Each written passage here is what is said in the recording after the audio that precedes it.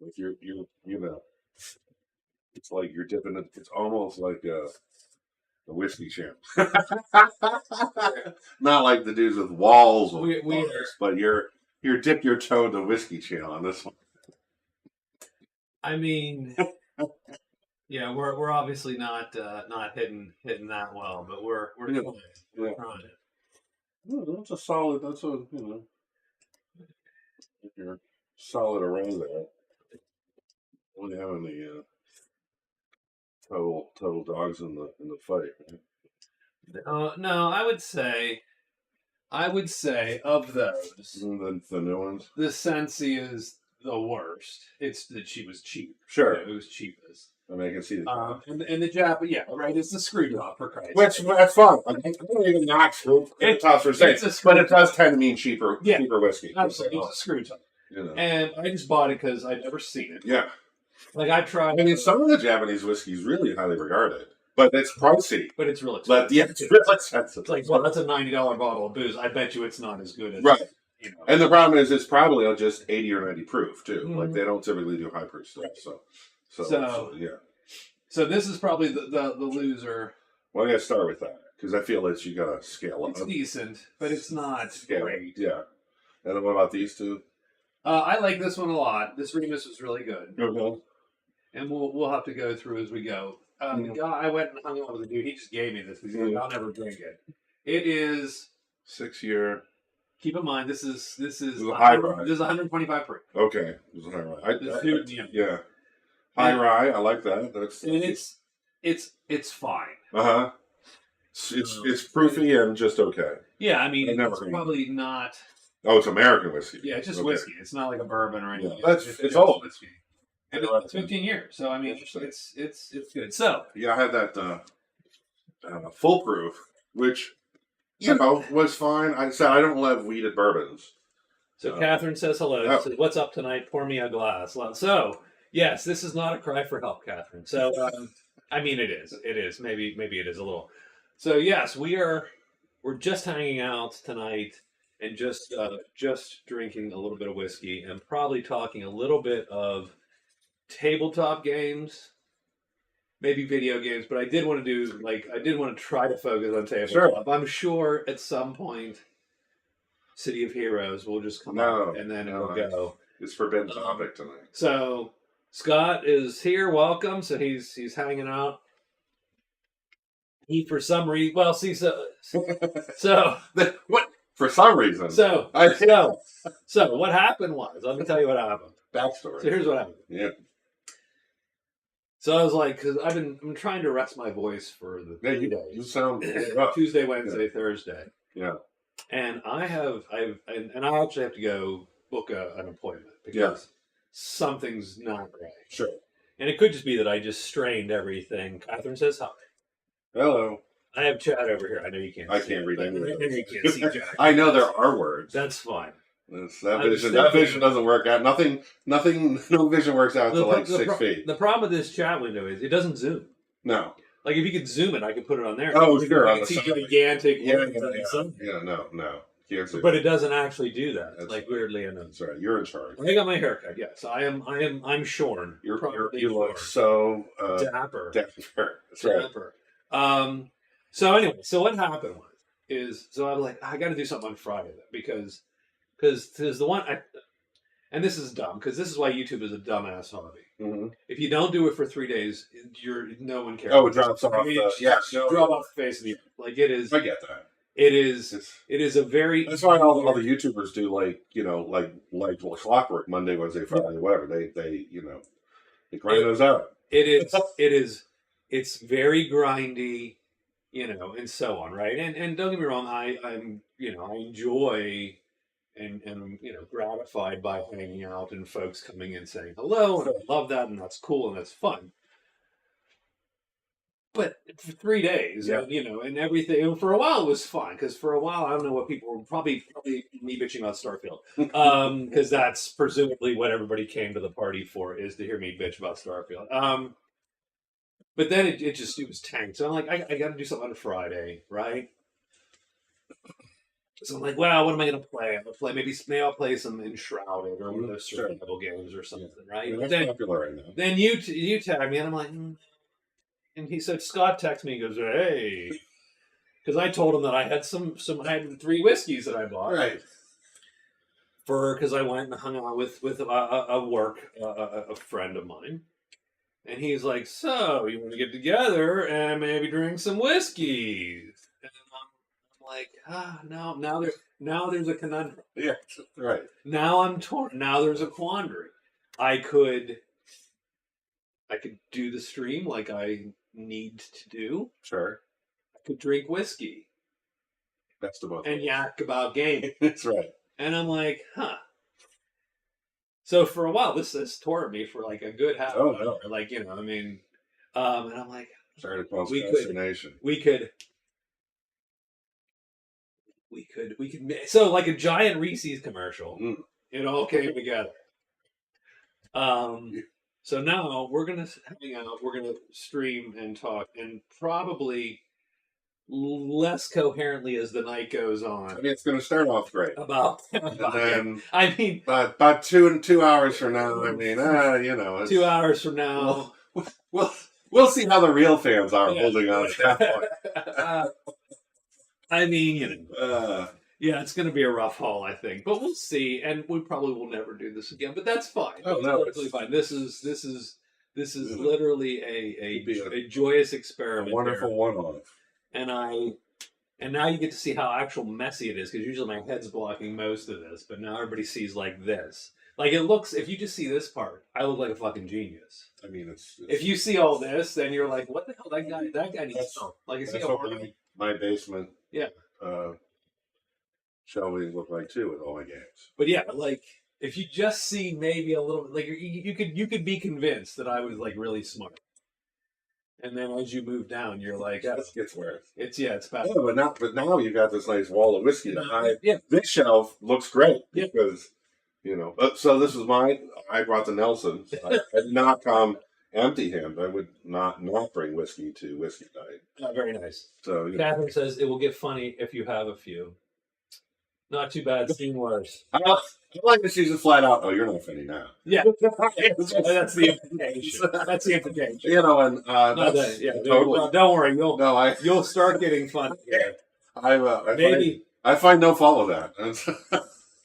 Maybe your humor gland needs lubed. Yeah, It does, yeah, it does. maybe it does. Yeah, that's a good point. Brown liquor Yes, is bound to help. does make me funnier. I swear to you, and prettier. It depends. It's with whiskey. That's what I've been told. Whiskey goggles work That's through the internet. Is that the yeah, I hope. I can only hope. perfect?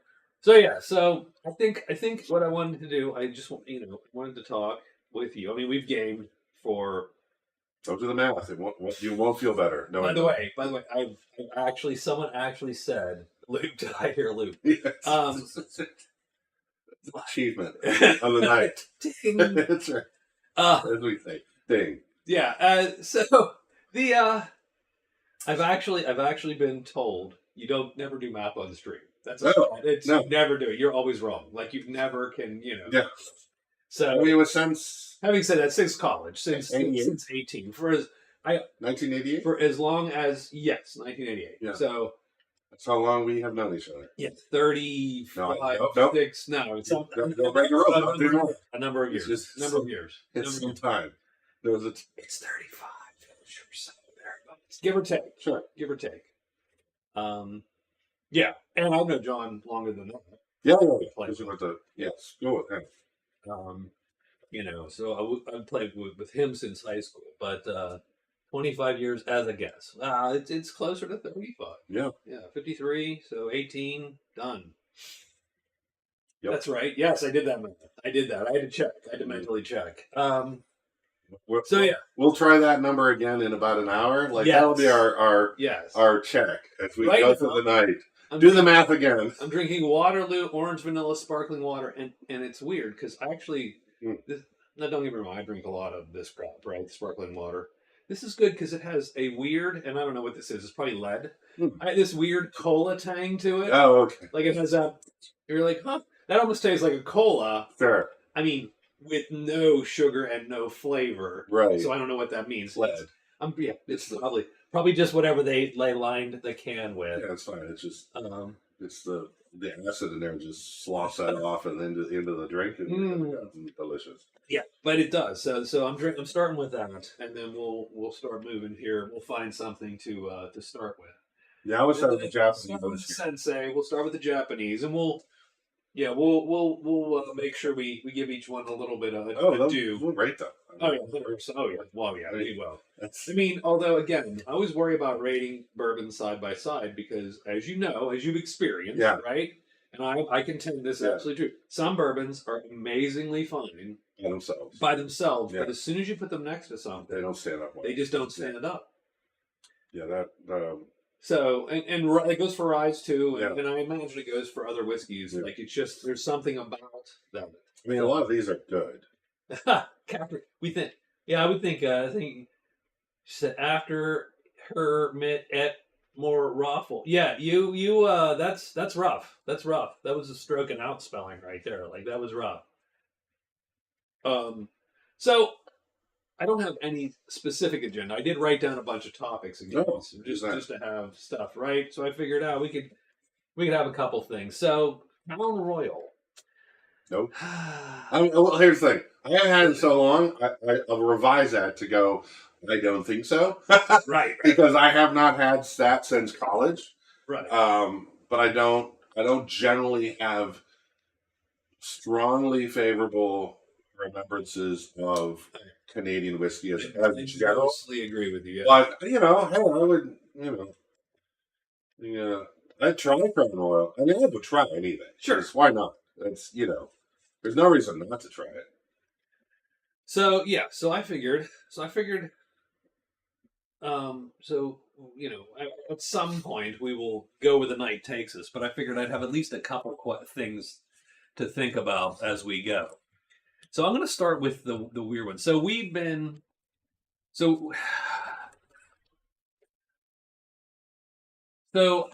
let's see. Let's go this most recent gaming stretch that we've had, right? We did the fantasy, the Swords Sphere. We'll call it Swords Sphere campaign, right?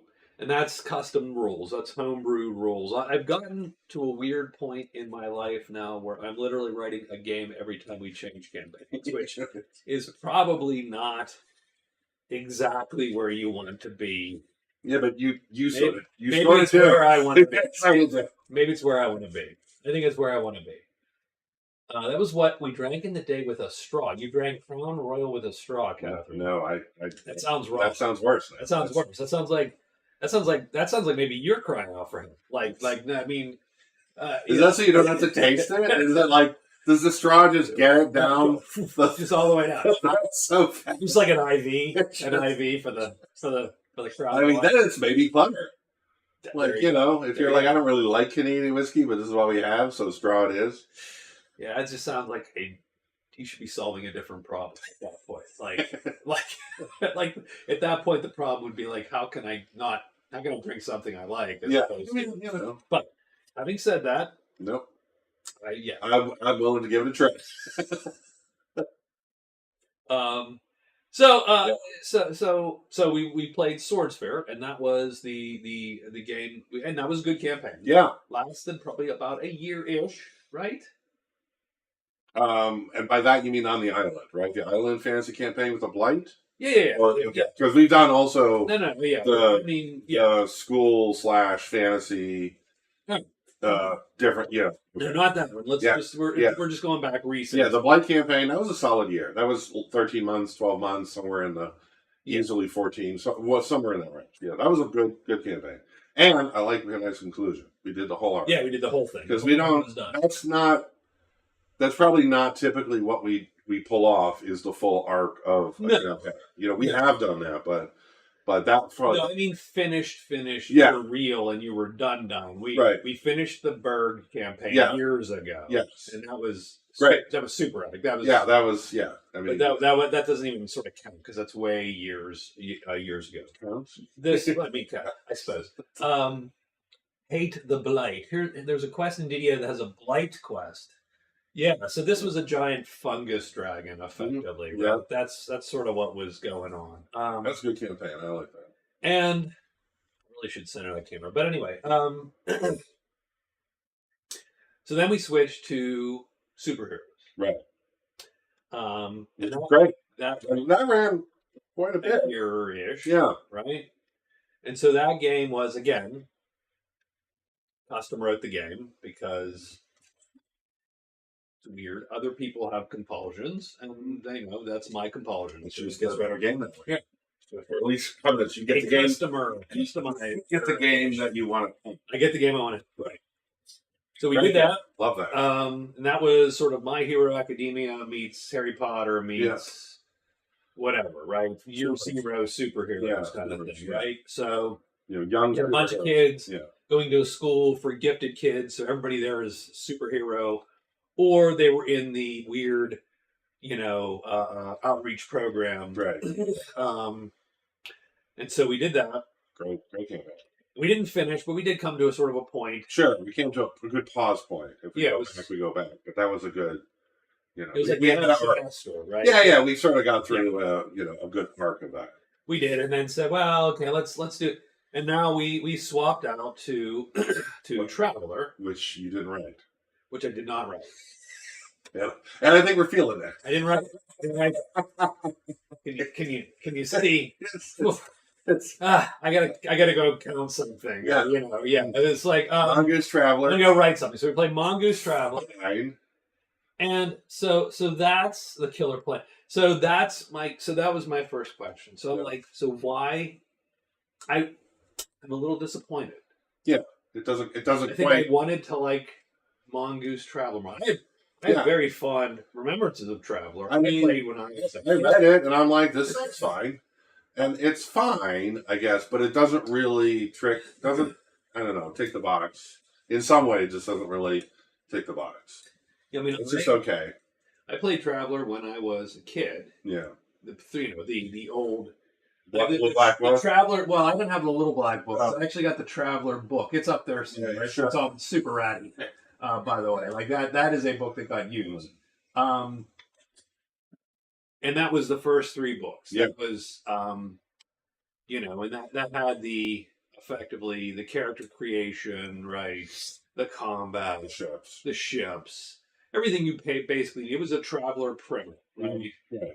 Because they made a lot of books, right? Oh, I mean, and things got sort of, I want to say weirder as it go, but you had, if you're in the army, there's a specific army book. And but you didn't need that for the start. Because I played briefly that.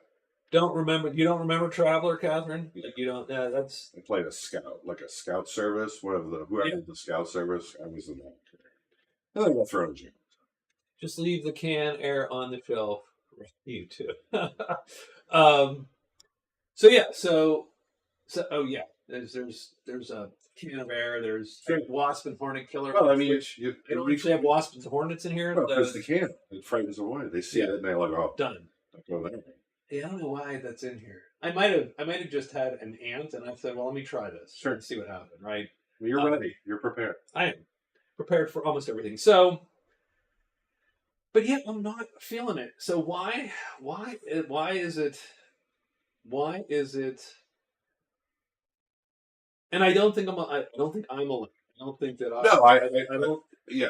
No, that's just it. Yeah, it's an enjoyable campaign, but the rules don't help. There's nothing intrinsically in the rules that go, "Oh, this helps me dig into it better." Like it's just the skill resolution system is very generic. Roll an 8. Yeah. Roll 2 dice, roll an 8. And there's probably modifiers, but who really cares? And I don't know. It just feels very okay. And the gear's fine. It's. I mean, I don't know. None of it's super clever or distinctive. It's just, it's sort of very generic and fine. But I don't know. Yeah, there's just something. I don't. And again, half of my traveler joy is nostalgia. Yeah, well, see that. Well, and I don't have that. I think probably the most of the table doesn't have a nostalgia for. Right. Certainly I has. don't think anyway. Jeff is the only one that would have any nostalgia for Traveler. Nobody else has any nostalgia for the system. You know, my wife probably has a fairly strong attachment to sci-fi, but this maybe doesn't tick the box. Yeah, or it doesn't, right. or it doesn't do it better. Like it doesn't. It's not like I can just play that campaign. It was Right. like I like that. I like a Wilbur McDermott, or Right. like that for some reason felt better, and I don't know because we're old and crotchety now because that was a long time ago. But yeah, it doesn't. It's perfectly playable, but it doesn't really. It's not. I don't know. It's not super. There's nothing in the system that's super interesting. Right. The campaign's good, but that doesn't. But the system doesn't help it. It's just there. Catherine tells us that we're prepared for the ant invasion. Sure. We are. Well, the Vecchio killed it because I laid traps everywhere when I had them, and then I'll have the play spread. So we really are prepared for it. But we aren't old. Oh, I don't know. Yeah, feels like it. Yeah, I mean, I'm more these days than before. I mean, yeah. Here's the problem. I'm not looking for the next 20 years. No. Yeah, this is what How about this? Math is hard. 54 is like then. It ain't gonna get better. If we were on a roller coaster, we'd be past that first. Yeah, we'd be. It'd be like hanging over the edge and go, sure. Whoa, hey, this. Yes. We're well into middle age. How's that? We'll go with that, Catherine. So I don't know why either. I do think that the system ends up feeling, yes, very generic and bland. I don't know that, and I know that there's a setting with Traveler, it's the Third Imperium, but we didn't use it. Right. And maybe that hurts, but I don't think it does because I don't think that setting is particularly right. It's fine. Right, and it's a gigantic epic, and only you and Jeff would even have any memory of it at all. The rest of us would be like, oh, it's just as different. I don't dislike the the post-war sort of run a bag setting. I think that's fine. It's it's a little Wild West in space, which actually is a good vibe. Yeah. So I sort of like that. But yeah, it's just it's just. We're well into our 50s, Catherine, so keep that in mind. She said 40. I'm like, well, thank you. Oh, my God. I mean, take it. I mean, obviously the whiskey goggles are working. That's right. It's probably the Japanese. Let's get the Japanese up here. Let's start. We'll go right to left. No. Maybe not. So, well, here, I'll pour it. You can smell it. Yeah. There's no reason to smell the bottle. That's not good. That's not a good look for either of us. I would say it can get mundane in a way. Yeah, I think, like I said, the screw cap. So this is screw cap. Let's understand something. So this is you present the bottle. So this is Sensei whiskey. It is a Japanese really oak cask whiskey. Okay. It's 40% alcohol, so 80 proof. It was like $30, kind of in Pennsylvania. So Pennsylvania does not have good liquor prices, by the way. We're typically slightly more expensive than everyone. I feel you. 54. Had a birthday on the 6th and turned 54. Well, happy birthday. Happy birthday. I am 53. Scott is 54. 54. So we're right there. You are our generation. People. Yes, we are. Yep. Yeah, and it smells. So this is light. Yep, smells very light. It smells light. It has a little alcohol thing. It's a little methanol. I'm not methanol because we would be blind and dead. Quick straight though. We're like, oh well, one and done. That's hilarious. I mean, I don't have great. I don't do great on nosing whiskey. I just don't. Yeah. So the problem with that isn't that it's bad. It's just that it's very, very light. which I don't mind. It's almost all aftertaste. It's almost like an Irish whiskey. It almost feels. But I think it definitely has some. Feels like there is a barrel influence to that. Like Oh yeah, it has that, 100%. which I don't get so much from Irish whiskeys because they're triple distilled. Yeah. They're cleaner. I would This argue- has a little more of a barrel note, yes, but it I is a agree super with light whiskey. that. I agree with that, but it does. But what it reminds me of is an Irish whiskey. Yeah, I get because it's so light. Right? It's a light whiskey. It has that same. And it doesn't taste. initial- It's not a bourbon. It doesn't taste like No. a bourbon at all. Even with the oak note, it doesn't taste like a bourbon because it doesn't translate into the the barrel vanilla toffee. No. Those things that you tend to get. No, blinding. We'll see. Go ahead. She said, "Don't blind yourself." No, It's That's why I don't distill at home. I figure I would probably Oh. go blind or burn myself to death in an alcohol fire in my basement. So I'm probably not going to distill liquor, but that would be fun. Right. yeah. I mean, Sure. oh yeah. No, I mean, first off, it's probably it's gross. Just like Yeah. like the fermenting giant vat of whatever the hell. I don't know where we're putting it. well then it's I mean the problem is if you're not making Wait till my kids move on. if you're not making like a neutral grain spirit, like then you're aging it. Well, I mean, You do like gin though, because gin's just neutral grain spirit with botanicals.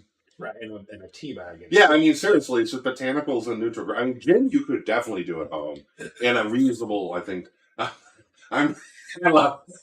Like so when Chris has his basement gin distillery going, Hey, we'll figure something. that'll be a hell of a feat of YouTube episode. Yeah, we'll see how that goes. But that's a different life stage. I think I'm not at that life stage yet.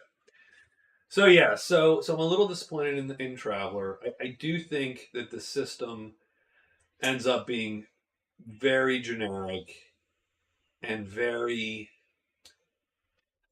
And again, I hate to, and just it doesn't feel like it doesn't make the game feel like anything. Yes, You can that's like it's sure it's sci-fi, but it I will say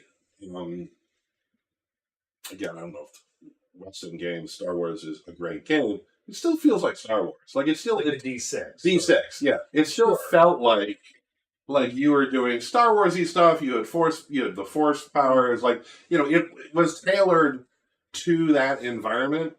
You wouldn't run Traveler with that. No, That would it's not a different- vibe, right? It was, and it didn't. It specifically left out all the little fiddly bits because I'm like, yeah, it's Star Wars. You don't need to know the exact range. No. Are you short, medium, long? Like with Sure. Star Wars, right? It's space opera, right? So it did a better job of getting the vibe right, and this just doesn't have a vibe. It's just like, yep, it's sci-fi ish. Good luck with that, and it's fine. It's totally playable. I just don't. It's just Yeah, there's not a lot. it's very average, like sort Yeah, of. I don't look. Yeah, there's nothing mechanically that I look forward to. Right. And that's more important to me than typically. Like, Well, a lot of people don't give a shit. Yeah, no. And I sort The of fights do. are boring. Yeah, like And I don't like want to fight. I don't like the fights. Well, but you do. You like fights. We like fights. We like tactical. We like tactical combat. I like minis. And this doesn't care. Like it's like sure, there's skills you can shoot each other, but it's like there's none of those rules feel like they make the fights interesting, or you're even going to really have any interesting. No, so here's know. a question for you. Is gun combat just hard to do that with? No, I think absolutely. I think compared to fantasy combat, Yeah. I think it is harder to make interesting gun. I'm trying to think like what was a good. I mean, I still love Hero, but because it did have at least the KO before dead. Typically, was the arc of Sure. combat, which is good for players. Yeah. Like you don't want every fight to be some. Traveler. Yeah.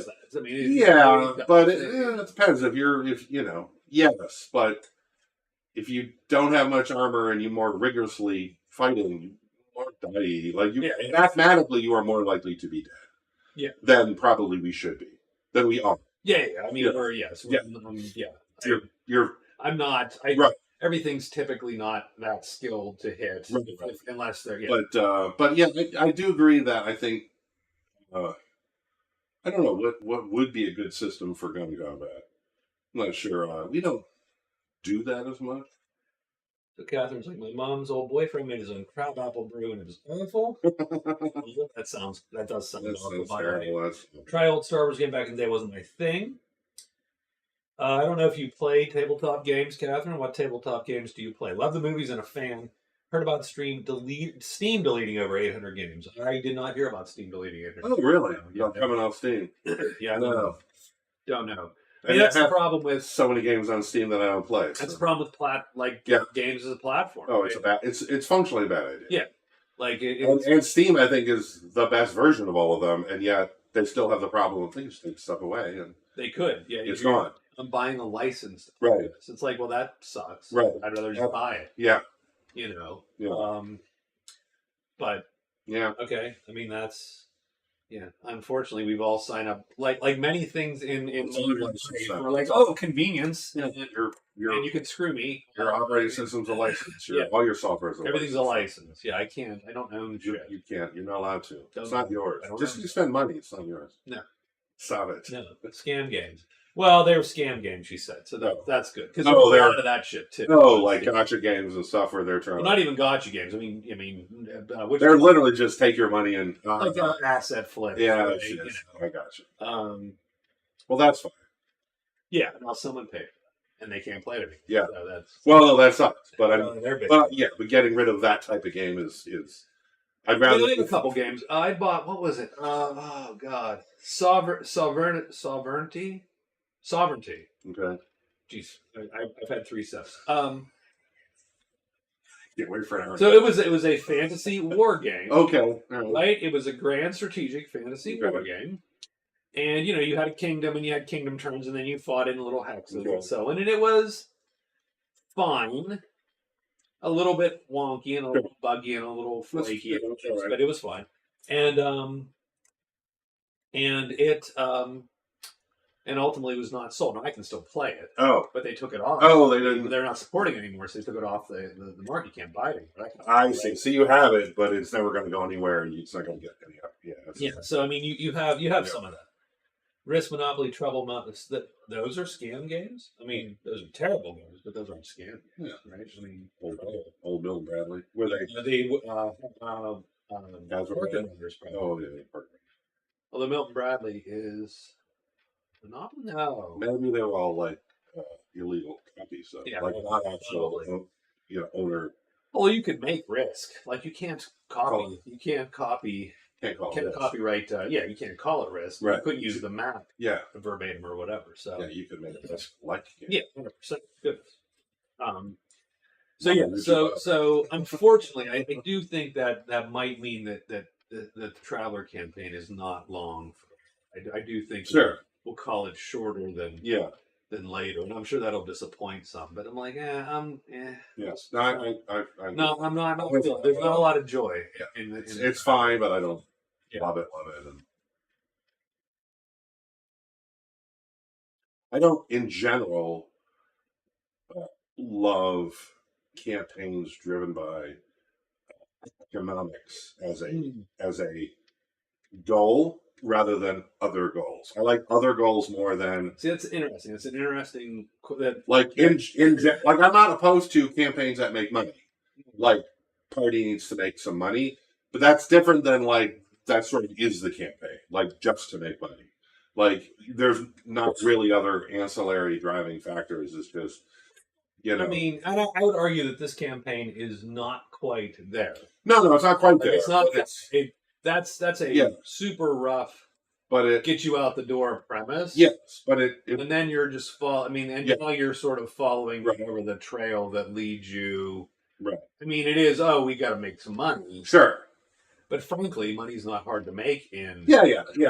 Like, No, it's not been an issue. Right. It's just.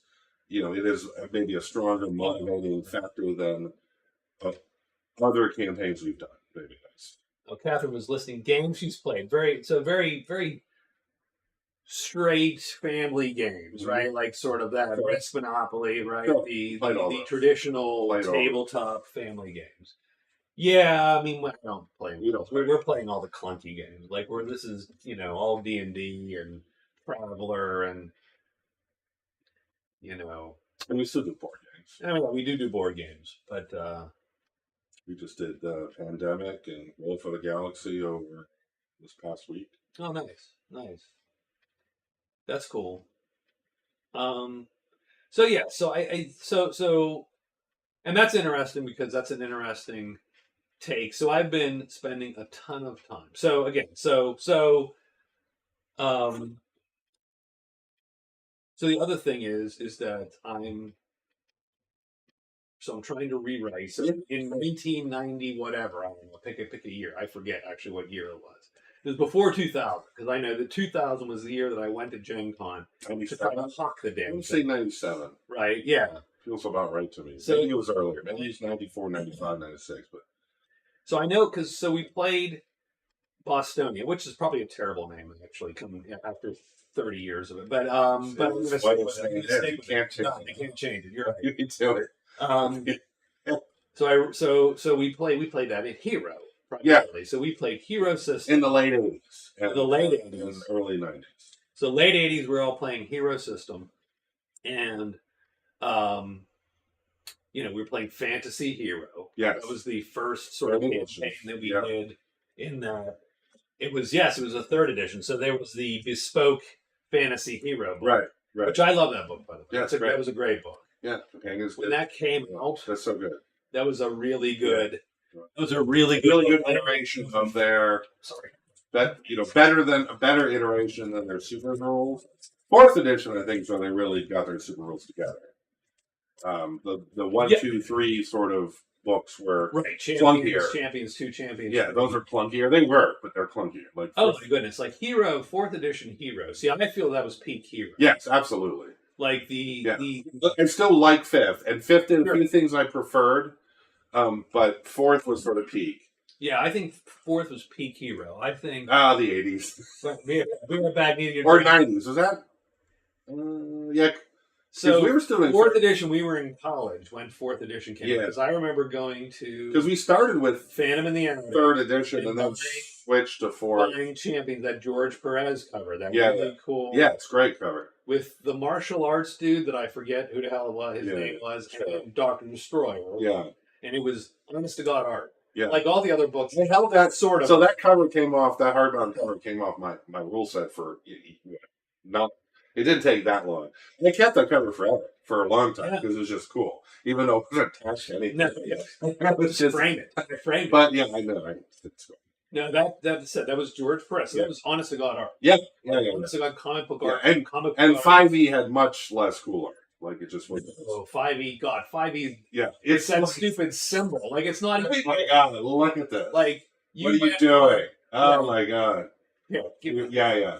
But even inside and everything, you it's went just- from a George Perez No. cover to this. Such a- Like that's not. that's That wasn't a no. great cut. That's not a good But cut. the selling point, it would stop, Plus, it would stop a small caliber round. I'm like, come on, yes, that's not why we're buying it. you cannot shoot me with a 22 with this. Yeah. Like, this is my protection. But yeah, the art inside wasn't as great. I mean, that was disappointing. A good rule set, I do, and it was very I mean, combined. Like it did a good job of putting everything in there, sort of. But fourth edition, I think, was sort of peak. only having coffee, drank all my beer. Oh, that's sad. That's very sad. Very, very sad. Coffee's good, but that's I sad. love coffee. I haven't drinking any coffee this week either. Like I said, it's some of this. You're just something's wrong. trying to say. Trying to save my voice. Trying to be able to do this periodically. But yeah, like no, I don't mind fifth. Yeah.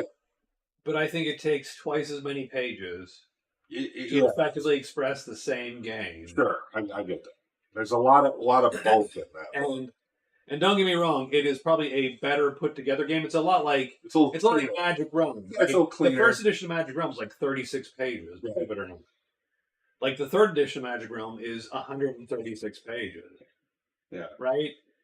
And you go, well, I wouldn't play the first edition, Right.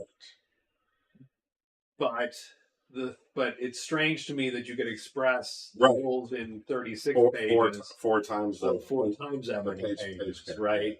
And certainly the third edition is cleaner in the sense that it ties up all the loose ends. Right. Yeah, I think I had 2E version of second. Yes, yeah, you have second edition. Yeah, which yeah, it's in the middle.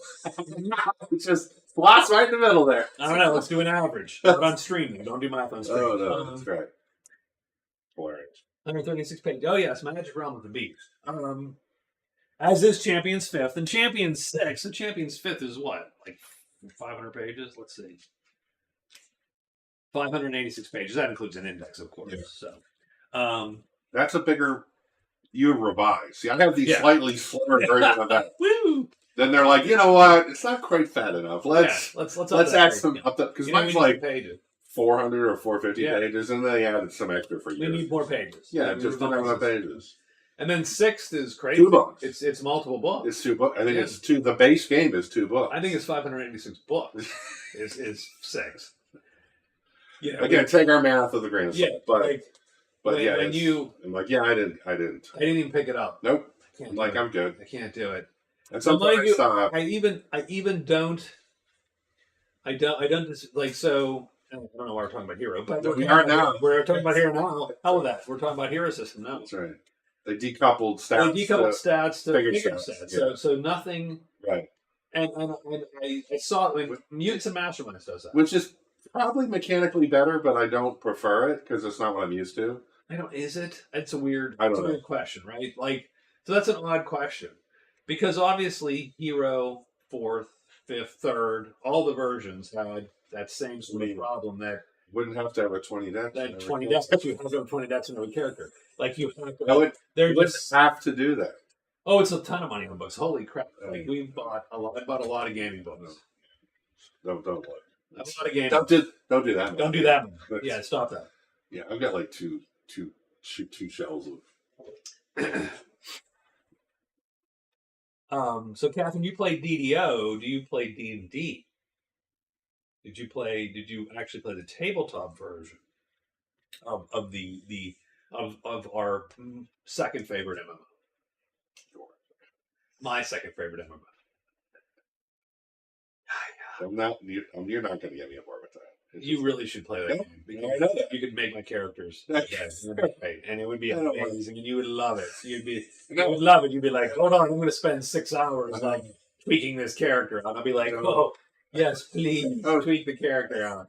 I don't have Yes, make me I powerful. don't have that in me as much anymore. Yes, you do. Who are you trying to kid? What does that even mean? I don't have that in me anymore. I have to retain all the COH tweaking knowledge. I can't make room for a whole other game. Do I need to? No. But will I? Yes. I will I was going to go to my grave being able to perfect a City of Heroes character. Yeah, but here's the thing with that. I actually don't think that that's an issue. My problem with COH is not that it's easy or hard, right? It's that there's not much to tweaking a character out anymore. You just Buy all the you IOs. buy all the IOs and Yeah, you're you have to buy. You still have to, like, if you talk to new people, they're like, they have no idea. I mean, there's a tiny bit of theory crap. You do have to know what to buy, like what to build for it. Trying to get my hubby into tabletop D&D. I mean, that's yes. Yeah, that's what you're supposed to do. He should. I mean, my wife's never played If it. you haven't married someone that games with you, That's you did wrong. I mean, you have the best wife, but she's not a gamer. She's a gamer. No, not a gamer. That's one thing we could just never share get on board. I mean, my wife won't play computer games. No. Like, which I wish she would, because she play computer games together. She, it's her role play. So Yeah. So The 1 out of 2 ain't bad. no, it's still winning. Yeah. but yes, I would love it if she'd play computer games too. I mean, yeah. Just not her jam. Now. She did the one. I couldn't tell you what it was. Like some action, like like an old, like not an NES, because not NES, but it was like the PC game. It was like an old NES game. Like you Sure. run around, little two characters, you fight your way, you finish the game, you win. We did that one once, and that was it. She loved that, and I was like, "Yep, done." Never doing it. My wife played Never- 2 games. Well, she plays my. Heroes of Might and Magic. Oh. We played Yes. 3 back in the Did day. she do not Minecraft? She did the other one. She did She the did Wizard. Stardew. Oh, I thought she did Stardew. Oh. She's playing some goofy Hello Kitty on okay. and crazy, like it's whatever. But Wizardry. But she played Wizardry 8. That's her jam. That was her jam. That's a game. I haven't played computer games with me. I got one. Yeah. You 1 out of 2. You and Meatloaf. Meatloaf would be happy with your ratio. Sure, absolutely. But R.I.P. Yes. Yes. God rest that sweaty bastard.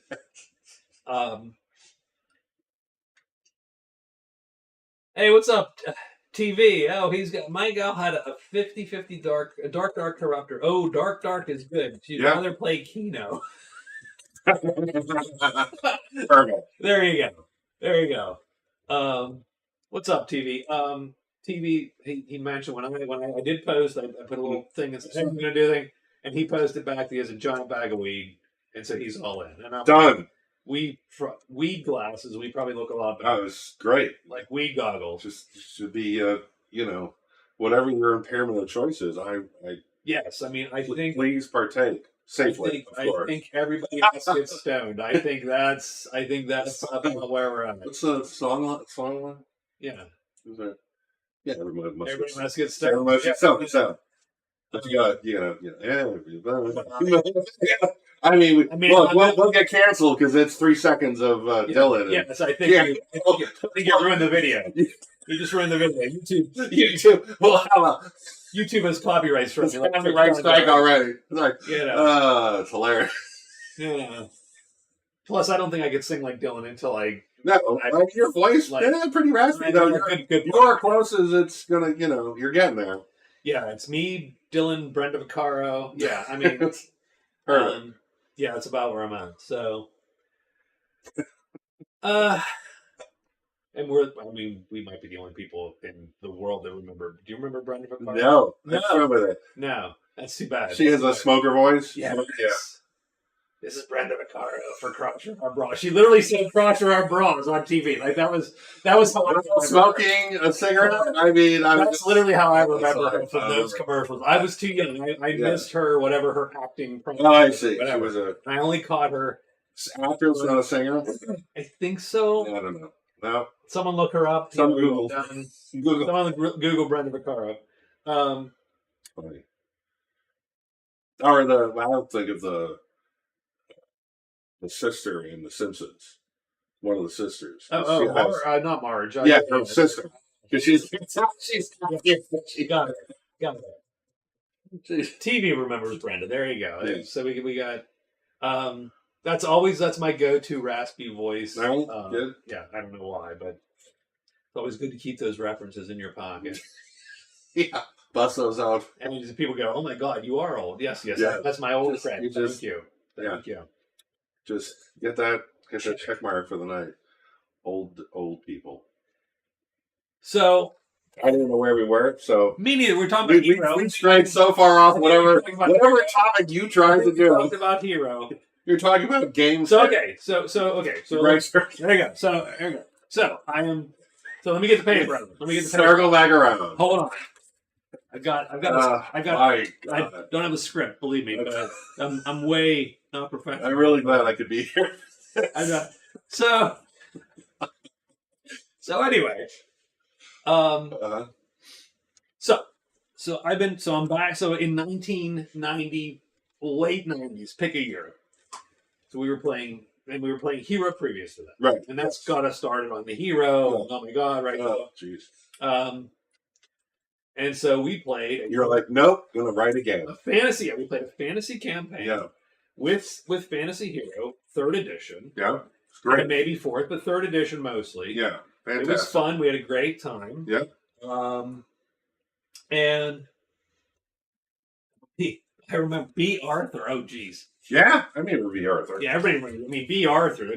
That's an easy one. Come on, everybody knows Maud for crying. That's right. The Golden Girls or whatever her name was in the Golden Girls. And so at some point, though, because of the way that Magic worked in that game, that campaign worked, or should have worked. Sure. I don't actually know how it worked when we played Fantasy Hero. I'm not actually sure sort of how. Like I don't remember. It literally has been years, decades actually. Did anyone have? I mean, someone must I'm have had. glad that YouTube doesn't trigger Someone, doesn't yeah, doesn't keep my and computer on. You know, it's going, but it doesn't keep my computer on. So yeah, I don't have any memory of how we did it in that either. I know how Fantasy Hero Third sure, Edition does Magic. I don't remember how we did it for Old Bostonia. yeah. So Magic in this campaign world was the idea was that I'm not sure Old Bostonia you didn't sort of tweak into what it turned into. Like it was a little more closer to we're just running third edition Fantasy Hero sort of standard, and I have a setting, but then maybe as we play, I mean, I do sort of have the vibe of like the rules and the world sort of evolved out of the game, and then and then like because I read the world book recently for it, and I'm like. And just even reading that, thinking like, I'm not sure at like day zero, all of this, it did not exist. You know what I mean? No. So I feel like, and that might have been the case with runes and magic and the whole thing. It just shifted into the vision you wanted it to be. I mean, Bostonia was easy. I'll tell you exactly how it started. Very simple. We had that one game we played freshman year. Yeah. And we played it in our dorm room, in a tiny dorm room with Todd, you, and Sue. Yeah. And no one was a wizard. No. Like, yeah. No, you were all kids. Yeah, we were like just 15-year-olds or whatever coming out of, burned down village or whatever. Yeah. One of us had a helmet. And the idea was actually fairly simple. The idea was a fantasy world, but it was effectively post-apocalypse. Right. So it was very Thundar the Barbarian. Sure. Find remnants of technology. Shannara. I mean, remnants of technology seems like magic. Yes. Yeah. Like Shannara really didn't play that up, but occasionally you got there was a paragraph or two which had said something. And you're like, wait a minute, that sounds. I think Thunder the Barbarian is a good. Thunder the Barbarian's huge. Like that was a big. Yeah, that was a big. That was a very good. Yeah, reference. Swords and sorcery, but it was a stop sign. Right? Yeah. You run a mod or whatever that thing was. But yeah. I did love that shit. Keyword or Magic never played. Gotta run, guys. Have fun. Oh, TV's leaving. He's got his. I mean, and sure. All right, go. Enjoy. Have a great night. Yeah.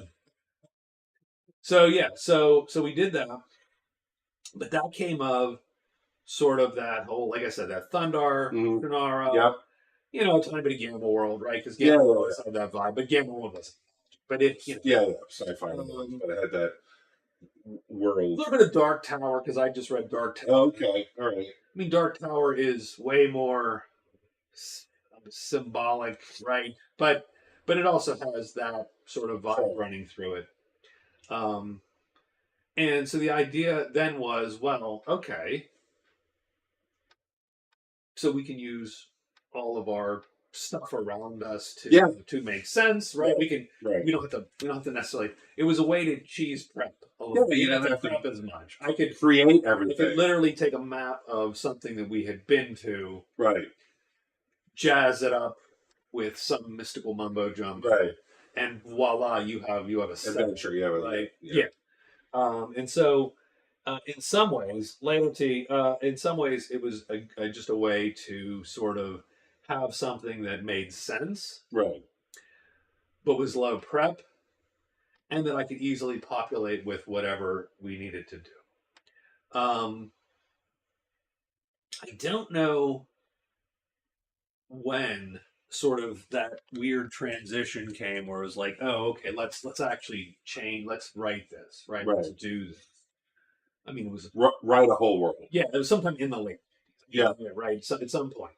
So at some point it was like, well, I want to do this, and the this was primarily the whole idea, the magic sort of being this weird vibe on sorcery, right? Where you didn't necessarily learn spell, you didn't learn magic, you tamed magic, right? You took it as part of you. Yeah, you went somewhere and did something, and survived a test Right. or whatever, right? And so in Bostonia, you would then take runes. Oh, I DM'd. I'm sort of the forever DM because I don't really love playing much comparatively. Um, so yeah, you would go and you would a would be wizard might go. Okay, I've learned of this place under the volcano, right? To to take this volcanic rune, I must, whatever, right? Burn myself or find a way to take the lava and not die or whatever, right? Sure. I need to get struck by lightning to take Right. the hand of lightning. Yeah, that's a good. Right? It's a good one. And that's how they do it. Yeah. I mean, and they take damage Sure. and nearly die. Or die. Yeah. But if you don't, hey, you got magic now. Yeah, it's in nice. theory. And so it's more of a willpower whatever thing. It could Sure. be you have to be tough enough to do it, or it Right. could be you had to prepare by taking some kind of weird potion of resist or some right or whatever. Right. And then you would know what you know, and then you get a bunch of spells right away, Mhm. and then as you go up, you get a bunch more, and then the third and fourth tiers, you typically had to go back and do something else. Yeah.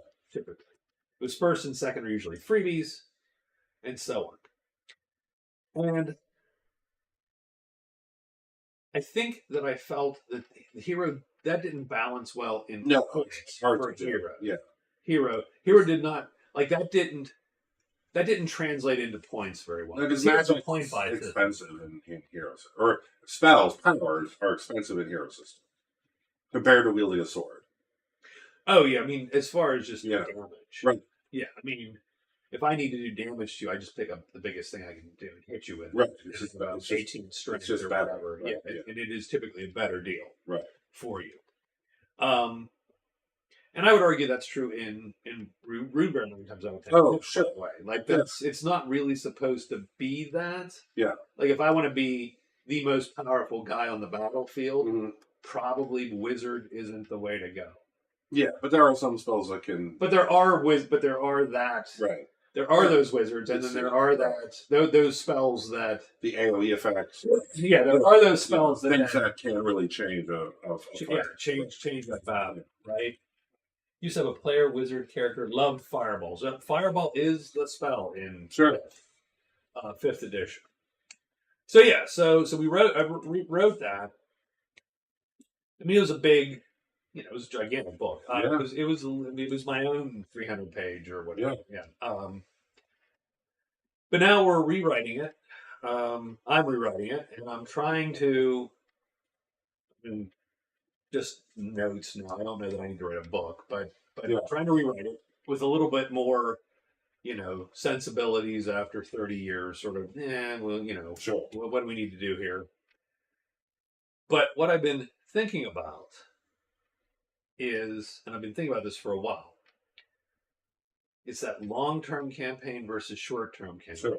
What makes that viable, right? And so again, that's been playing on me quite a bit because Runeberry does sort of have that. Runeberry doesn't. I mean, it's not like a bounded accuracy game. No.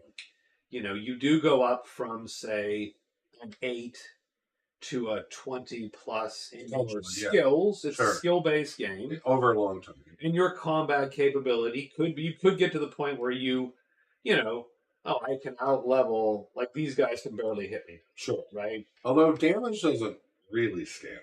No, damage doesn't. Almost any, barring a talent or something, wacky, you pretty much always do about the damage you do.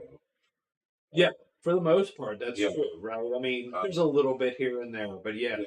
And at least in Bostonia, like armor is whatever the armor is, you're not, if you're a heavy fighter, you're a heavy fighter. But you can be a heavy fighter with an 8 skill or a 20 skill, and armor doesn't necessarily change.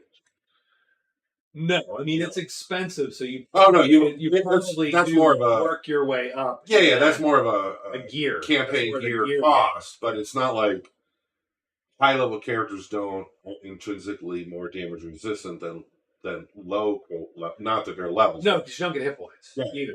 Yeah. So you don't really Yeah. hit points don't really change. Your damage doesn't really change. Your armor doesn't really change, other than acquiring gear. So better stuff, better and sure you could find better weapons, but again, even a better weapon is just probably a weapon that does something interesting than other than Sure, Dan. yeah, maybe it's a point, but Yeah. maybe but it's unlikely that you're going to find a weapon that's going to be dramatically better in a pure mechanical sense. It probably has interesting power, and maybe it does like an extra accuracy or a point of damage. Like maybe it's keen or it's accurate or something, but that's about it. Problem with spellcasters is hit points. I mean, in D&D, obviously they have whatever D6s. I assume Yes. wizards. Yeah, your D6s of wizards, A lot less. and so it is quite a bit less. I mean, now I would have people argue that in 5th edition, wizards are the most defensive characters in the game because you can easily finagle your way to wearing just as good armor as anybody else. Like plate armor and having a shield. Done. And you win. That is the suggestion for all wizards in 5e. You take whatever it takes, dwarf or fighter level or whatever it is. You get heavy armor proficiency.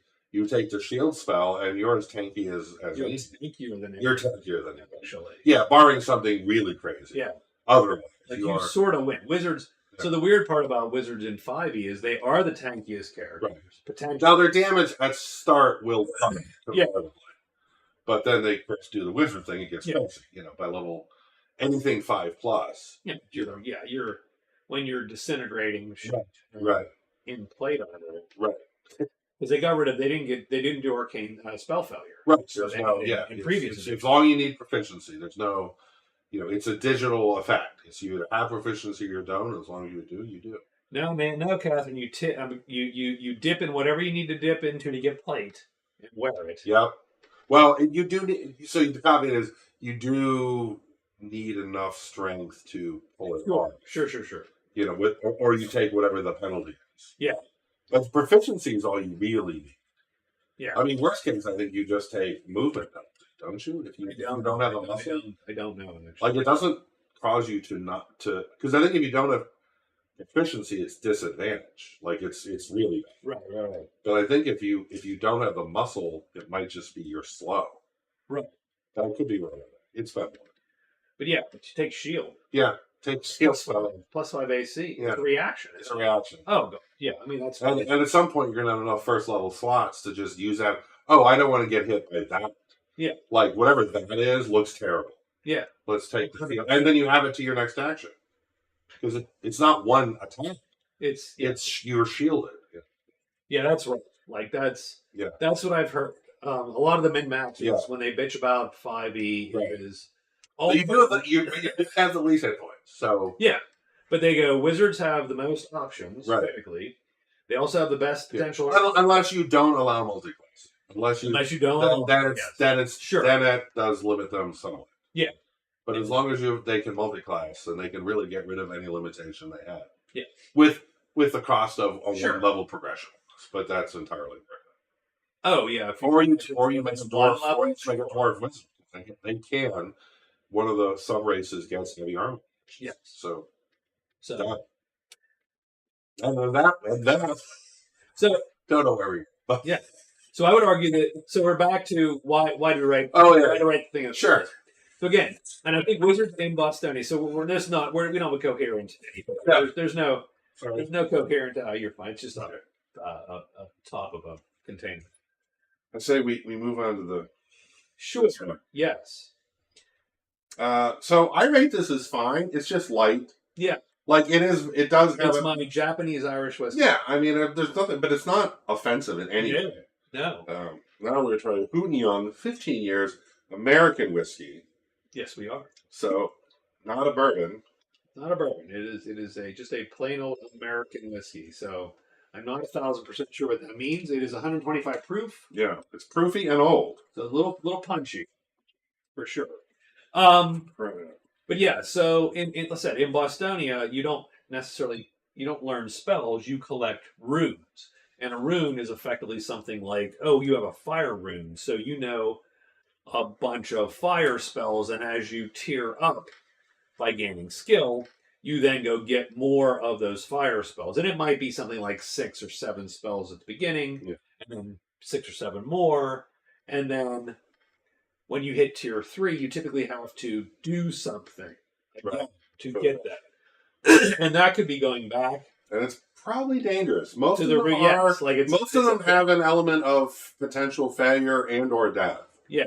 You know, there is a, you know, it's no guarantee. It's not like, you just go talk to the master and they just check the box and you're like, you're good enough. It's always a test, and that test always involves some sort. It's at least an adventure, right? Yeah. You don't get tier 3 by just being. Right. And you could die. And you could die. Some of them are just, hey, you take 8d6. Good luck. Yeah. You know, you go up to the top of the mountain and and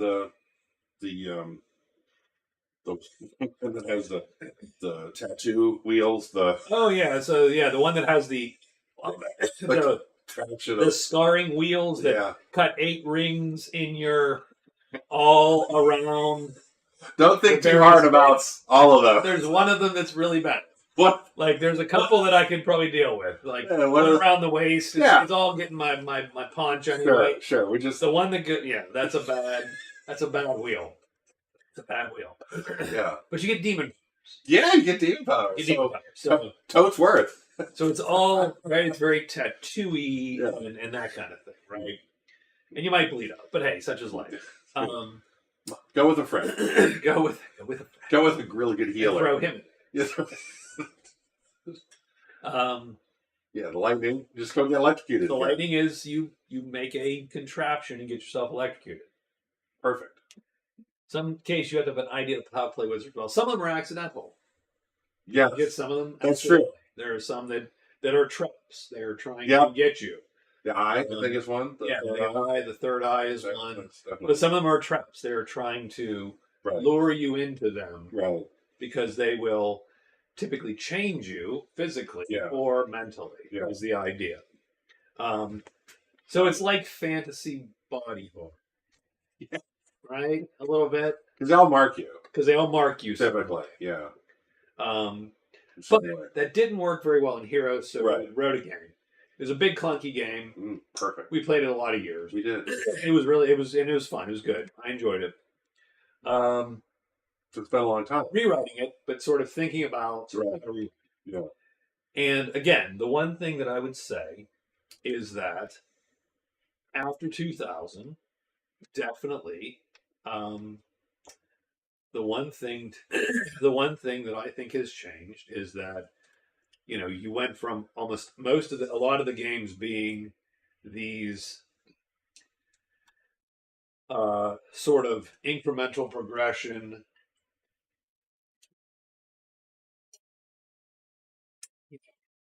You went from a lot of games having this incremental progression. First edition D&D had an amazingly incremental progression. Yeah. Right? When you leveled up, what did you get? Well, mostly some hit points. Yeah. 9 times out of 10, that was it. That's all you got. Wizards got some spells. Clerics got some spells. Fighters get saving throws? You got saving throws, for sure. And you might have gotten a couple abilities based on certain of the classes. But for the most part, you got hit points. You know, and third edition in the year 2000, I would argue, changed that and changed sort of the face of gaming in a way. I don't think this is bad, by the way. I'm not old man curmudgeoning it. In that the focus went from strategic exploration to tactical fights with an emphasis on character builds. Yes. So feats. Yeah. And I like feats. Typically, I like character builds. I like feats. I'm an MMO player at heart. Yeah, absolutely. And so I love the idea, like progression, like builds, building to a thing. I like right. And third edition had it in spades. Right, you go, oh well, I'm gonna take 6 levels of fighter and then 3 of wizard, and then I'm gonna take this and this feat, and then I'm gonna become the prestige class fighter wizard guy. And that gives me this, and blah, blah, blah. And by level 17, I'll be able to do this special thing. Yeah. So you had these super long, sort of thought-out builds. Definitely a big, yeah, absolutely. Third edition, Catherine, I always thought was that definitive moment where now most games were build games. Yeah. Like that was the de facto standard. Sure. And third edition did a lot. It actually brought a lot of folks back to D&D. Oh, yeah. I mean, it was a huge successful. deal. It was wildly successful. Yeah. Brought a lot of folks back to D&D. Spawned a whole, the OGL spawned a whole cottage industry. Yeah. That you probably wouldn't have a lot of the stuff you have today. You probably wouldn't have the OSR Right. if you didn't have the OGL back in 2000. Right. And I went to Gen Con that year. Yeah. And I remember that. Third edition coming out. You know, even buying the book. I didn't go there specifically for D&D, but Yeah. it just happened to be there when I was there. And so that's sort of what I think. I think that was a huge sea change in some of the in how those games worked typically. And to some degree, we've I've emulated that. I like feats, I like talents, I like those kind of games. But my contention is now that it's been 24 years. So 24 years of that style game sort of in my head. Right. It takes me 2.5 decades to come to any conclusion, obviously. It's well thought out. Played Hero for probably that long before I said, I'm good with this. I'm done. Yeah. I'm done. Yeah. I think, ever tried Dragonlord? I've never tried Dragonlord, by the way. No. I mean, I was not a big 3E player, by the way. Like, I played a little bit of Pathfinder. Played Snow 3. One of the old Sorcerer campaigns we did in 3E. Yeah. The first one. But Yeah, that pretty much is my limit of 3E. Yeah, I've almost never played 3. I played Pathfinder first, which is 3.75, effectively. Yeah. But not for very long. And I'll tell you, the main problem I find with Pathfinder first and third edition, it's very hard to run, in my opinion. It's a hard game. Everything's complicated. Everything's got a lot of shit. Yeah. And and especially third with third and all the supplements and blah, blah, blah, right? You had all this stuff coming in. And then, again, you had Pathfinder, and that had the same thing. I have literally the Advanced Magic book and the Advanced, Player's Guide and all that stuff. And you go, holy crap, what the hell's an encounter look like for this? It's a lot. And so here's my contention has become, I believe, those games break down fairly early. Yeah, it doesn't take that long before they get... Like, all those games go to level 20. And 5e, I think, breaks down, too. Now, 5e is a lot less of this. Yeah. 5e is strangely less than that. Like, I think it's certainly less crazy. It's less buildy. Part of it is just, it's a little more. You get options, but it's not as tweakable. But it gets out of control, too. Just, it takes maybe a little longer. Catherine, I think Pathfinder was a good game. It was definitely and again, when D&D went 4th edition, right? I was the Pathfinder said, no, we're going to split off 3rd edition. We're going to be the real 4th. We're going to be 3.75. Yeah. And that a lot of people like that. It was a great game. People love Pathfinder. Yeah. Like 4th was a dud, and undeservedly so. I think 4th has its own issues. I think that had they not, I don't think it was ever going to be successful. Okay. They could have done better with it. Well, okay. 4th edition is a great tactical team miniatures game, right? Sure. We all can pick a character. You pick, I'm going to be the cleric. I'm the big fighter. You're the right. Everybody, you're the wizard. Blah blah blah. Everybody picks it, and we all have a role to play. Yeah. And it works out. Like, it works really well. And you're the cleric, and so you're going to hit somebody, and when you hit them, you can heal somebody, or you can or all these different things. And it's a very great tactics team miniatures game. Not everyone currently wanted that. It's interesting. It's interesting to me because I think it is a great example of how rules can be good and feel wrong. Yeah. I see. Like you can have a feel to a rule set Right. that doesn't match actually what the you desire out of that game, even if it's a good game. Yeah. Like fourth edition solved Wizards. Sure. Wizards weren't better than fighters at any level. Right. They were about the same as fighters at every level. It solved fighters. Fighters had interesting things to do at every level. Right. Right? Same thing, every level. And Catherine said fourth never pleased me. Fourth right now edition is holding up that monitor. That's my fourth edition. You gotta have it. It's a good game. It's a good game. It's a really good box. It's a perfectly sized, for a monitor. So yes, 100%. Well, I had a monitor stand. It was too high. So let me see what's fourth. So whoever designed fourth, I'm sorry. I apologize. You were propping up my shit. So there you go. Oh, hello, Mistitch. Message retracted. Ooh, geez. I don't know what you said, but that's not cool. But yes, fourth edition was a good game. Here's the problem. It felt nothing like D&D. Yeah. It felt like its own thing. Right. It was just... And it felt closer to a board game version. It felt more like Warhammer Quest or Hero Quest. Those board. You remember the Milton Bradley board game? Yeah. Like it felt a lot closer to that than it did a D&D game. And that's something I always thought, why is that? It never... Because I think that most of us in our head, for most of that, so picture your typical fantasy tabletop game. Mm-hmm. I think most of us have in our heads that whole, you're in a town for a while and you talk to some folks and you go to the tavern and you get some rumors and you have an encounter there with somebody and, maybe you had a little dust up with the locals or maybe, right? And maybe there's a wilderness piece where you now have learned where the dungeon is, so you're heading to the dungeon, right? And that has some stuff, right? You go, you buy some food, you eat the food along the way, and you have an encounter, wolves, or a griffin overhead, or a manticore, and you have to, right, that kind of thing.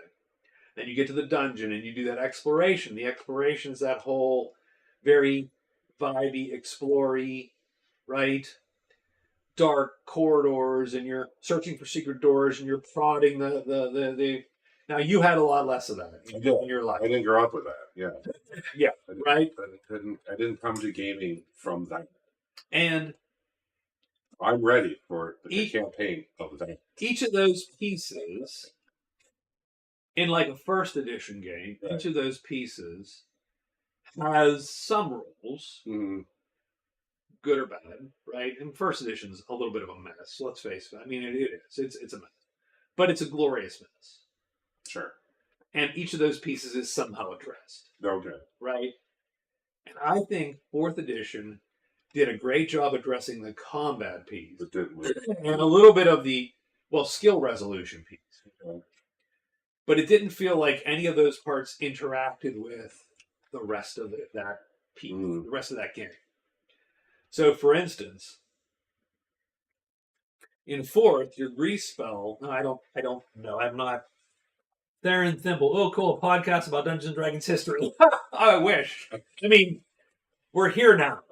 We were talking about the hero book cover just a while ago. I think this is a podcast about two old dudes rambling. Yeah, like. Okay, man.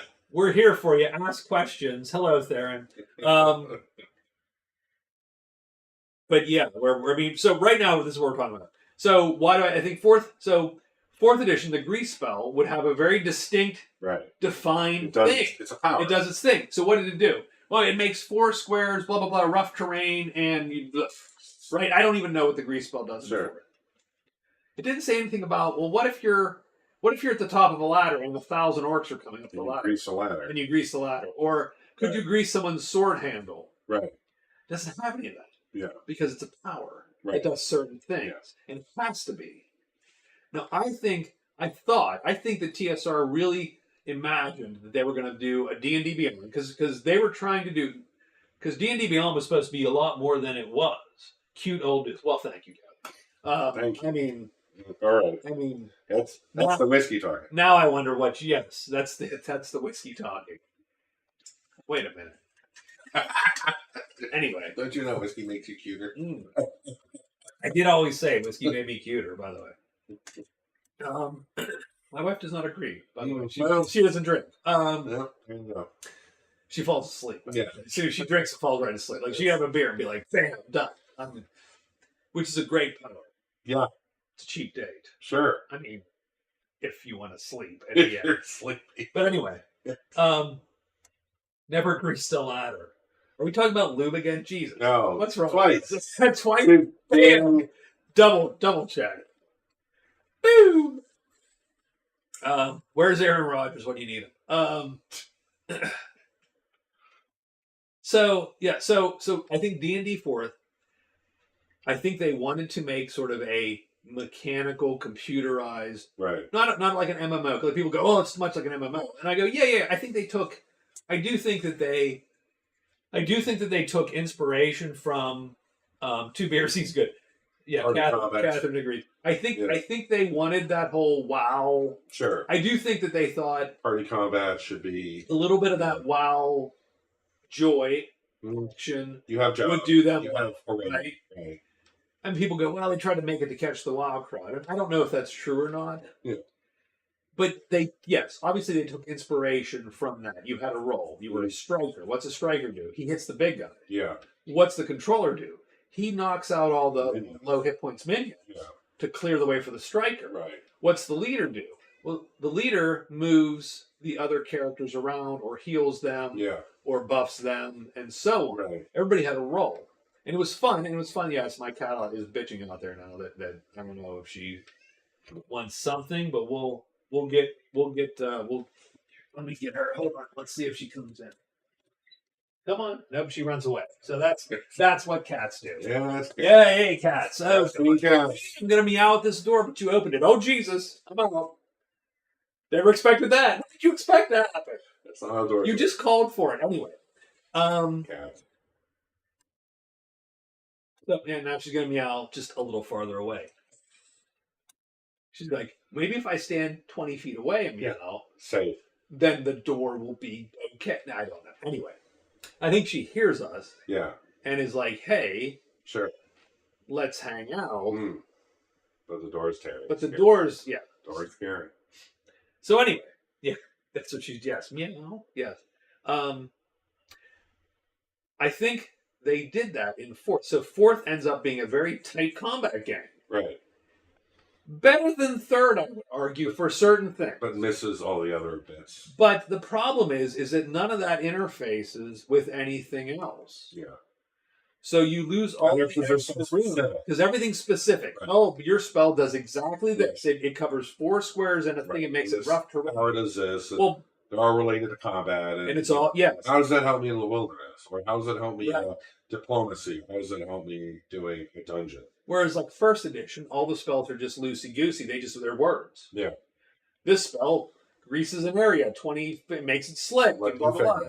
And they might tell you what happens. Sure. Well, if you do that, you might have to make a saving throw to blah blah blah or whatever, and that's fine. But it was loose enough to be interpreted, and you could use it in a dungeon. Oh, hold on. This mechanism is stuck. Right. We can't open the door. I'll use my grease spell Right. to lube up. I'm sorry. Anyway, the door, right? I mean, we're 3 for. Just I mean, it is. You picked it as an example. I did. Stop. I picked grease. I picked grease. You didn't have I could have picked. I don't know. anything that wasn't that. I could have picked knock. I think that's. Could I have? I mean, Maybe. there'll be a joke there. Yeah. There's easily that's. Let's see. We don't have to find it. The joke. We can just No, leave the joke. We'll leave the joke. We're leaving that joke. We're leaving that joke. I still, You pick Reese. That's your fault. I did pick Reese. That is my fault. So I think what for Fourth missed the boat was they made a really good combat minis game. Yeah. But then integrate it with everything else while they. And I think they thought they did. Sure. I think they were. Well, presumably you don't release that product thinking this is substandard. People are going to not like this. Like presumably someone read that and go, got it, nailed it. I assume. Yeah. I assume. I mean, they released Starfield. There you go. That's my nod to Starfield. Yeah, but at least I feel with maybe it's the same. I was going to say big AAA releases. At some point, you get so much pressure. So it's got to ship. But I'm sure big, tabletop RPG releases are like, at some point, it's got to ship. We're not spending more time on this. Well, I don't think that was an issue of they ran out of time. Yeah. I just think that. I mean, Starfield feels more like they ran. Yeah. And they just get it out the door. It's fine. Yeah. We're not. We are not talking about Starfield. Why? We are not. Well, we are not. No. We are not. Unless I want views, in which case we're talking about Starfield all night. It's just all Starfield. The iconic Starfield name drop. Thank you. That's where I was going. That's good. That's where I'm going. Unless I want any views. Unless I want anyone to watch me. If anyone comes here for Starfield, they're going to be really disappointed. No, and I'm not. And I'm not buying Elder Scrolls 6 either. Like, I'm done. That game's going to have to be out for 2 years. Oh, I see what you mean. You're going to wait until you. Well, we'll see. Wait. You're not. I'd be like, yeah, we'll see. We'll see. I don't have any faith. I don't have any faith. I mean, no faith in it. Yeah, I mean, Skyrim was great. Skyrim was great. Oblivion was great. Maybe they'll do it again. Maybe they'll do it again. Daggerfall was great in its own weird way. I mean, maybe they. How about this? Maybe they learned something from Starfield. Why are we talking about Bethesda, for Christ's sake? Because we do. Because we did. Okay. Here's what I wanted from Starfield. Honest to God, I will not, and I'm done after this. Honest to goodness, I'll go back to. I don't know why. Anyway, back to Greece. Yes. Okay. Back to. It's the word. Yeah, anyway, it is. The fact of the matter is, what I wanted out of Starfield was, I wanted the concept behind Daggerfall, because they said they're going to make 1,000 planets, procedural generated. Right. And I'm thinking, okay, they figured it out, because Daggerfall was this giant procedural world. You had the whole continent of Tamriel. Right. But it was, 1807 when they wrote that shit. Like I don't even know, right? It was Daggerfall. Right. They didn't know, they couldn't make it they couldn't do the procedural stuff there. They literally bit off more than they could chew. Sure. We have a whole continent that you can walk around and do absolutely freaking nothing. Right. And now you're thinking it's 2023, they've got to figure it out this time. And then they're like, it's the same. It's new. It's new. Look, it's pretty. We'll put the same POC everywhere. The point of interest, and we're just going to populate. And by the way, and Temple minigame, which infuriates me. By the way, populate with a bunch of endlessly repeatable. And now I'm done. I've watched. I've greased. I'm done. I'm out. We've greased our minds with. Moving on. Yes, Flea Block. How are you, man? This is Scott. Welcome, Flea Block. I guess he's not checking his check. Oh, I mean, what? I can't read anything. He can't see Jack. I can only tell there are words over there. He's not even sure where he is right now. He thinks he got picked up by the cops, as far as I know. He is so blind that it's funny. So anyway, back to 4th edition, I think, right? Sure. And I think that's where they missed. I think the 4th edition was a super tight combat game. I think that they screwed up because there's this weird inherent coupling between all the things you can do and all those other modes of play. Right. That aren't fighting. Yeah, that aren't fighting. Right. There's this concept that, and strangely enough, it probably only impacts the spells in 4E, because really that's all you're talking about. Yeah. Because no other character, you're a fighter, you had powers, but in another edition of D&D, you're a fighter and you just didn't do jack. Yeah. Like in first edition, you're a fighter and you got... You didn't lose any ability you had in interacting with the other elements, because you never had any ability. Because you Right. had nothing. Right. It's all comes down to the spells. Right. And it was You could always do what you just said you did. Like there was right that you didn't lose anything on that. And in theory, everyone could, and you still could in 4E. Yes. It just didn't feel like that. Right. Weirdly, Because it seems weird. so specific and so organized. And I think that that's a weird vibe that it comes down to. Does he have a backgammon set? What do we got here? So what are they saying? Why don't they play Yahtzee or maybe some Uno? Don't mind Uno, Yahtzee Classic. They do a backgammon set. Oh, no, I don't have a backgammon set actually. I don't have Yahtzee. All my Yahtzee games were purloined for dice. I stole it for dice. Like I don't have any Yahtzee anymore. What do you think the point of Risk was? Yeah. Just to steal the dice. Yeah, my parents were infuriated. Once I found gaming, tabletop. Yeah, I stole all the dice from every game. Every fucking game. Yeah, I had no dice. Exactly. I got need these. Yeah, I would do real games to play with it. Mm-hmm. I would take the Risk pieces up in my attic because when I was a kid, we had an attic. It was mostly clean. Then I moved out. My parents filled it with everything. Yes, like that's what old people do. I'm not sure if they became hoarders. That's what people do with space. But when we were moving in, and my parents were doing work, right, and it was like 600 degrees in there. Oh, sure. Like it was a old house in an attic in the summer. Yeah. But I would sit up there for make games. Yes, I have Risk pieces, and I'd line them up, and I would move them in formation, and we'd roll the giant dice and do giant war games. So by say we, I mean me. Yeah.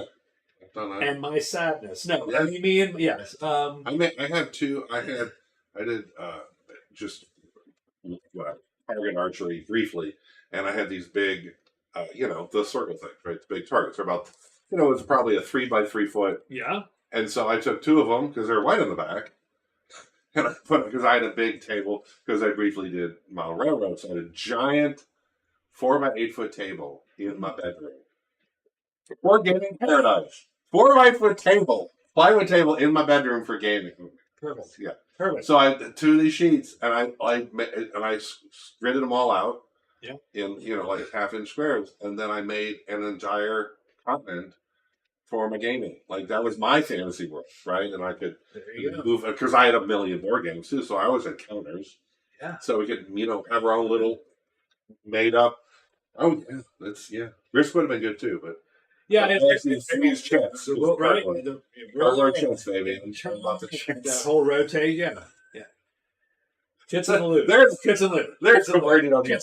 That's the name of this. That's the name of this. Tits and loot. That's the name of this stream. Well, you better just write it up there. Done. Just put it on the thing. Tits and loot. That's people be like, wow, I don't even know what's going on. I don't know what's going on. Like that is. Nope. I'm out. Nope. Viewership drops precipitously. Done. No, that's fine. Yeah, but that's funny. Yeah, of course. We made our own board games. That's what we did. We never played Sorry after. We were nerds. Family games. Come on. Yeah. We just scavenge them for parts. They pull out Parcheesi and they'd be like, "Hold on, where's the pieces? Where's the?" I'd have to go get all the shit, get all the dice. Oh, do you want the dice? Do you need those? Yeah. Yeah. Everything gets scavenged for gaming. But yeah, I think Fourth was a great combat game. So sure. I thought it would make a great superhero game. I thought Fourth's actually Fourth missed its calling. Fourth edition would have been a great superhero game. I could see doing that. Like imagine having instead of a wizard, you were a blaster. Right. You were the control blaster. You have willpower, your counter powers. Yeah. Right. That would actually that would have been. Yeah. That was Fourth's use, and they should have made a 4E Supers game. That would have actually been. That would have been because then. Probably doing all the other explore. I mean, it's less of a parallels. Yeah, it's missing out on that interconnectedness with other things in a Supers game as well. Then you have the interpersonal skills and it may be more investigative and stuff, but you're not exploring dungeons per se. Less pure wilderness exploration. I mean, that probably it doesn't feel like you missed connectivity there as much, right? Well, I remember reading Fourth. Well, now I feel bad that we don't. We don't have Wizards or 4E Supers game. I sort of like. You like that idea? You're like, I want to try it. I remember reading Fourth because I was going to run a game down the game store. Sure. Reading Fourth and going, this is a great game. I just don't know how to run a game in it. A whole game. Game. Like I can't run a combat in it. Right. Sure. Some counters. They have skill tests. Right. You can run all that. Like I get that, but how do you run a game in this? I got you. Yeah. And it's weird because it's not that different than a lot of other games. I think they're just, like I said, I think that is a testament to games do feel like something. Yeah. And the feeling of a game actually makes a difference. Sure. Well, I mean, like games feel like a thing. Circle back to our early conversation with Traveler. Traveler it's fine. It's functionally works. It doesn't feel like much of anything. It doesn't feel like much. Yeah. The Imperium feels like, Right. It's space. Yeah. Done. And it's not really evocative of anything specific. Right. But it does work. It's certainly, it works. Certainly viable. And Fourth works mechanically. But it doesn't feel like what you're trying to do. Yeah, it doesn't feel like what you're trying to do. Right. Yeah. You read Fourth. Oh my God. I did. I ran Fourth for 4 sessions or something, and it was fun. It just didn't feel right. Yeah. It just did not feel like this was the game. I think Fifth does a better job. Sure, I like 5e actually. I think you like 5e. You like 5e. You're a 5e fanboy, but you're a 5e. Yeah, I mean, I'm not a D&D fan in general, but if there was any D&D edition that I would play, and I would play 5e, I would be happy because I think it does capture the feel correctly. It is a little, it is certainly Fantasy Supers-ish. Sure. It gets there, but it's less crazy than 3.5 or 3. It doesn't quite have that super buildy, weird esoteric building. Right. There are builds, but there's still more, pick some options. And there are ways to rein in the craziness. If you say no multi-classing, that cuts down a lot of the crazy things that people do, right? That's an easy no multi-classing. Even with fees, if you just go no multi-classing, then a lot of the really weird edge crazy builds don't happen anyways, which keeps it more in the realm of balanceable. I like 5e. I think it's it's sort of where I stopped with D&D. I have no interest in whatever they're going to do now because I'm this is fine. This would be the edition. 5e would be if I was to play a version of D&D, it would be 5th edition. I have a number of the books. He's a 5th fan. I like 5e. He's a 5th fan. But I also he's the one who could care less. But I also care less about 5th. Really did not grow up with old D&D.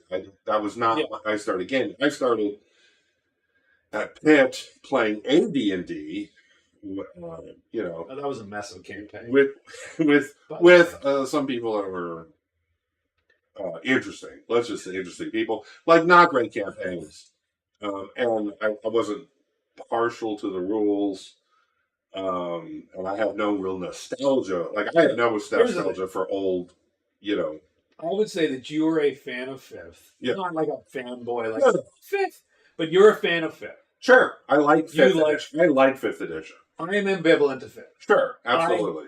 I will play it. I mean, I would play it. Right. And if I had to run D&D, if someone literally... We had a year-long campaign. Someone busted into my house... Sure, we did a year-long campaign in 5e. It was fine. It was good. If someone busted into my house and said, run D&D, 5th would be my first or second choice. Of the D&Ds. Of the D&D. Yeah, sure. I would run 1st. Right. Or 5th. Right. Yep. Because everything else is work. Because everything else is crap. And a lot of people love 2nd, and I get it. But 2nd was this weird. I never played 2nd was a weird vibe. Yeah. Never played 2nd. Still on the fence for 5th. You're still on the fence at 5th. Why is that? I mean, it's a very solid system. I don't think it has any glaring flaws. Yeah. It's exceedingly, frankly, it revitalized people's interest in D&D. So it's 100%. which It is is- good. It's good for the hobby It globally. is absolutely. I'm all for it. Like that has spawned all the internet love Yes, and the campaigns. Critical Roles. And I mean, I'm all for the it. 20, You know, all that And bullshit. again, it's not my favorite RPG system, but it's my favorite. It's my favorite D&D system. Yeah. 5e of the D&D. And I, of course, and I still I have nostalgic feels for first Yeah, I just don't have this because I'm an old 'cause guy. I didn't play old. That's we played in the you know in I have nostalgia for Middle Earth roleplay. like Which I actually, the difference is I don't actually want to ever play any of that again. I have nostalgia for it. Okay, so is that the answer to my other? So okay, so I'm gonna Like I would play 5e over any of Middle Earth Rollmaster. and we're doing this terribly, by the way. Oh my god, we're so bad at We're this. bad. But having said that, This is your idea. I only came for this.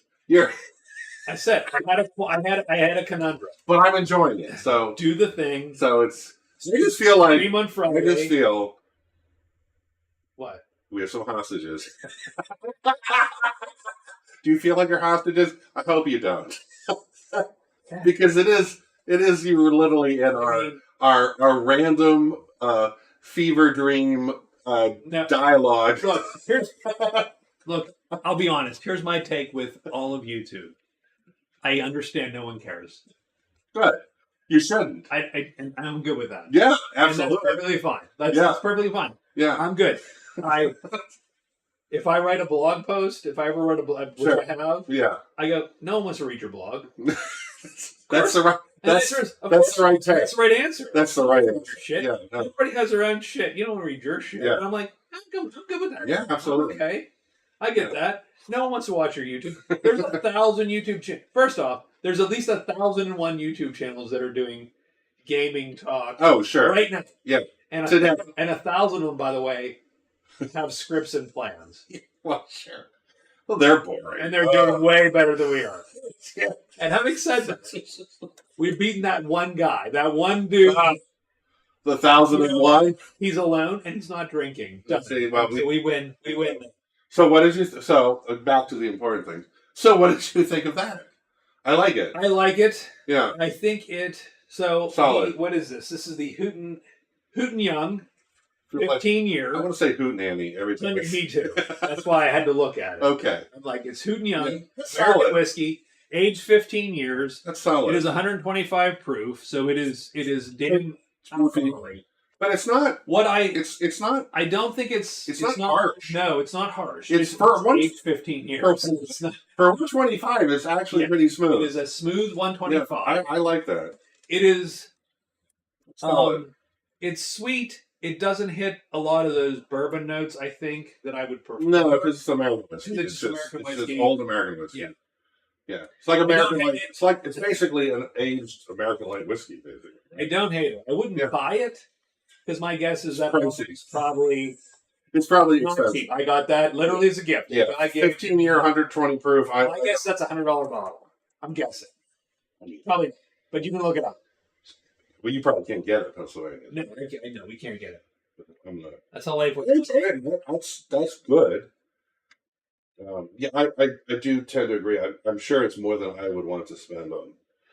I mean, yeah, and that's fine. I mean, look, the answer is like the reason I'm on YouTube for the sole fact that it's more fun to be on YouTube and play games than not. Sure. How's that? Sure. Like I've actually had a hard time playing any of my computer games this week because I'm, like, Yeah. I'm sort of bored unless there was at least some conversation around. That's not to say I haven't played. It's just that it's not as fun. So MSRP is 140. Yeah. I don't doubt it. I got his gift. I'm Yeah. not playing that It's shit. a- Like I don't spend. It's a nice gift. Yeah. Yeah. I know, yeah. It's a nice The gift. guy's like, I'm never going to drink this, and I'm like, I will. I'm like, You're like, well, I could do that for you. I mean, I'll take this off your hands. Yeah, that's right. That's okay. You know what? That's a good friend. If right? you're, yeah. I've only known that guy for 18 years. There you go. I've worked with that dude for 18 years, so he's a good guy. He was like, I've known you longer than the age of the whiskey. It's yours. Yeah. Hear that. I'm just looking So at whiskey. let's So what I did want to talk about is So I'm looking for. So here's the first thing I think. And why don't we take? I'm going to take 2 minutes. I want to hit the restroom, and then we'll get another whiskey, and then we'll address this question. So I'm talking about long-term campaigns versus short-term campaigns, right? I have, for some reason, the past couple months, have it in my head that I would love to run a multi-year fantasy tabletop RPG. Absolutely. I have a weird nostalgia for that first edition D&D. No, not specifically playing now. Yeah, First edition D&D. Right. Back in high school. Old long game. Like 3 years long game. Right. Like they literally the same campaign, 3 years. So my first question is that desirable? Are we too old for that shit? I mean, I'm in. Is that gonna does that make sense? Are we so that's the first thing. And the second thing is, so I thought it was very interesting because again, I think most games like 5e. Mm-hmm. So not built 5e, yeah. Sword Sphere, the game that we played last year. You level Crow too fast. It doesn't work for that. Yeah, it's not. It becomes as designed. You level fast. You're it supposed goes to level way fast. way faster. And here's the thing: you can't level slow in those games either. Not really, because the dopamine hit is the leveling. Yeah. So that's the difference. The thing is, the dopamine hit is that it's meant for that level. Right. They want. And so if I said, well, we're going to play a 3-year D&D campaign, and you'll go from 1 to 12. Yeah. You'd hate that. Yeah. Everybody would hate that. That would feel really slow. 5th edition. Stream the games we'll watch for years. Thank you, there. That would feel really slow. In 5e, that would feel really right? slow. Like, and you could do it. We could say, look, we're going to play a 5e campaign. You're going to get from 1 to 12. Yeah. And our 5e campaign was slow. Yeah. But, and it was fine. It was fun. But it certainly didn't have the arc of, 1 to 20. It was never doing that. Well, I think that most 5th edition campaigns are meant to run about a year and get you from 1 all to the way. Yeah, all the way. Whatever. All the way through whatever. Yeah, and a lot of the books are 7. Yeah, the books are like 1 to 12. All the adventure packs, I think, are about a year's worth of play. Yeah, and it's the whole and you're going to be 1 to X. Yeah. And you're done. Yeah. And then you get a new one and you start and go. Yeah, that's what they're designed for. And I'm like, ugh. Sells books. I can't do that. I mean, that sells books. I would love to run Sure. a 2+ year campaign. Right. Just a long fantasy game. Yeah. Where most of the characters are the same, but they rotate in and out, maybe. Yeah. Yeah. And the progression is natural. Right. In some fashion. Yeah. It's not jumping. And so, I mean, again, so the game that I've written, Runebearer, is Temple of Temperamental Evil. Might take 3 years long. I don't know. So, our game has effectively a level as you go sort of mechanic. You don't level up ever in traditional Bostonian. So you did. Yeah. But in level. Runebearer originally, you don't. You get better skills. So your skills go up. You have a bunch of skills, and as you use them, you get a check in them every night you use them. Mm-hmm. And you get a bunch of free checks after doing things that you can put to different skills. Sure. And then it's essentially a roll-over mechanic to level the skill. So let's say your skill level is 16. Mm-hmm. Well, let's go the new rules. Yeah. I should say. Yeah. The new rules will be you start at 8. Right. You get some stat bonuses and maybe a template bonus. Right. And you will go from 8 to 20. Right. And it's a rollover for 8 to 20. So when you start, your rollover is 8. Right.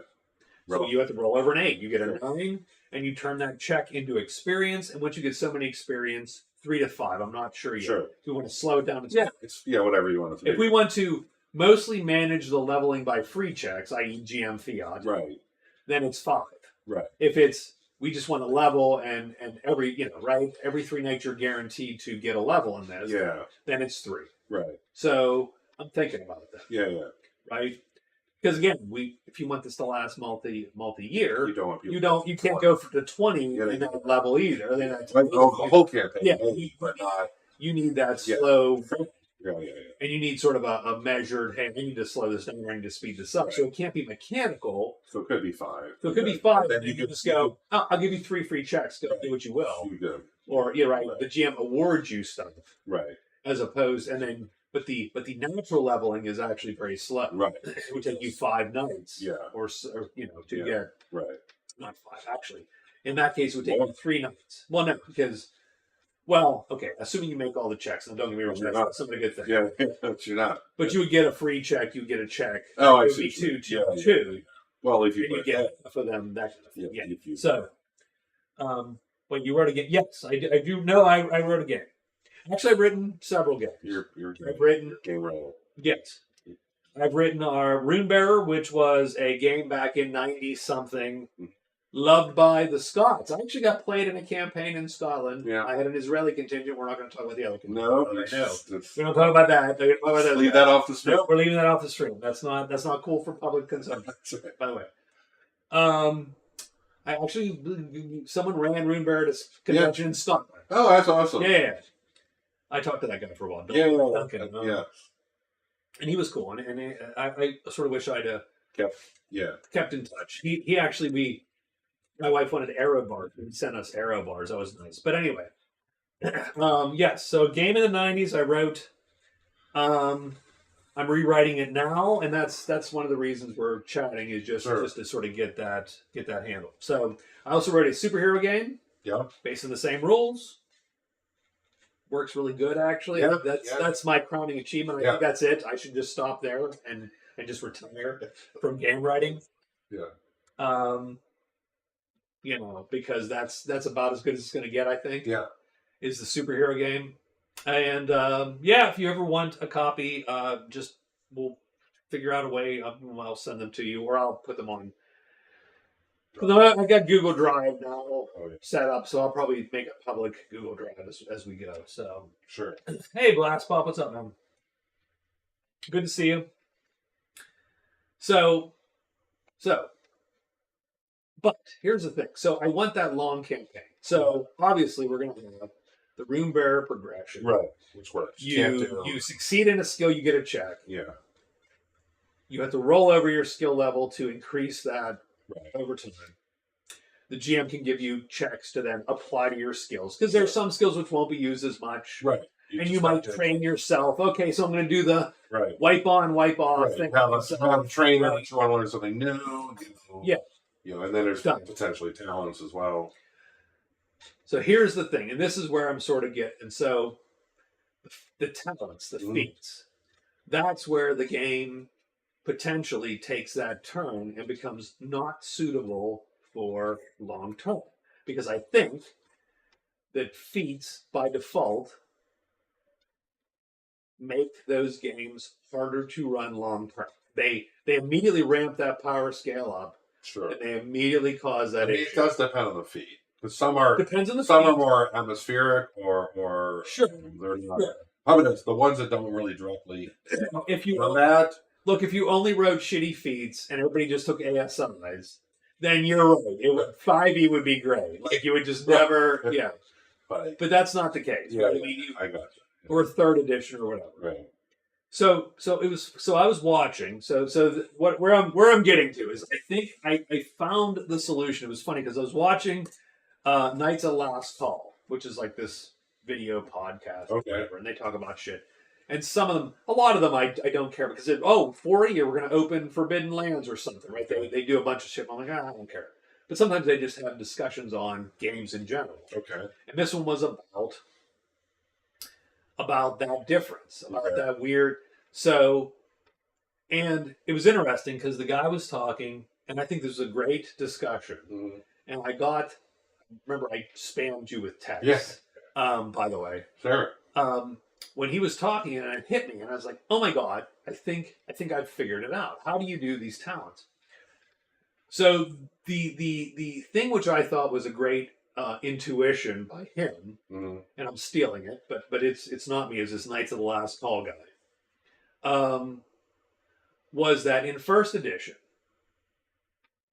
you didn't have any of that, right? You just leveled up, you got a hit die. Yay, good for you. You got a hit die fighter. Yeah. You got a 5% chance to hit shit better. Right. Everyone can hit shit. You can just hit shit a little better. Like, that's your only power. Yeah. Maybe I hit shit better. Sure. Right? But what you had in that game, which was different than a lot of later editions, because 5e doesn't lean on this as much, is magic items. Yeah. And what magic items were your special powers. Okay. So if you got boots of flying, Right. you could now fly. That was your feat. Right. Your feats. Oh, I see. Your whole power structure in that game. Now, mind you, wizards were still wizards. So D&D first edition and fourth, they've never figured this out. Yeah. Wizards always are fucking overpowered once you hit X level. Yeah. In any edition, that's probably... It's not quite fifth, because I still think as a fighter, you keep up a little bit. They did better. Well, bounded accuracy helped. Well, I don't think it did. No? Strangely enough. It does a little bit. Yeah. But the fact of the matter is that there's a level past which, and let's say it's fourth level spells, typically, is what I feel. Sure. Once you hit fourth level spells, it's a different game. Yeah. And wizards win that game. Yeah. Because most things, and wizards, sorcerers, whatever you pick, like whatever it is, the spellcasting class. Sure. Because at that point, most things can be solved by a wizard spell that you have at fourth level. Right. And the fighter still does the same And the thing. fighter just hits a little bit better. Right. When he hits seventh level, you get fourth level spells, and he hits shit a little better. Yeah. He got his second attack at fifth in fifth edition. Right. I don't know that you didn't get that second attack in in first. No, I don't. But you saw the same problem. In once you hit a certain level, wizards got the ability to solve all problems. Sure. And fighters got the ability to solve a single problem, which wizards could solve better than 9 out of 10. Yeah, by that. Killing shit. Yeah. But magic items were the difference in the sense that, you could have a cloak, and my cloak does a thing. I can walk through walls now, or I can levitate. I have this rod which I put on the ground and go say a magic word, and it doesn't move no matter what happens. Right. Those are your special abilities. Sure. And the difference between those and feats are mechanically granted to you by the game system, and you just get them. Right. And there's no not getting them. And you don't not get them, right? So feats are powers, right? Yeah. I mean, he's talking about the same thing. He's talking about, because in D&D first, fighters had no powers either. There's no powers. Yeah. Right. You just hit shit better. Right. You're done. Right. There's your powers. The thief got plus 2% to climb walls, or whatever the hell they got, right? Yeah. I mean, you have 2% chance to do a thing. Yeah, now you have a 6% chance to do a thing. Yeah. Good for you, Bilbo. Whatever. Yeah. But yeah, but magic items were the thing. Sure. That is what gave you. So now the thief has a ring of invisibility. So now he's the shit. Right. Because now he's a ring of invisibility. So that's a huge deal. The fighter has the flaming Vorpal sword that can cut through walls or something. Right? I mean, you have these magic items. But the difference between that and, say, fifth and third, in third and fifth, you're getting your fucking feats. Yeah. You just get them. You can't be denied. You get them. Haha. They're mechanically... It really goes down to the game. Did you pick a good path? In first, each one of those feats was a reward for something you did. Right. So it's tied to the story. It's tied to the story. Right. They all have a story. They all have a history. They all have a thing. Right. And your character. So... Now contrast this. Now you don't know anything about you have no context with this. Pathfinder 2nd Edition, which is very mechanically tight, very mechanically tight game. But they assume by level X you're going to have +2 sword. By level X you have +1. By level X you have +2. It's literally if you don't have this, it's baked into the concept. It's baked into the numbers. All the numbers are baked in such a way that you at this level have this, and this level have this, and this level have this. You have this capability here, and this. Boom, done. And the math is work, and it's way better balanced than fifth. Sure, because of that. But so you have to follow that. But magic becomes not magic at that point. Right. It's like, well, it's just a bonus. I don't have that thing. Right.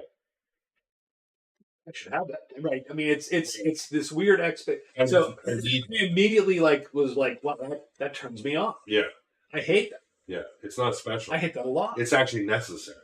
Yes, It's not unique or interesting. It is baked into the math. Yeah. By level X8, you should have a +2 weapon. Right. Well, that sucks. Yeah. Like, I hate that. Yeah, I gotcha. Like, that makes all that shit not magical. Right. It is now just super mundane. Right. It's almost like it's a character bonus. Yeah. Even though it's an item. It's an item. Yeah. Yeah. And so I thought about that when the guy was talking about this, and I'm like, holy shit. Right. That's how, and that's where I came up and started spamming with text. Right. That's how we do in the new Rune Bearer. That's how we do feats. That's how we do feats. It's all a reward. It's And the funny part was the guy was like, well, you can't award feats. That's the problem with feats. You can't award them. Right. And I'm like, I think you can. Yeah.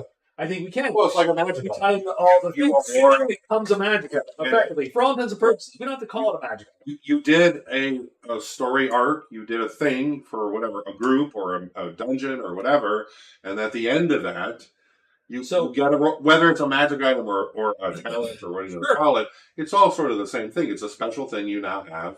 Why don't we tie? You did a thing. Why don't we tie feats? Right. It's not just certain activities in the game. It's not just I leveled and I deserve it.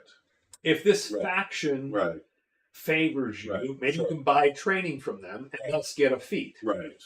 If you, like I said, you guys slayed the giant. Right. Well, maybe a feat, giant slayer, which gives you some bonus to do that, is part of that reward package. Right. Along with the giant shit. Right. You go, oh, we got the treasure, we got the weird hide of whatever. Whoever got the killing blow, maybe. Right. Or you just award them and go, you figure it out. It's just like an item. Yeah. I mean, that makes it a little less bitching, right? Sort of giant slaying. It's not a sword. Oh, I see. I might just say it's a feat. Oh, I see. The players decide who amongst them gets this thing. Sure. Maybe it's the person who delivered the killing blow. Maybe it's the person who did the crit or something, right? They decide. Sure. And you give it as a reward and go, okay. And frankly, I might just allow the unlock as the award. And go, oh, yeah. You still have to buy it with all the shit. Mechanically, you're going to make you spend the resources. But like training. Yeah. The sisters. Yeah, because it'd be sort of unfair. Like, why have to train mine? You just get one? Yeah. So I thought that struck me. But you have the ability there. Perfect. Yeah, I think it's great. Now you've made. I love it. Now you have made a feat-based game. Sure. A post-2000 third edition D&D game, but you've turned it back into like a first edition sort of. So bonus. What? I can't min-max and break your game, Chris. I'm sure you can. I mean, but yes, but not really. Not like you've never broken the game. No. All min-maxing is fun. The games are designed to min-max. Yeah. Otherwise, I wouldn't design it like that. Well, sure. No, we like rules, but yeah, it's certainly less of the do XYZ. Make the thing right. It's they all have a story. They all have a thing. I think do it's a great. thing. That's sort of how you get them. You get them. You can train them. You get them as rewards. I think it's great. That's part of the reward structure. And if you want those, it does force you to stay engaged with the campaign and with the guilds or the groups or the enclaves or whoever is granting or potentially giving access to this. You have to be part of it. You can't just float along and just get your power ups. Like you have to be, a participating member of restroom break. Let's take 2 minutes. Awesome. I said taking 5. I'll put taking 5. We're actually going to take 2. I'll be back in 2 minutes. We'll continue this feet talk. Feet talk. Feet talk. Ding.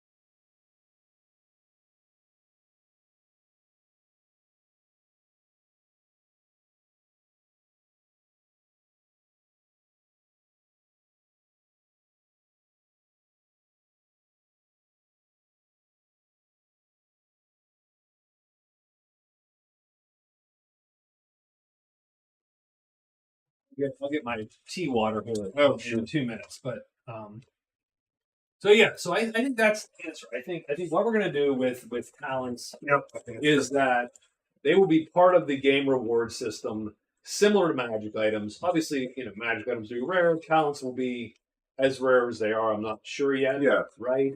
And we'll sort of go, Yeah. hey, you can train them if you're in good with a faction. right. You can get them as rewards for doing a special thing, Sure. or meeting one of your specific PC goals, right? Everybody should have a goal. Oh, my goal is to go and, visit this temple. Well, once you do that, maybe you get then a talent Right.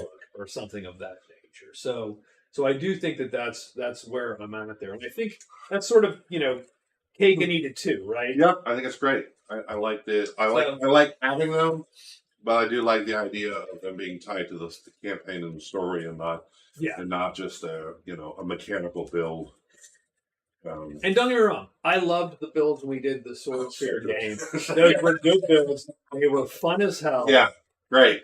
And all that worked really well. I just think And that's fine. that campaign has a shelf life.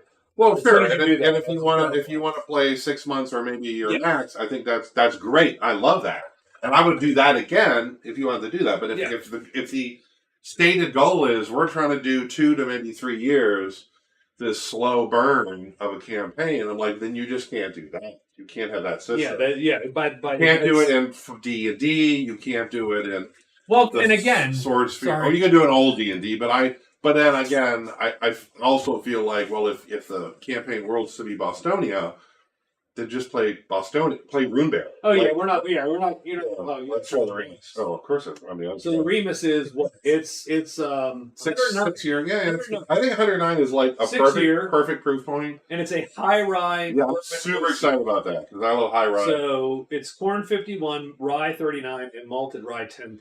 Because all the YouTubers love their sweet bourbons. I'm like, I love sweet bourbon. I mean, it's not me. Did you sit on your keys? No, keys are in here. Oh, okay. I did not sit on my keys. I don't even have my keys in my pocket. But I like rye bourbons Absolutely. more than not.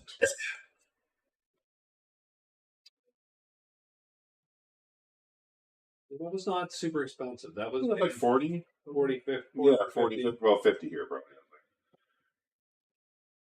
And that's a good. What a reasonable bourbon was. It's not a bourbon. That's a good bourbon. That is a good. It's sweet. It is hot. Yeah. It's not. Well, it's going to have the cinnamon pepper vibe, right? Because that's what the rye's giving you. Which this didn't have that. It was just taste. It was. But it was proofy. Sweet, it was sweet, proofy, but not smooth. Harsh. Yeah, yeah. It was not. But it was just it was sweet. But I didn't just like, that's good. Yeah, that's good. That is very spicy. Yeah, it's a spicy bourbon, 100%. I like that. So here's the other thing, which I was thinking about this week. And of course, I'm actually embarrassed by this one a little bit.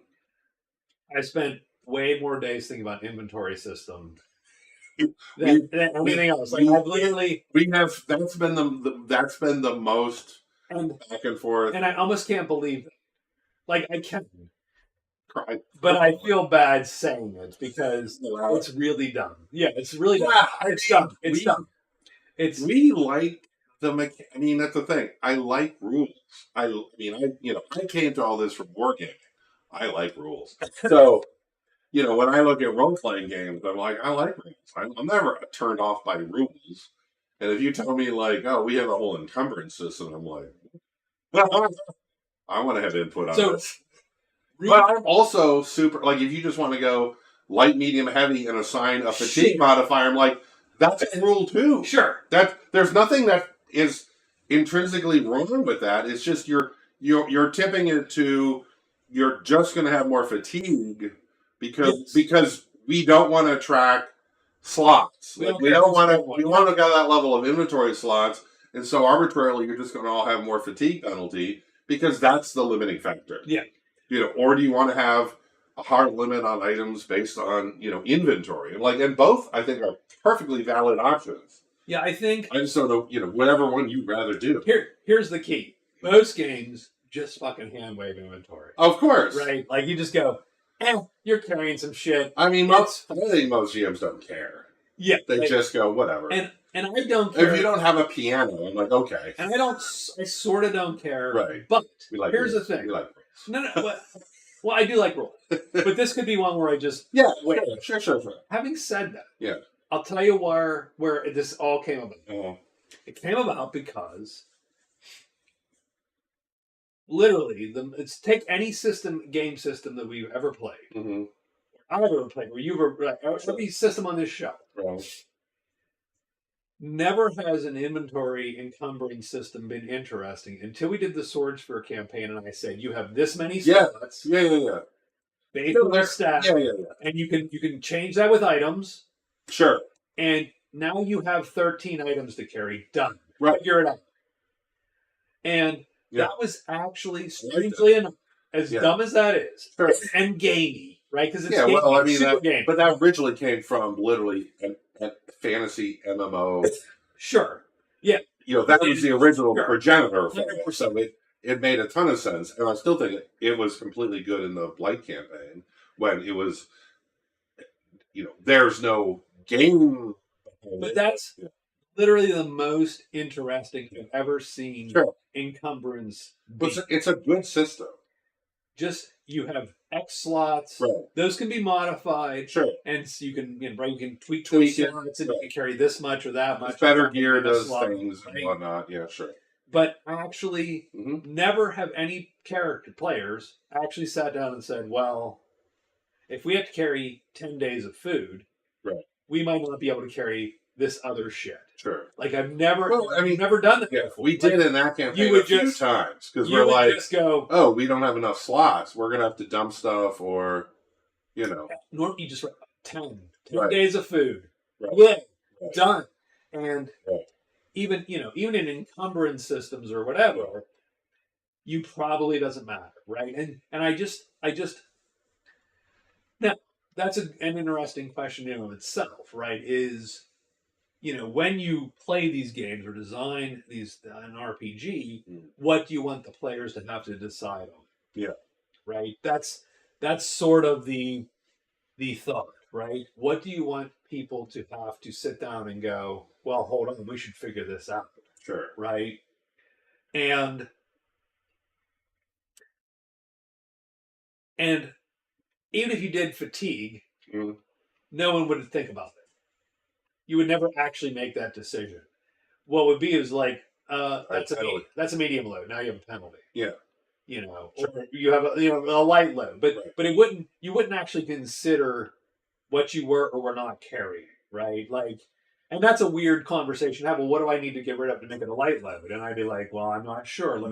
That's true because it's what is that? I don't know. Yeah, and probably people would. I do feel if you did the light, medium, heavy, characters would tend to gravitate to one of those modes. And then if we needed to carry more, we would just accept the penalty, the bigger penalty. Right. It's not like we would not carry something. Sure. Unless you physically said, oh, you can't carry that, But you go, okay, you're all heavy. But I think these slots is interesting simply because you sit down and you go, well, I've got 16 of these things. Right. That's a choice. I'm carrying a rope, and a 10-foot pole, and I got a sword and a shield. Your armor doesn't count because we decided to not do that. In Swordspear it did, but I added 4 slots for the armor. Right, sure. But in Runebear it's a little harder because there's a lot of slots. Yeah, and frankly just tied to fatigue. And it's a slightly different mechanic. Yeah. So we're gonna done. You already have a mechanic to deal with it. Right. If you're wearing plate mail, that's what you're doing that thing. Yeah, no, I think it's a good. So I got that, and I think so. I'm leaning to that because I was like, but strength again. We're back to how do games feel. I go, well, I don't know that feels right. I'm gonna go with it. Well, yeah, I mean, but does it feel correct? The caveat to that is no one's really going to carry. If you're looking for, when you ask the question of, we have this issue, does anyone have this sort of weirdly, possibly vaguely esoteric item to help? If you have slots, that's probably just the answer is always no. Because we're going to have things that are commonly useful. Sure. Like, in terms of like, oh, I happen to have this, unless it's a magic item or something, Sure. Story specific, people aren't going to carry some weird random item unless it has negligible weight. Like it doesn't take a slot. Because you can't. Like, you can't. Yeah, you're not going to. No one has so many. ball bearings. Right. No one's going to randomly have bought ball bearings because they go, well, that's a slot. Fuck that. Exactly. Can't spend that. And I might only have 12 slots. My muscle's 8. Yeah, exactly. And even the big beefy guys are like, what am I doing with ball bearings? Yeah. Like, and so that also makes it, I do think the slot system's fine, but it does make it a little harder of like, you also can't really pepper adventure areas with vaguely weird loot, thinking like, well, what if the players pick that up and maybe... Or you can, but... Or you can and just go figure it out. Sure. That's your call. Yeah. But, and don't get me wrong, that might drive you to go, you know what we need? Right. A pack mule. Oh, sure. Or right. A dude. Yeah. Yeah. We need a puck. Right. And if those are on the options on the table, then I think... We'll hire a guy to come in and just carry shit. Yeah, I think that's 12 slots. Yeah. That we have to keep on. Yeah. Because he's carrying all the treasure. Right. He's carrying all the extra stuff that we want to have, but we can't carry. So what do we got here? That's sure. You don't really want the players to think that. Well, it's interesting because again, inventory systems are not typically a place where you go, that's where I'm going to put effort to make players choose shit. Sure. Right. It really isn't. Yeah. You usually go, well, characters can carry 100 pounds or whatever based on their muscle or strength or whatnot, and everything weighs something. Sure. Which you can do that and too. You can do that, and that's fine. But but I'm like, that's also boring. But I don't like that as much, and I don't think, and strangely enough, now here's the irony. So here's something that I have learned putzing with games for years. Sometimes your abstraction becomes more complex than just simulating the thing. Yeah. Just outright. Yeah. So for instance, if you did weight and you just have to go and look up weights of everything and put that on a sheet and you're done. Yeah. And you go, well, how much do you carry? Right. I'm carrying 68 pounds. Well, that's a light or medium load. Right. Good for you. You certainly can do that. And you can do that. The abstraction, though, abstractions aren't necessarily simpler. No. Is I suppose my point. No. You can abstract this, but then you have to go, well, wait a minute. Right. What's an item? Right. What's a slot? Right. Because now, how does that work? Everything is 1 or 2 or 3 slots. Yeah. Like, what does that mean? And then things are no slots. Yeah. Like, because some things are just small enough that they have to be. Like if I'm carrying. So option 3 is just make a list of items with weights. I'm not going to do it. I'm going to do the slot thing because I think the only way to make it interesting. Right. Like the funny thing is you do the weight thing. Right. And at that point I wouldn't even do it. I would just go, here's items. Take what you have. Mm-hmm. I'm going to arbitrarily penalize you. Look at your inventory because John's carrying 600 pieces of shit. And most of them are magic items which you actually need. Sure. He's not going to pull out of his pack because he forgot about them 6 weeks ago. We have a guy that I call the place where plot hooks go to die. Yeah. So if you get a magic item, he might take the magic item and never remember he has it. Mm-hmm. And he's done. And weeks later, you'll be like, gee, I wish we had a magic grapple hook to climb this wall. Oh, wow. Yep. Oh, too bad. Dang. Yeah. And it's like, oh, God. Don't take the item if you're not going to pay attention to that. Slots are better because at least theoretically he has to assign. You have 13 things. Like it's right there. It's literally there. It's in the sheet. It's not just sheet. Buried. You have nothing. Like it's not under your boots, and your whatever else his feathered cap or whatever else he's getting. I love the guy, by the way. Yeah, sure, absolutely. But yeah, it is a bit where items go to die. But yes, it's where magic items go to die, 100%. So I'm embarrassed because I've spent a lot of time with inventory. Oh, I know. And I laugh because I'm like, you know what? Inventory I'll spend 3 days on. Initiative, dead to me. Who cares? I will never spend any time on initiative. I'm done with initiative. It doesn't matter. I finished initiative. It just doesn't matter. So I mean, you get a bonus, great roll. well, here's the thing. No. I mean, don't get me wrong. And we order people. I get it. Sure. But Here's the thing. Here's the funny thing. Hmm. I spent a lot of time on initiative systems in the years. Yeah, over the years. They don't do. But here's the thing. Yeah. None of them are worth what you get out of them. No. I would just have you roll party initiative if Runebear could deal with that, but it can't. The game actually can't do that. If you want an issue, you kill everyone, and like it's too too powerful that everybody moves at the same time. Yeah, I see what you mean. So I don't mind the scattered, and you freeze it. Right. I like the idea of being able to spend points in inspiration or tactics to say, I think this initiative. And actually, individual character initiative matters a lot for spellcasting. Yeah, because your drum rolling's back, and and therefore initiative really matters.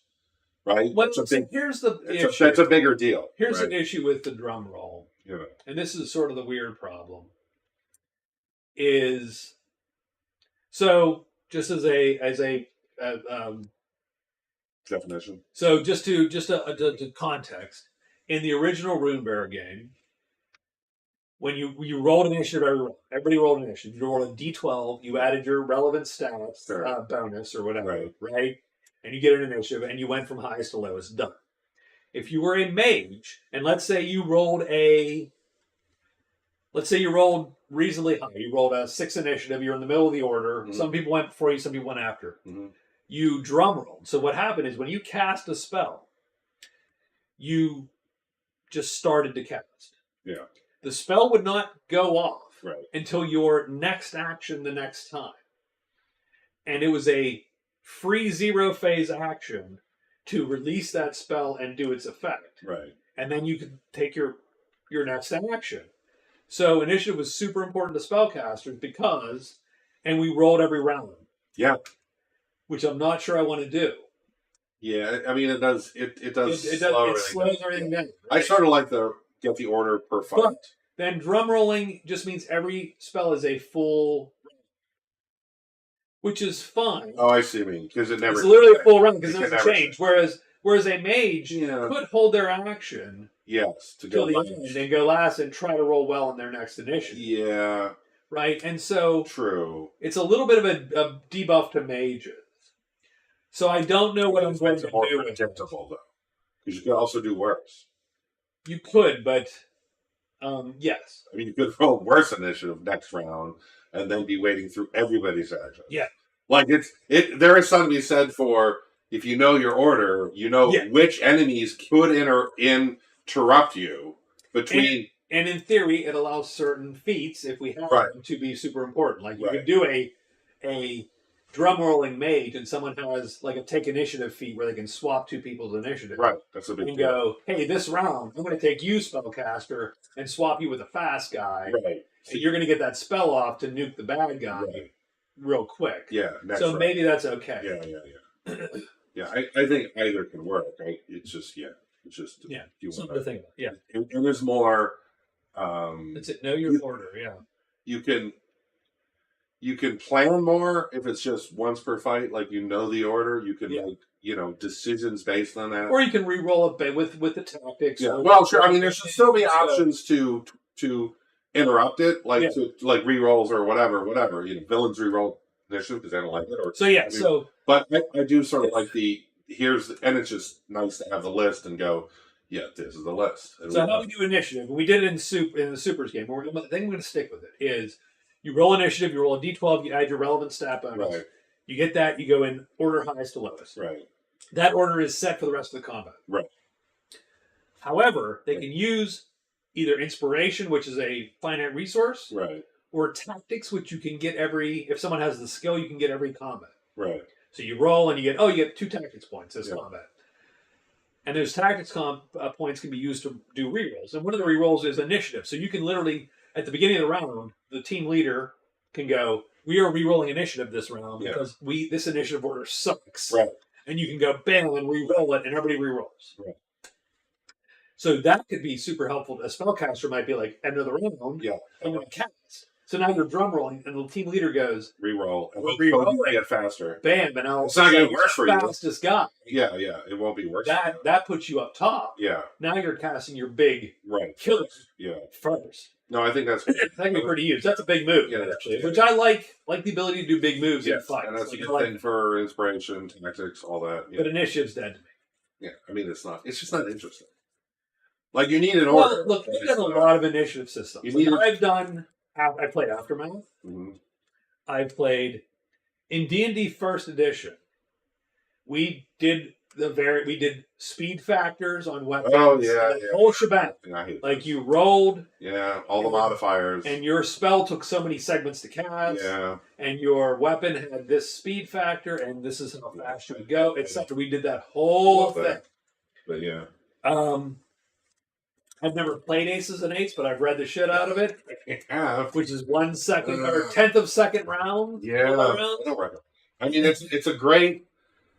Again, it does the feel really well, but the combats are just excruciating And Hackmaster, because they're meant for a showdown. Yeah. They're not meant for running around in a town doing stuff. They're meant for literally the OK Corral, 4 dudes, 20 feet from 4 dudes, drawing weapons and murdering each other. And that's that's one of the reasons I feel GURPS fails. Like, GURPS is a perfectly fine game. mm-hmm. It has 1 second combat rounds by default. Okay. Weird. It's a terrible idea, because then nothing you can do. Happens. Like, if I hit you once a second. I can attack, right? I'm going to attack once or whatever. Yeah. If I need to go untie the princess, Oh, you can't. that's 20 rounds. Fight's Come over. on. Yeah, like Yeah. everybody's dead. Like, Yeah, you no, might you can't. you should You do can't. nothing but kill people. Yeah. in No. GURPS.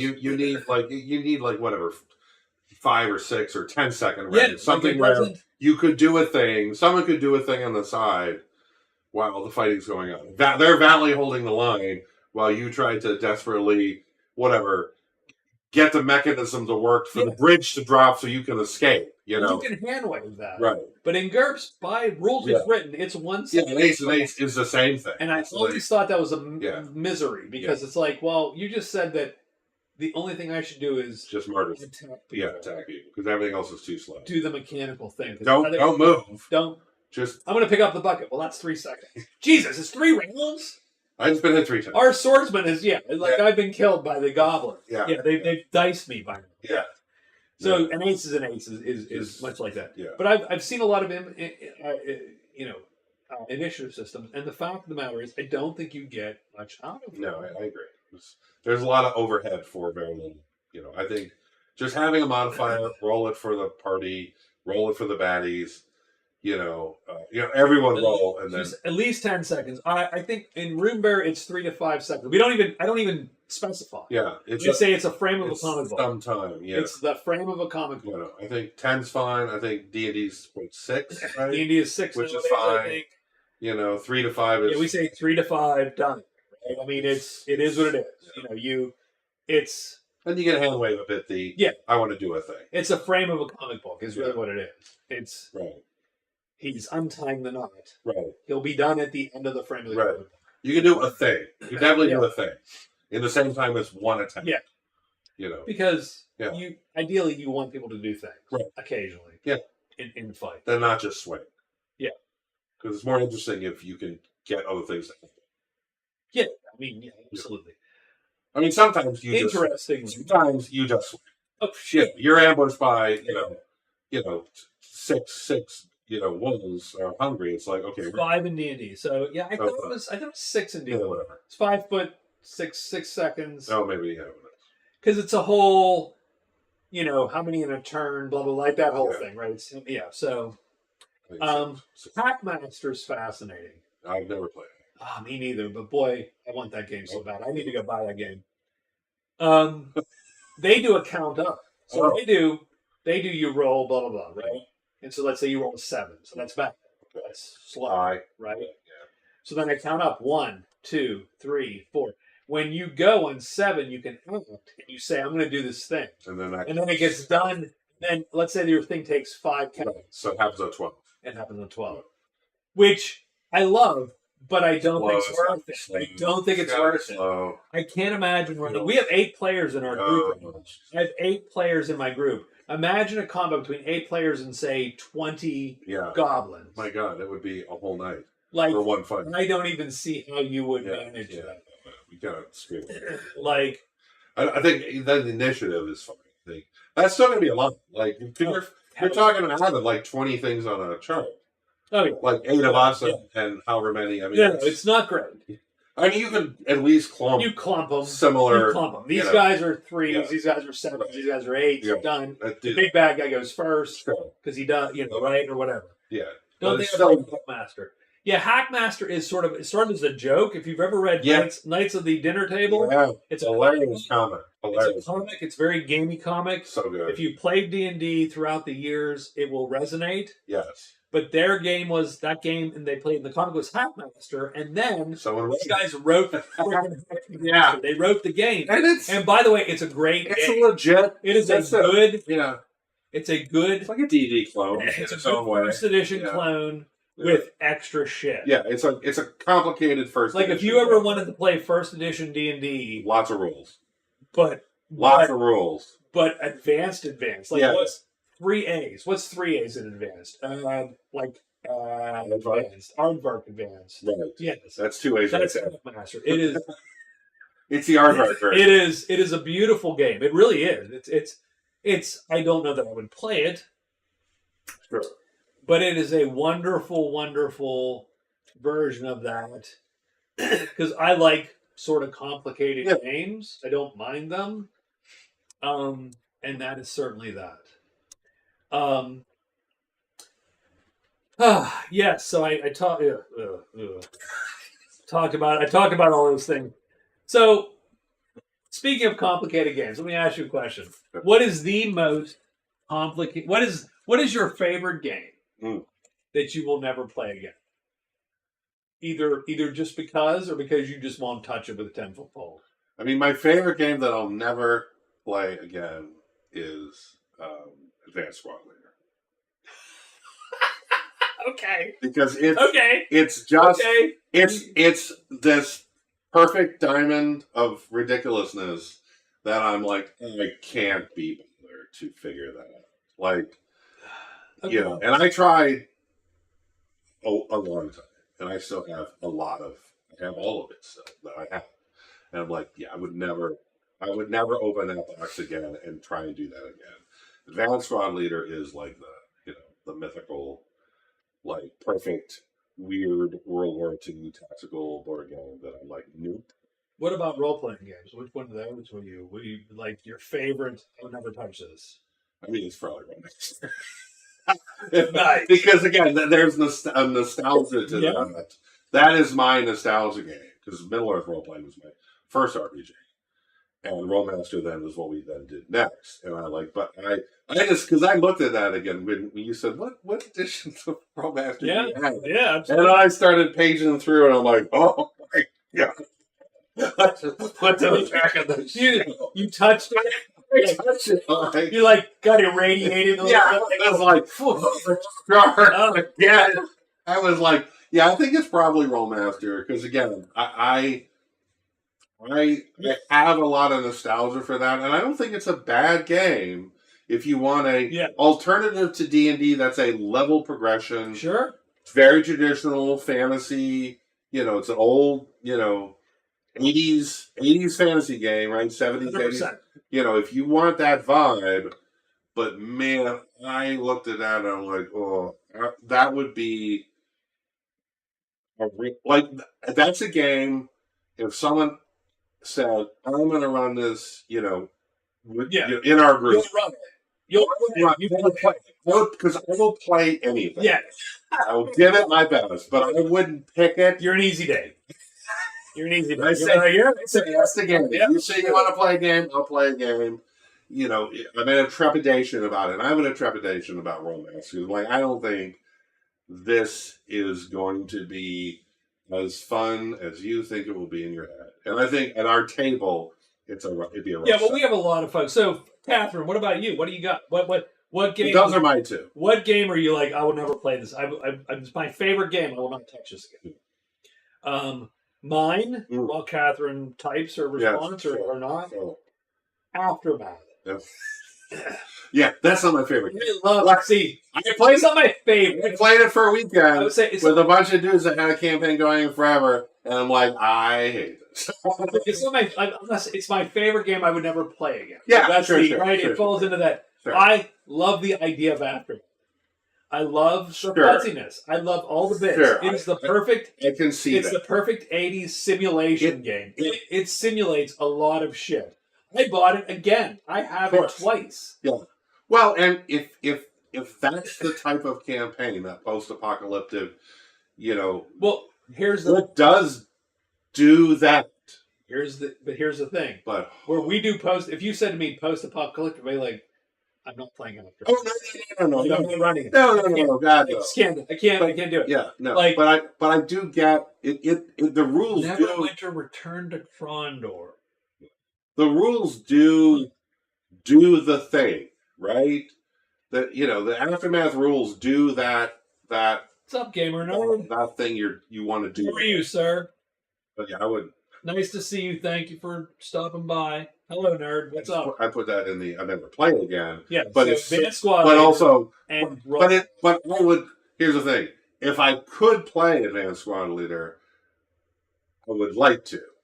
But I'm just never going to go back and try to do that again.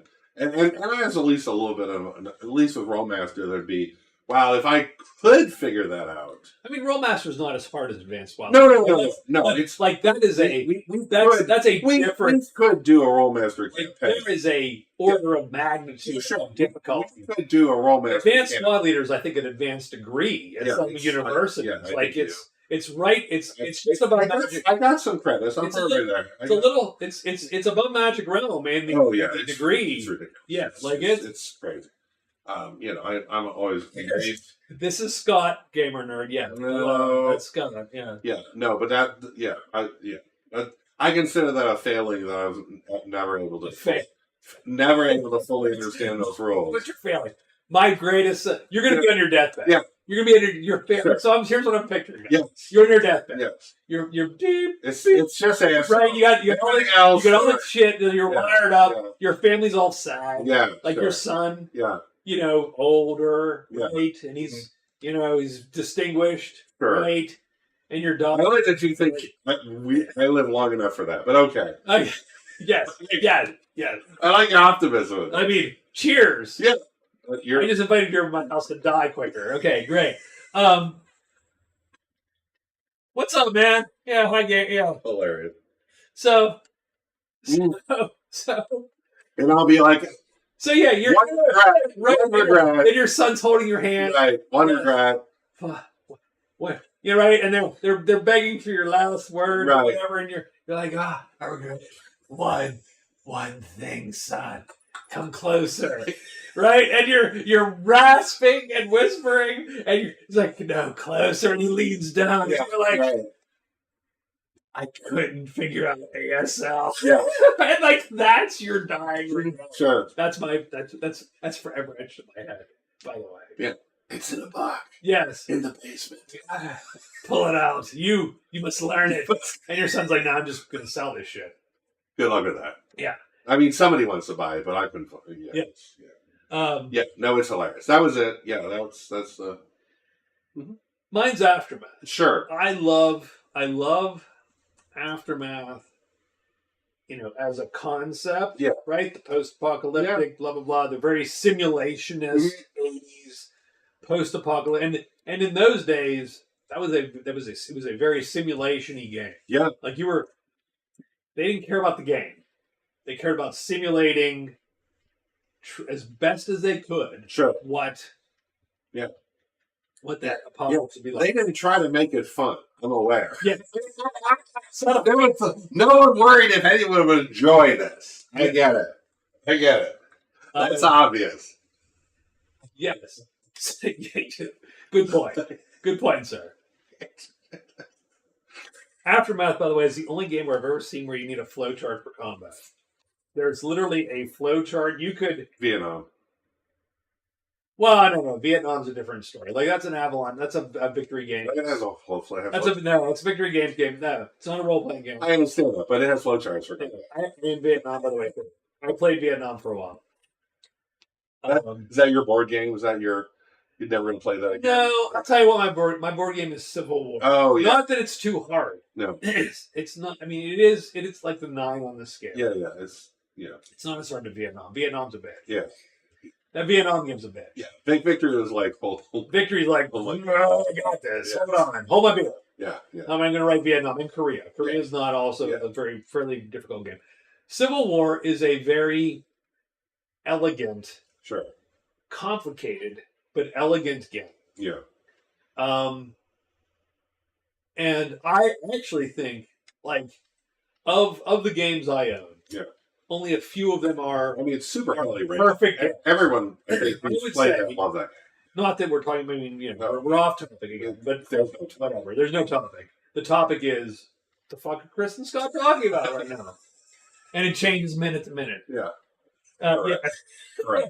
Gamer Nerd did not know we lived in the same area. We do. We've lived for years, very close. My perfect board games are Magic Realm, And which so- is hideously complicated sure. and dumbly complicated at some point. Yeah. But for all the things it does, Also obtuse. for all Yeah. all the things it does, it is perfect. Mhm. Like I don't necessarily count complexity against perfect Right. if you do all the things you're doing. hmm You know what I mean? If that makes sense. If it does what it's supposed to do. Yeah, like Yeah. if you felt you needed, and frankly, I'll be honest, You couldn't make Not- that simpler. 60% of Magic Realm's rules are who attacks whom when. Yeah. Like it's literally initiative. Think about this. It's a fucking initiative. I know. I system. hate that. I just said Yeah. initiative systems Yeah. are dead to me. Yeah.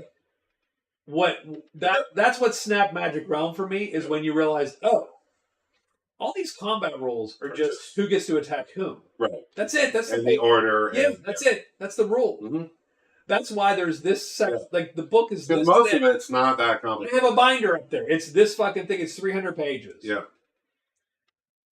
Most of the combat rules are who gets to attack whom. Yeah. Magic Realm is a perfect game. Sure. My other perfect game is Civil War. Sure. I think it is a beautiful expression of war game rules, Yeah. strategic war game. Yeah. Yeah. 'Cause It's not tactical. It's you're literally talking force points yeah. under a general, right? But it has leaders. Yeah. Why? It has supply. Yeah. It has morale, hmm and it does it all in a package. And it's a perfect game. Civil War is a perfect game for what it does. And I'm sure people, it's not perfect. And it's like, yeah, I get it. But Yeah. And the last one is Eclipse. Oh. Okay. I think Eclipse, weirdly, Yeah. is a perfect game for what it does. It is the distillation of a game like Twilight Imperium, Right. which is this giant, massive, epic. We're going to play for 16 hours. We're going to get together on Saturday and Sunday and play this game. And Right. Eclipse is like, yeah, take that down and distill it. Right. To 4 hours or something. And it's a 4-hour game or 6-hour game. Yeah. It gives you a vibe like that. Right. It is a Euro and an Ameritrash wrapped into one. Yeah. With an engine builder and blah, blah, blah, Yeah. all wrapped into Yeah. one. Yeah, we're both in PA. Yes, Gamer Nerd. I'll play that. And so those three are my perfect sort of board games where I go,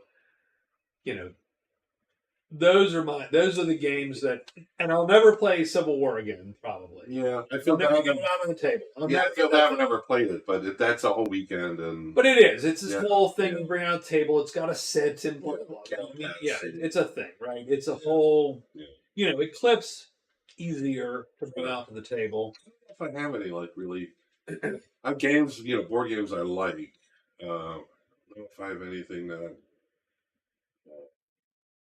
games I really enjoy. I'm sorry. I'm going to leave you alone for 30 seconds while I get tea water. Okay. from- Oh, that's right. Because I forgot it and it's now sitting there. Right. I really like Roll for the Galaxy. That's a great game. Hello, everybody. It's just me now.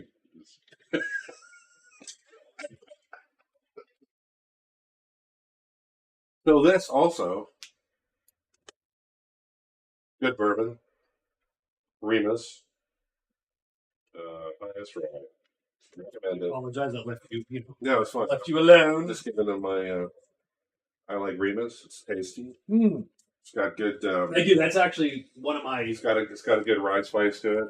of the ones that I bought that evening. It's definitely my favorite. Yeah.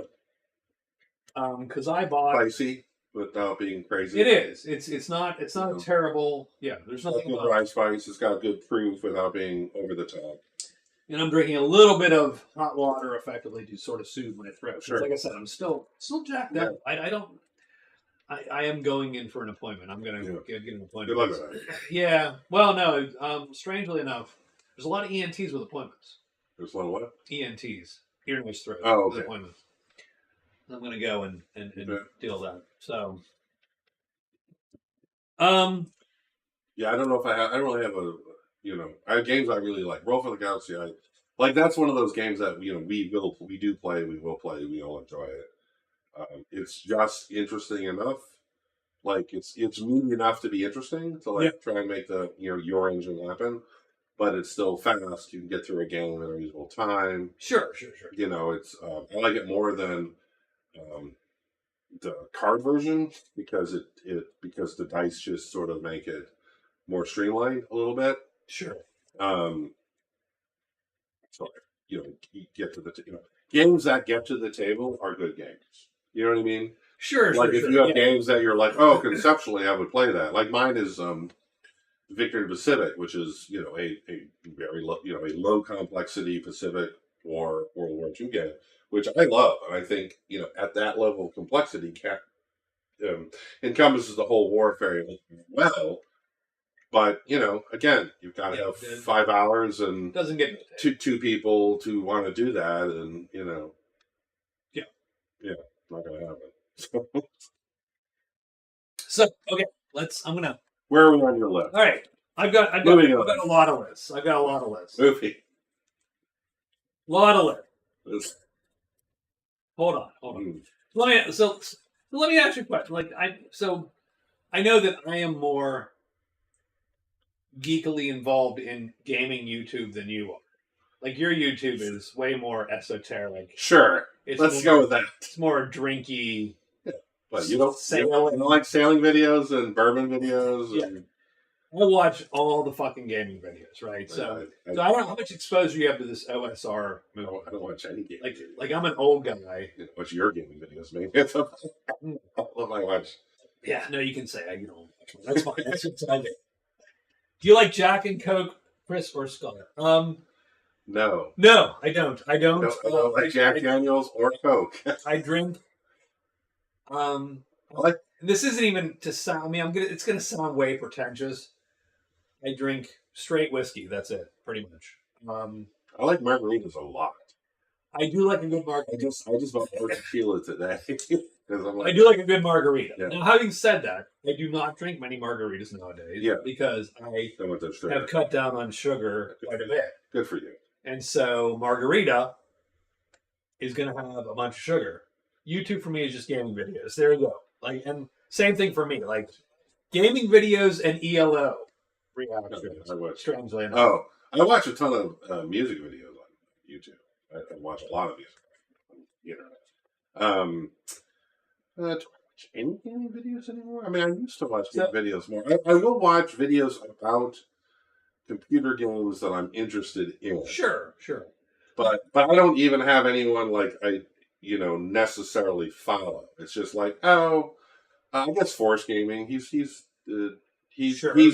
Sure. I'm likely to watch his, at least if it's like, that game looks like I might think about it, and then I'll watch his video. But I don't really have any like gaming videos that I'm like, I'm definitely watching. So I'll tell you what the weird thing I've come to watch. Mm-hmm. Now here's the thing: I cannot watch people play tabletop role-playing games, groups. Generally, I agree. Although I did just start watching. They do like a YouTube Like comedy series. That's they have Tech Town, which is like their sort of tech store comedy bit, and then they do a fantasy versions. They do a lot of and so actually some of them are now doing not all new players, but some new players starting a group of 4 of them playing D&D together, which is sort of fun, just because they're not all new players, but there are at least some of them are brand new players, which is just interesting to see. Sure. Brand new people play D&D for the first time is sort of fun for me. And whatever. I've seen them in their, comedy bits, so I... Catherine says sugar is death at our age, and I totally agree, by the way. Sugar is death. Sugar will kill you before anything else. I've tried to cut down super hard. That's why I drink, I went from beer to liquor. Mm. I don't know that that's a good move. I don't know that that's a good career move. It's a move. It's a different thing. Because it's I cut the carbs, cut the calories, cut the carbs, cut the 100%. So, so, like, I can't watch Critical Role. I don't find it that fun. I have watched it, but I don't watch it. I mean, I can easily go, well, it's objectively interesting, and good, and fine with them. Yeah. But I find most other people's campaigns dull, which, don't get me wrong, I think is generally true. Well, I'm sure ours would be unwatchable. Yes. I mean, yes, 100%. I wouldn't want to watch ours. It's fun for us. Yeah. I think watching people play games is generally not fun. Yeah. Now, but what I have gotten into watching, that's it's fun. Either the Russians have decided to make good on it. I mean, I don't smell smoke. Or it's just a fire somewhere. Anyway, what I have started watching, weirdly, is people solo playing RPGs. Oh, yeah, it's one of that. I like the idea of that. Only because it's a weird sort of sub niche of the hobby. Right? If you think about our hobby, it's a very social hobby. Right. These people are like, nah, I'm going to play it alone. Right. We're going to do the thing that don't know enough. And now, don't get me wrong.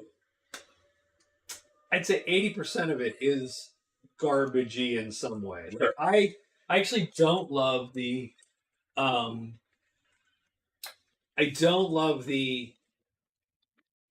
it's like some of the videos, for instance, come down to them rolling on a table of adjectives or regular nouns and going, well, I got watchful chickens at midnight. So what I think that is there are going to be some chickens here, and they're going to be very perceptive, these chickens, in the dark. And I'm like, what are you... Like, that's not interesting at all, right? You just... I don't know how. Like, there's a lot of them which are, like, they have a little bit of garbage time with that. I like the ones that are more mechanic-y, right? I'm gonna go through this module and basically by myself, and I'm just gonna do it. I would sort of be intrigued. Again, I don't necessarily want to watch it, other than to see how someone might do that. But yeah, doing someone solo playing, because that's a bit of like an old adventure book vibe to me. Like literally taking a D&D module, buy it, pop open the 5e rules, make a character or a party or whatever you think you're going to do with it, and then go through a module and try and self-arbitrate it. Like, just, you read the section, you go, well, I have to impartially adjudicate this. Like, what do I think? These are what the character or characters would know, and then they're going to react in a way that's reasonable. Like, that intrigues me, because it's very gamist, and I still like games.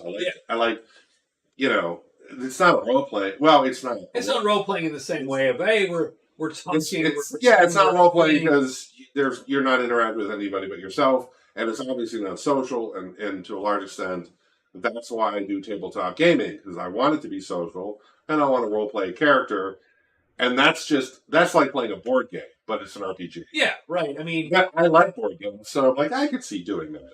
And if you like the combat of a game system, then obviously you're going to lean. That's something you could. Oh, I have these 4 characters fighting these 12 antagonists, right? And and the in between is like, well, let me figure a random chance, a fair chance that they would notice this, Sure. or know this thing or talk. I mean, this guy. again, you can adjudicate what the skill test roles would be, and if the module has presumably enough detail, there are going to be challenges to Right. step through. I don't think that's a terrible exercise, but it is it's a different thing. It's really you're playing a solo board game. It's your board game, yes. You're board gameizing your RPG a little. It's not really an RPG anymore. It's just using RPG rules in a board game. So OSR is this old school renaissance, right? Yeah, So there's a lot of games coming out for years. I mean, I always joke that I've missed every trend, like ever. I'm sure. Every trend. Like I exist outside of trends somehow. I mean, you could have like 50,000 followers if you just got on board with this 16 years ago or something. But yeah, whatever. Yeah, 7 years ago. That's fine. Yeah, I get it. Don't because I watch all this. Yeah, it is. Yeah, no trend. I've never hit a trend. That's why I don't play the stock market aggressively because I've never hit a trend correctly. It's not your jam. Yeah, not my jam. I don't hit trends. I mostly ignore shit. You're gonna switch. But yeah, like the OSR, so it's very interesting. A lot of games, and I bought some of them. I bought Stars Without Number. I bought one. I have fantasy one that you mentioned. I have fantasy, Fantastic Heroes and Witchery. Mm-hmm. I have Adventure Conquer King. I've downloaded a bunch of PDFs for old school essential for all that, right? And the thing about OSR games, which sort of makes me laugh, is that ultimately the vast majority of them are basic D&D class. Like it's just basic D&D with someone's home rules tacked on. Yeah. And I'm like, and I read, I mean, they didn't reinvent the wheel. As I keep going through them, I'm like, so this is just basic D&D again. Mm. Of them, I think my favorite is Fantastic Heroes and Witchery. Okay. It is a first edition clone, mm-hmm. and has a little bit of vibe where it, you can add these modern bits if you want. You can do it's a little modular, right? You can do this if you want. You can do this if you want. I see. You can go ascending armor class and add skills if you want, like that kind of thing. Okay. And so that's a pretty nice clone. Yeah. Clone with stuff you can add if you want to. And they all have little bits which are interesting. Like Adventure Conquer King has all the domain stuff. Oh, but again, I go, well, but there's domain stuff in Rule Cyclopedia. I can just pull that book and go and have the same information, right? They kind of are. Catherine's like, yeah, they kind of are. And it's like Worlds Without Number, or Stars Without Number, I should say, because that's one I bought. Yeah. It's basic D&D clone, effectively, with some interesting ideas at the end, right? Like at the end, you go, well, here's some cool, world tags and his faction games that. That's cool. So that's cool. It's a cool back end of that. But at its heart, what you're playing when you play Stars Without Numbers is 1E. First level D&D. Yeah. Not even 1E. It's basic. It's basic. Not it's even blue book. Yeah. Basic. Right. Gotcha. D&D. It's lasers. And so I'm like, with lasers, yeah, but or whatever. Sure. And so I was like, well, I like the thought of the OSR more than the OSR. I mean, I don't even. It's sort of what you don't like care. The thought of it. Like you're like, I don't even care. Like I don't even care. Your OSR was Hero. There's a reason we moved on from that game. Right. That's my take on that. Like as I said, I would play 5e. If I wanted a D&D experience, I'd play 5th edition because it's fine and it's and I know the rules and they work fine and if I want that type of game, it does that type of Yeah. I don't have no nostalgia for the old basic or 1E, and I do. So I don't. Yeah. So I'm not looking to try and recapture that. And when you say, well, I sort of want to recapture that, but in Bostonia, I'm like, well, then Runebearer. Because Runebearer is a good analogy to, frankly, old D&D, but with a skill system. Because it doesn't have the modern, it's not a level-based game. It hit points like this. Yeah, it's an 80s game. As, Right. as It's someone an old lovingly, game. It's an old. lovingly called it. It's Yeah. an 80s I game. love the 80s. I Me was a too. kid in the I also 80s. I love grew up in it. the 80s. Yeah. So Um, you can't say anything bad about the 80s. No, I'm not going to. But yes, I love that it's an 80s game. It's a more refined version of an old RPG. Yeah. Right, because it has a good skill system, an interesting magic system. Well, and the interesting thing is, like if you, I know, and you can do tactical combat, and it's fun, as opposed to, So it was so interestingly, like because it has maneuvers. The OSR sort of philosophy would be typically against the skill system. Sure, I know, right? Because they're like, just say what you want to do, and if there's a stat appropriate, rulings overrule, and player skill versus character skill. And people in real life have skills. Well, like I mean, and I'm okay. I understand what they're getting at. Yeah. Like, I get it. I get what they're going for. I get what they're going for. Yeah. I did write again on the blog that no one cared about. What did you talk about Starfield? I talked. So no, I should. Well, then I shouldn't. What do you want? Hold on. Look, I tried to put a little segment in here for you to bump some numbers today. Starfield it is. And Catherine says the good old 80s. I love the 80s. I love the 80s. I love it. He loves it more than I do. I do love it. I have nothing bad of the 80s. I grew up in the 80s. I should have been a 70s child, but I grew up in the 80s. Well, but you like the 70s more. I don't like them more. I just like the music more. That's really where I'm. I like a lot of music. Yeah, that spans. You're way more. Yeah, you're way more musical. But my nostalgia is the 80s. I'm like, I'm done. Yes. I don't have enough room to be getting new music. Fuck, this Billie Eilish shit. I don't care. How dare you, sir? Yeah, I just can't do it.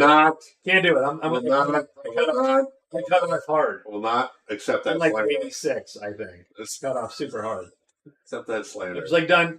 Okay, lock that vault. Okay, I'm gonna. I mean, look, the Electric Light Orchestra band was shitty. That last album was pretty bad. 86, but I'm gonna lock that. I'm gonna put that away. You just stop that. I'm just gonna stop. And they're like, okay, I'm done. I'm done.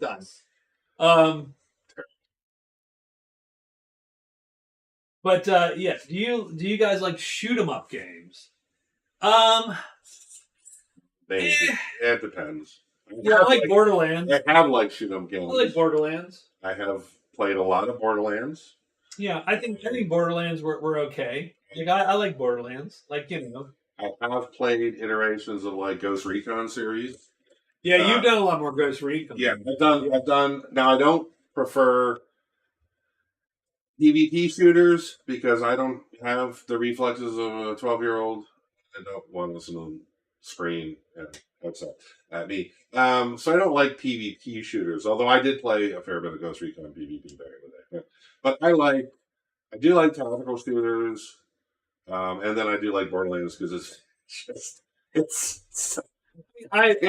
fun. It's just zany. I do, yes. Borderlands is just a good zany loot drop, like wacky sci-fi shooter. I do like Borderlands generally. Yeah, I played all the Borderlands. I've played a lot of. I played a lot. I don't now so much. Played old tactical, shooters. More back in the day. So Gamer Nerd asks, horizontal or vertical shooters? Is that you mean like a platform? Oh, I don't do platform games. I only do like first and third person shooters. Like you mean yeah, I don't do a Shump or like a bullet hell kind of game? Yeah, I don't do any like platform. No, I'm not some. I don't have the reflexes for games like that. I don't have that in me. I mean, I occasionally play some. Like I played some Risk of Rain and Risk of Rain 2. I mean, Terraria is about as close as I could get to that. That's about my limit of 2D Minecraft. Ikaruga, for example. I actually don't know what that is. Yeah. Let me tell you honest. Never heard of that. So I have to look that up. Other shooters of I'm not. I mean, No. typically, Done a lot of- it's not my genre. Yeah, it's not We'll say. so much. I mean, yeah, because the one we just talked about, the loot drop one. Borderlands is just sort of its own weird thing. Yeah, I mean, it's a shooter, but it's its own. But it's a looter shooter with. It's almost. It's a loot game. It's almost its own. It's almost an RPG. Yeah, it's almost its own genre. I like that a lot. But I have, other than that, I have not played Dark Forces, Theron. Yeah, I don't think Scott has either. No. I didn't play Dark Forces. I missed out. You know, I've played a number of the Ghost Recon series. I've played the Sniper series, Sniper 4 and 5, maybe. I played Destiny. Destiny's MMO shooter, Yeah. I guess. I like Sniper. I played Anthem. No, was it the Fly? By the way, Anthem's movement. The Fly thing. So Right? Anthem was a shit game. Yeah, but the Fly thing. But the movement was so Yeah. good. Like whoever that one guy who designed the movement in Anthem, Yeah. Fire the rest. yeah, should have been promoted to CEO of Yeah, something. That's funny. Like he was Yeah. great. I like Sniper Elite. I played the last two iterations of that. I quite enjoy those. Because again, You ever play Warframe? I have played Warframe. I didn't love it. It was fine. It's Also a good movement game, by the way. Yeah. It was good. It wasn't a bad game. I just didn't stick with it.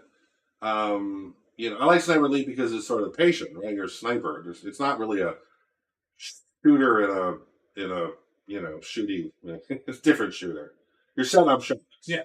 You know, and you're being very tactical about it and trying not to get, it's not a gunfight. Yeah. Because you win them all by not making them a gunfight. Sure. Once they're a gunfight, you lose. You're when 8 guys rush you and you're too close, you're not winning it. But I like those games, and that's why I like Ghost Recon, because it always felt more like that. Like it was a very tactical. You could be, you're really setting up kills rather than just run and gun. Shoot. Call of Duty, not my job. I have played Call of Duty, but none of those are. I don't want to ever go back. I'm never going to go back to like a Call of Duty series and play those. Yes. Like this is not my thing. I played that on PlayStation. The only thing I was ever good at was Free for All. Because I could sort of use the chaos a little bit to my advantage. Work your way through it, yeah. Like those, we played back in the day, Battlefield 1942. I love that. By the way, I was a stud at that game. Oh, you were I think the one shooter I was ever amazing at was Battlefield. Battlefield 1942. I remember playing against you and your brother-in-law. Yes, yeah. And I leapt out of the damn jeep. Like just and he was just amazed. Like he was like, "What the hell is that?" Was a truly great game. I don't know how I was any good at that game. That was great. Shit at every other game that I've ever. It was this weird combination of strategic objective control, shooting, vehicle use. Like it was a nice. It did all the things a little bit. Like that was a great game. Battlefield 1942. Fond memories. Was that the 80s? No, it wasn't the 1980s. It was the 90s. So what we got here? Catherine says at our age it's hard to play shooters. Yes, we're too old for shooters. Yeah, I'm old. I can't see. My vision. I got floaters. Like my vision's crap. I still cannot read any of the text over there. Sure. Chris could be saying anything he wants. Gamer whose skills, by the way. Oh, skills! Yeah, skills. Said we played Fallout 76. We played. That's a shooter. That's definitely a shooter. And I like Fallout 76. Good game. I would never play it again. I don't. Yeah, I'm not. Because I'm sort of done.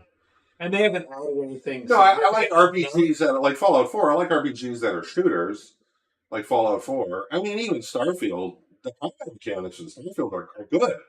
It's just the rest of the game. Yeah, that there's just did a full playthrough. I'm like, okay, good, done. I'm not going to keep leveling with my multiple lives or whatever that is. I'm like, please no more jumping space on. Or is that Gamers Fun? Are you Gamers Fun or Skills, Gamer Nerd? Like which Discord, which alias are you?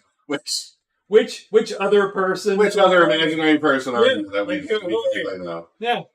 Speak now or for a whole defeat. So yeah. All right. So back to the OSR, which Oh, sure. you have no nostalgia for. No. Stop talking about a thing I don't care about. Nah, that's funny. Oh, it's your streaming. Yeah. I'm just here for the booze. Although I think I've switched to beer because I might try something. Like I vaguely agree with the philosophy, sort of, except I want better rules. I don't disagree with the concept of OSR games.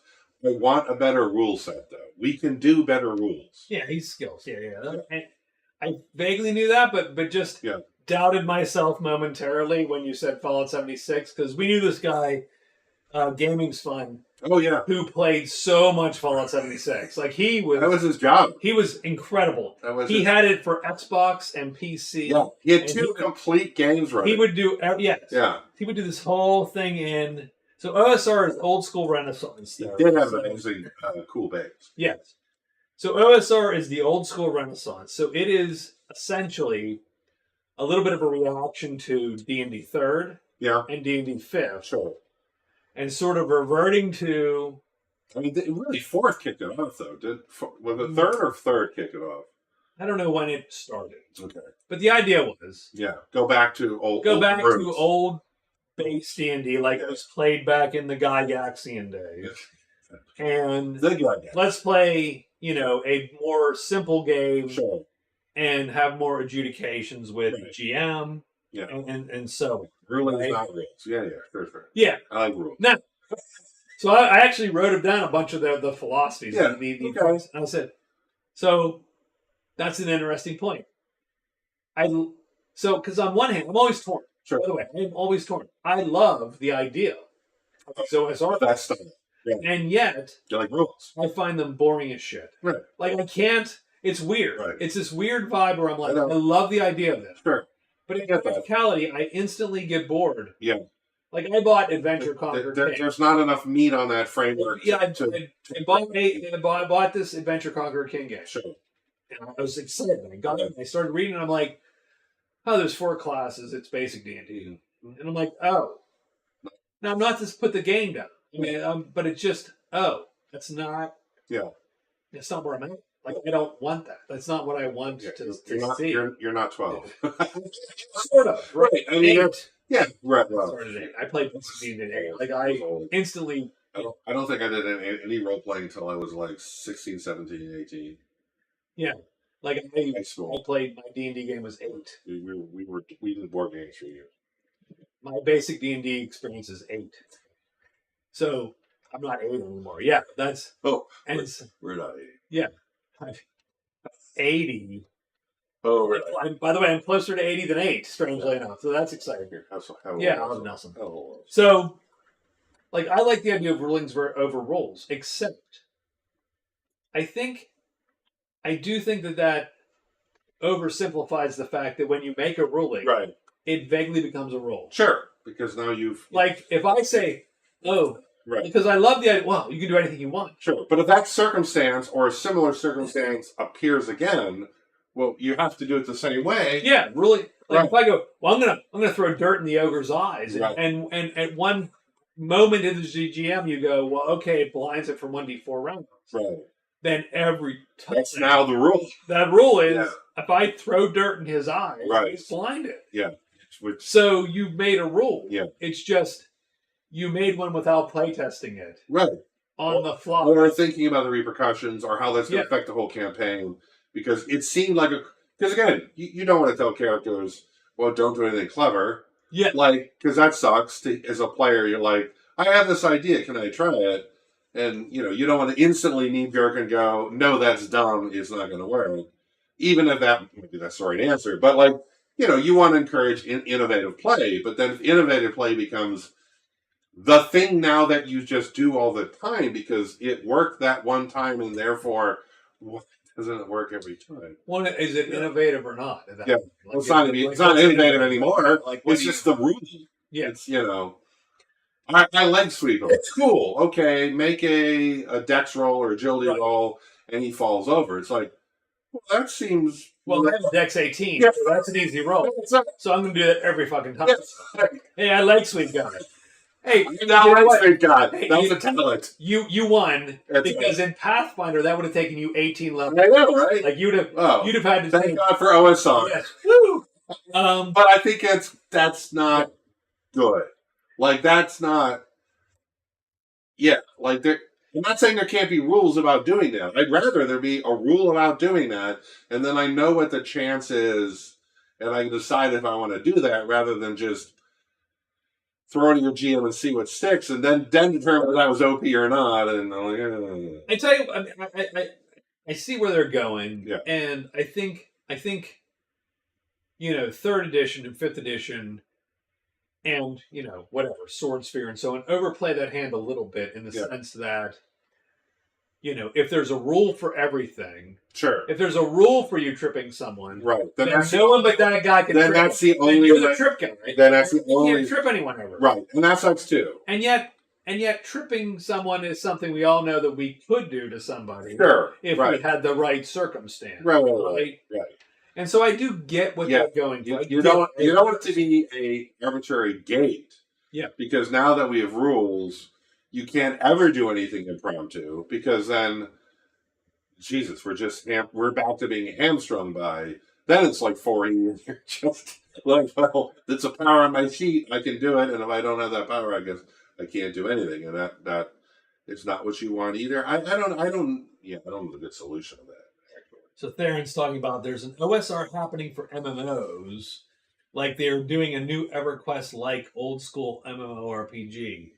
So I think, so it's interesting. I'll tell you what, that's a good point. Actually, I do need 2 more minutes, and then let's bring that back to the MMO, because I think we've both seen this too, playing MMOs. Where there's this weird nostalgia for the old ways of MMOs versus the new ways of MMOs. Hypothetically. Right? Sure. So give me 2 whether minutes. people really want to play those in that's interesting. Right. Like do they Vanguard? No. Oh, vaguely, yes.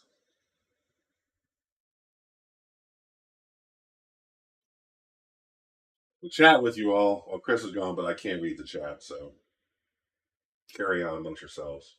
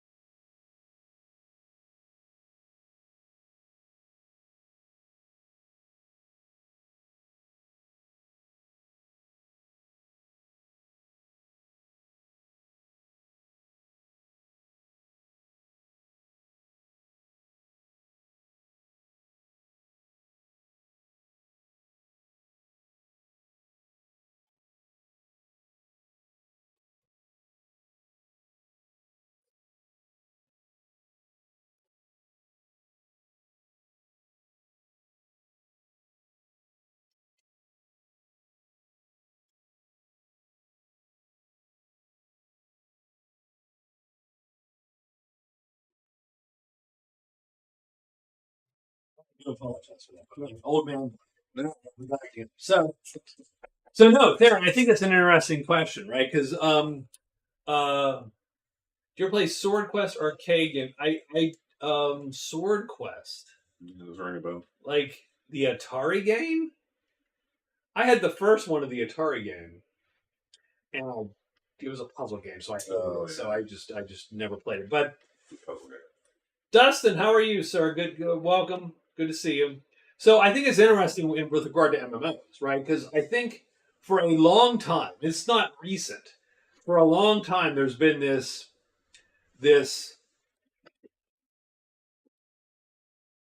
feeling, and I don't know what to call it, right? This vague movement in MMOs that if we just stripped away all the modern conveniences, we could get back to that feeling we had when we originally played EverQuest, right? So, I think Vanguard was a little bit like this. You don't remember Vanguard? Yeah, that was a while ago. Vanguard was a long time ago. Yeah. 10 plus years. Oh, Vanguard was forever ago. Yeah. But it was supposed to be like the EverQuest 1 sort of back to EverQuest 1, right? You know, I think the idea, and don't get me wrong, I'm excellent waking up now to sing of your stream. How's your voice? Not great.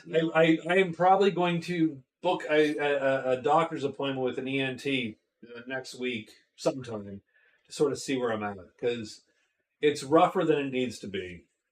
But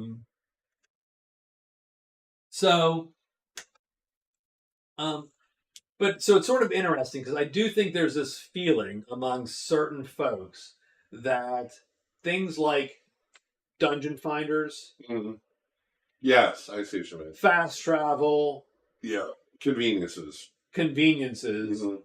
have sort of ruined the MMO experience. And don't get me wrong, I don't 100% disagree with them in the sense that I do remember the old days of MMOs versus today in an MMO. Sure. Like if you logged into any MMO today, literally any one of them,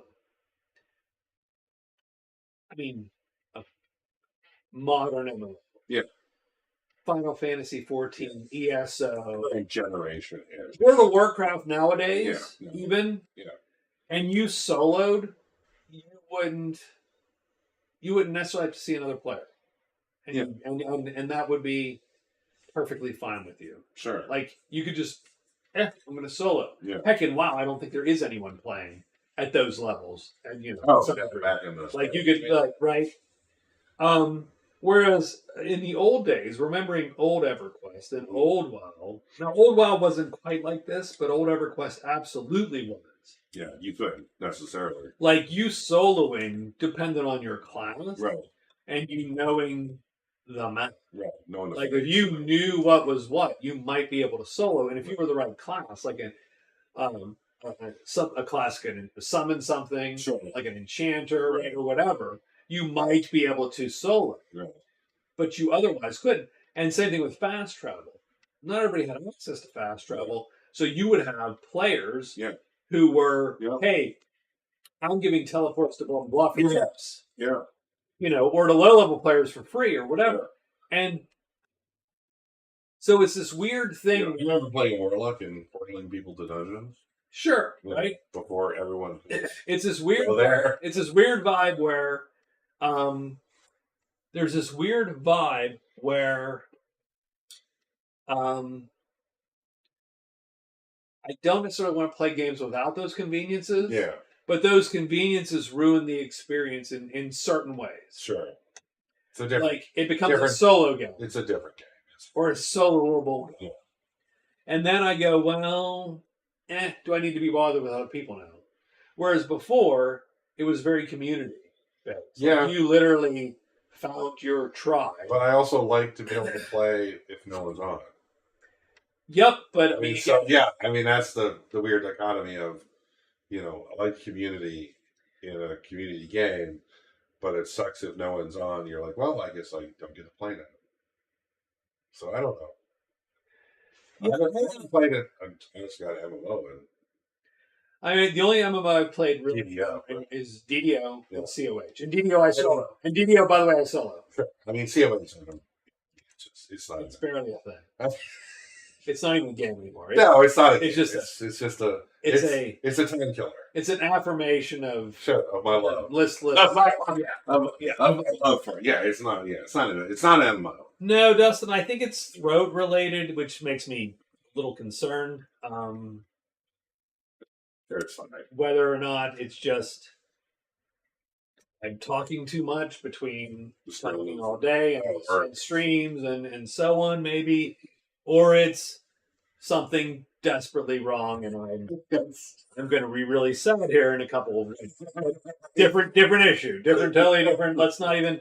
That's a different, different level. But I'd probably have to see a doctor and see what's what. If it's not, I rested for 3 days. It didn't get better. Talk now, and it's not really better. Yeah. No, it sucks. Well, I hope you know. It is what it is. We'll see. Alcohol probably doesn't help. Is my guess. This is not. Were I to guess, it's just not a palliative. Nope. You think it's medicine? It's really poison. That's.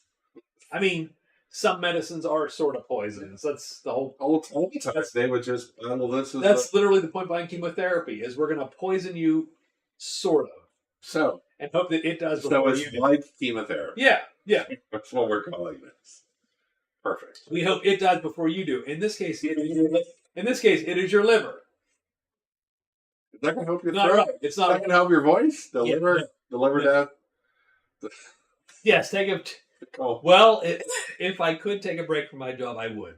To stream, I always joke that streaming is my retirement job. I would like to take a break from my job, like forever. Oh, Jesus, yes. I'm ready to retire, Dustin. Let's understand. I mean, I know you are. You're ready to. I mean, you're ready to. We're 100% ready. I'm so ready to retire. I'm done. Oh, hey, my boss is quitting. Oh, there you go. Boss, yeah. Good. You get a new one then. I mean, do I? You've gone through. They didn't hire her replacement as compliance specialist, so. You're just twisting in the wind. Good for you. I mean, if you don't have a boss, that sort of means you can do whatever you want. Sure. I mean, I tell everyone, get out. Before you go crazy, and so she did. So good for her. But she's end of the month. She's back. So. There you go. She'll go. I'm sure it'll be fine. It's gonna be great. By the way, the other 3 inspectors, brand new. It's gonna be great. Like no one to train them now at all. Anyway, side note. Yeah. So I do think there's a weird vibe with MMOs. There's always been this sort of concept that. But they always move toward more player convenience. Like, as they iterate and evolve, they always seem to move from more rigorous, like a more, now the evolution of husband, but even other games have moved to become more new player friendly, more group friendly, more. Yes, I don't disagree that there is some movement to recapture old school, except it seems when MMOs come out, they might start that way, and then that's apparently not what people want, or apparently not what they think people want, and they just shift to more convenient as they go. I do think. So I don't know what I mean, WoW used to be way more rigorous than it. Way more difficult. Yeah, and it was it was technically the easy version of EverQuest, right? But then it turned into easier and easier and easier, and 100%. As time went on. So, I think it's interesting because there is in software. I always tell people, look, when a user tells you that there is something wrong, they're probably right. When they tell you what's wrong, they're wrong. I see what you mean. Right. Like there is. I do think that. And this, that's half a joke and half it's an aphorism, right? Sure. So it's not always true, right? But it is one of those things where you go, it is possible for humans, as a collective, to want something they don't want. They don't want. They don't want. Yeah. I get that. To think they want something that in the end won't be better for you. We don't quite think of the long-term consequences, and we're not really that good at understanding how things are interconnected. Sure. So when people go, we need a dungeon finder, what they don't understand is, but a dungeon finder means that you're always paired with randos, and so your community breaks down. You don't need guilds. You don't need guilds, and you don't need communities. Which loses all and that. So I get that it's easier to find a dungeon with a dungeon finder. Right. And yet, that experience, and I've been in uncoordinated, pug dungeons. Like, oh, this is an awful experience. We are not coordinated.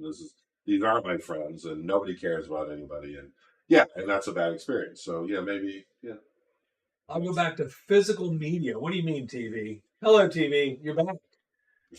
He's back. He's smoked all the weed. High as a kite. He smoked all his weed. High as a kite. And he came back to us. He's like, you know what I'm going to do? I'm amazed. I'm going to see if those guys are drunk yet. And the answer is, unfortunately, Not really. not quite, because we both have a problem. It's called tolerance. I mean, or a skill. It's temperance. No, it's not temperance. It's tolerance. Yes. That's the T word. It's definitely tolerance. It's not temperance. We have a skill. Yeah. My liver is strong. We have Corrales. 20.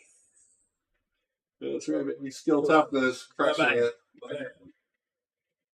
No, my toughness is low now. Well, here's the thing. Toughness could mean how physically hardy are you, or weight. And I have a lot of toughness, baby. I got a lot of places for the liquor to go. Yeah, I'm just saying. Done. It's not a good thing, but it's a thing. It's just a thing. Lots of space in here for this and this.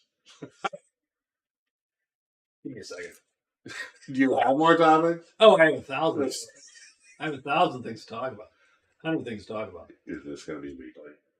No, I don't think I can sustain this weekly. Not with your voice. My God. No. I can't sustain this weekly. I'm gonna have to rest till tomorrow. I know. To play. Just Good luck. Game. Yeah. I hope you feel better. So what do you think? So okay. So I'm looking through the OSR Laundry list. philosophy. Okay. Right. The OSR. I actually printed the damn thing out. I actually do love. I think this is a great document. Oh, okay. You have a thing. Principia Apocrypha. Oh. Which is out there for free on the internet. Okay. And it essentially describes the OSR. Okay. The theory. As a concept. Yeah, right? As an idea. Okay. Yeah. And what they think it should be. It's one of those rules, great, though. It's one of those great GMing. Right. Look at this and go, okay, that can hit me. It's a lot like why do I read the first edition Dungeon Master's Guide? Not because there's anything in there specifically rule-wise for the vibe, to use, just for the aesthetic or the. But I love, and this is weird to say, I love how Gygax wrote shit. Like Gygax reminds me of like one of those Civil War vets, like literally grew up on a farm, was illiterate, but somehow could write a letter that was so freaking flowery and eloquent. Eloquent. You're like and you have Ken Burns reading it. Yeah. And you're like, Jesus Christ, I can't put 6 words together. 200 years later, people are like, "Oh my God!" This guy was he was like literally up to his neck in pig shit like a week ago, and now he's getting shelled. Yeah, and he's writing this eloquent letter to to the love of his life, and you're like, I am such an idiot.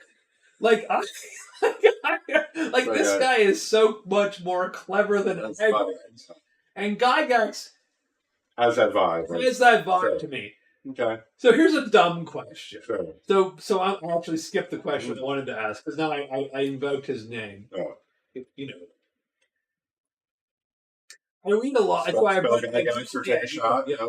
lot of these. I read a lot of forums and shit and so on. Is the OSR simply this weird deification of Gygax? Maybe. Like, you know how, as Americans, yeah, we can't help but think the founding fathers somehow walked on water. Right. And you go, those horrible assholes were somehow infallible. I actually don't go, well, they were horrible, but I go, they were actually very clever men of their times. Sure, of their time. But they have not as much to say about 2024 as we think they do. I mean, they couldn't conceive of it. That's what I'm saying, right? We are facing different problems than they ever could even vaguely imagine. Sure, absolutely. And the fact that they happened to write a document that vaguely sort of worked. Right. But they obviously didn't predict a lot of things. Sure. And they couldn't know. Right. So why do we pretend that their words actually mean anything today? Right. That they're infallible. Yeah. That you can say this is a great document. Sure. But you know what? It's time to change this shit for today's problem. Right. Right? Sure. So, I don't want to talk about politics. That's not. No. Don't do that. Copyright strike. Who knows? The game's getting back to basics. You will COH went away. I was drinking with my friends, going back to 16 big games because they were better. Take a shot at tequila. God bless America. Oh, that's Thank you, America. Dustin. Yeah. God bless America. Oh, right. America. Cheers. Yeah. I mean, we just plan to ride this handbasket to the into Auger Inn. Oh, Right? sure. We're Augering in. Done. Irish beer. Go Guinness, just Guinness. Yeah. Like nothing weird. No weird IPAs, which I've never heard of. Just brought Guinness. on. Well, because we're drinking liquor, so I didn't want to get All right. over the top All right. where it's like No. 7% IPAs. That's fair. I'm just saying. Oh, It's just weird. I haven't seen you with just Guinness in a long time. Like you've always brought Nope. crazy beer that's like, hey, do you want me to blow your mind? yeah, sure. What the f- is that? That's right, baby. You brought Coors Banquet. these Coors. This is my floor beer. Hold on. This is the floor Okay. beer. I know we were supposed to talk gaming, but I need to take Floor beer. a few moments. Yep. Floor beer. It's So you are the beer connoisseur. yes. So by the way, he has a spreadsheet of beer that he rates all the beer. Well, it's And- not a spreadsheet. It's Oh. content. Yeah, I get it.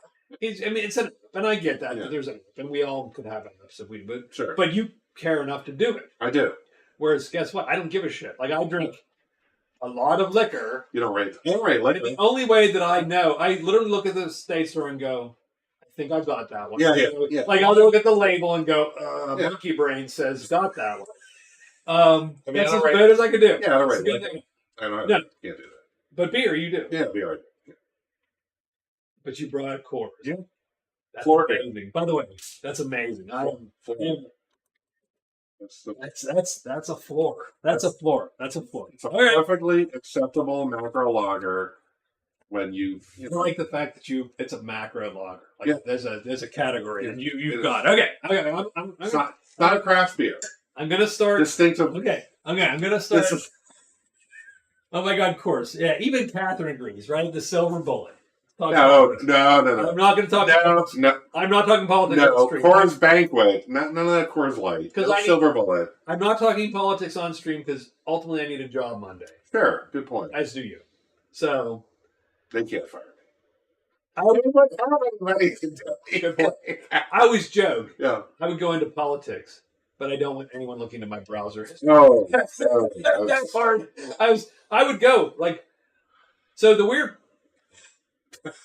So this is as much politics I'm going to say. Don't do it. I do think we're at a weird crossroads, Mhm. and I would actually go into politics Sure. to because otherwise, how do you move the needle? Yeah. Except I don't think I can suffer that scrutiny, and I don't think my family could No, ever and they're care, yeah, like suffer that kind of scrutiny. I don't think that works. and it's crazy. There are literally crazy people out there now. Yeah. In politics, and I am a part of that, and I'm legally prohibited. So. Colorado Kool-Aid. Oh, that's funny. That's funny. Hey, Banquet's fine. That's good. That's good. Perfectly- You know what? perfectly- You said blow my mind. Yeah. You I actually did. did. I did. You did. I know what. Like, I know what. like, It was like, I'm like, well, Blum, okay, you're gonna bring out some IPA. It's like, no. it's like has frogs and butterflies on it and sherry. You look at that and go, oh, I expected That's that. you. That's I expected just that. what you get. That's right. That's right. And I was like, okay, you blew my mind. But you brought Coors up. I did. I did. Oh Jesus! I know, right? Like what? 30. Well, He whipped it out. about a Like 30. that's you Seinfeld me. I You did. Seinfeld me. About a 30 pack of that. Jesus Christ. Okay. I need to talk to your wife. You have a problem. Like if you're buying 30 pack of Coors, That's. I'm like, Look, I'm not saying you're he's, real. he's crossed the line. He crossed the line. Jesus Christ. Jesus Christ. Look. No, Carry on. you know Carry what on. else we're not talking about? Not talking about your freaking crazy beer in there. Like you're not. We're not talking about your psychopathic beer. Terrible. Like you could have pulled out like a baby's leg and shit. That actually wouldn't have. That would not have surprised me more than that Coors. Just, Like you'd be like, "Hey, look what I'm doing." just to be clear, I do not have any baby's legs in my cooler. I just wanna Are we sure? Put an end to that rumor I'm just saying, right now. do we know that? No. We do know you have cores in there, which is worse somehow. So, in any case, We've gone off the rails. view it as a palate cleanser in a warehouse. A 30-pack of cores, shame on you, Catherine. Catherine has lost So much respect. so much respect. I don't deserve it, so. No, of course. I don't know what to think. I thought Guinness was your floor. Guinness is great. How dare you? This is a great. That's what I mean. That would be your floor. What do you mean? Coors is your floor. The Coors is the floor. That's the floor. The That's Coors like is- everybody's floor. Like everybody. There are way worse beers than Coors. That's Okay. Acceptable. I'll give that to you because I've been in college. well, it's not my number one choice. No. Okay. That's fine. That's fine. I get it. Times are hard. We've all got to save for retirement. I get it. Coors. Got it. Okay. I did. Anyway. Now I feel like You're dead to me. I Anyway. just totally derailed the whole thing. No, I feel bad. Look, so here's the thing. Mm. I always tell people, look, you have a mental scaffolding. Mm-hmm. Everything you do Yeah. adds to that scaffolding, right? Well, I just. You know that just gone. Like I totally everything I know about You did physics, not see that about coming. gaming, physics, You did. the world, universe. Just I had to rethink. You have totally. I got to rebuild the whole thing. Done. See? I'm just kidding. I feel good. What did we determine it was? 30? How many years? 5? 35 years. Yeah, Surprised you. 35.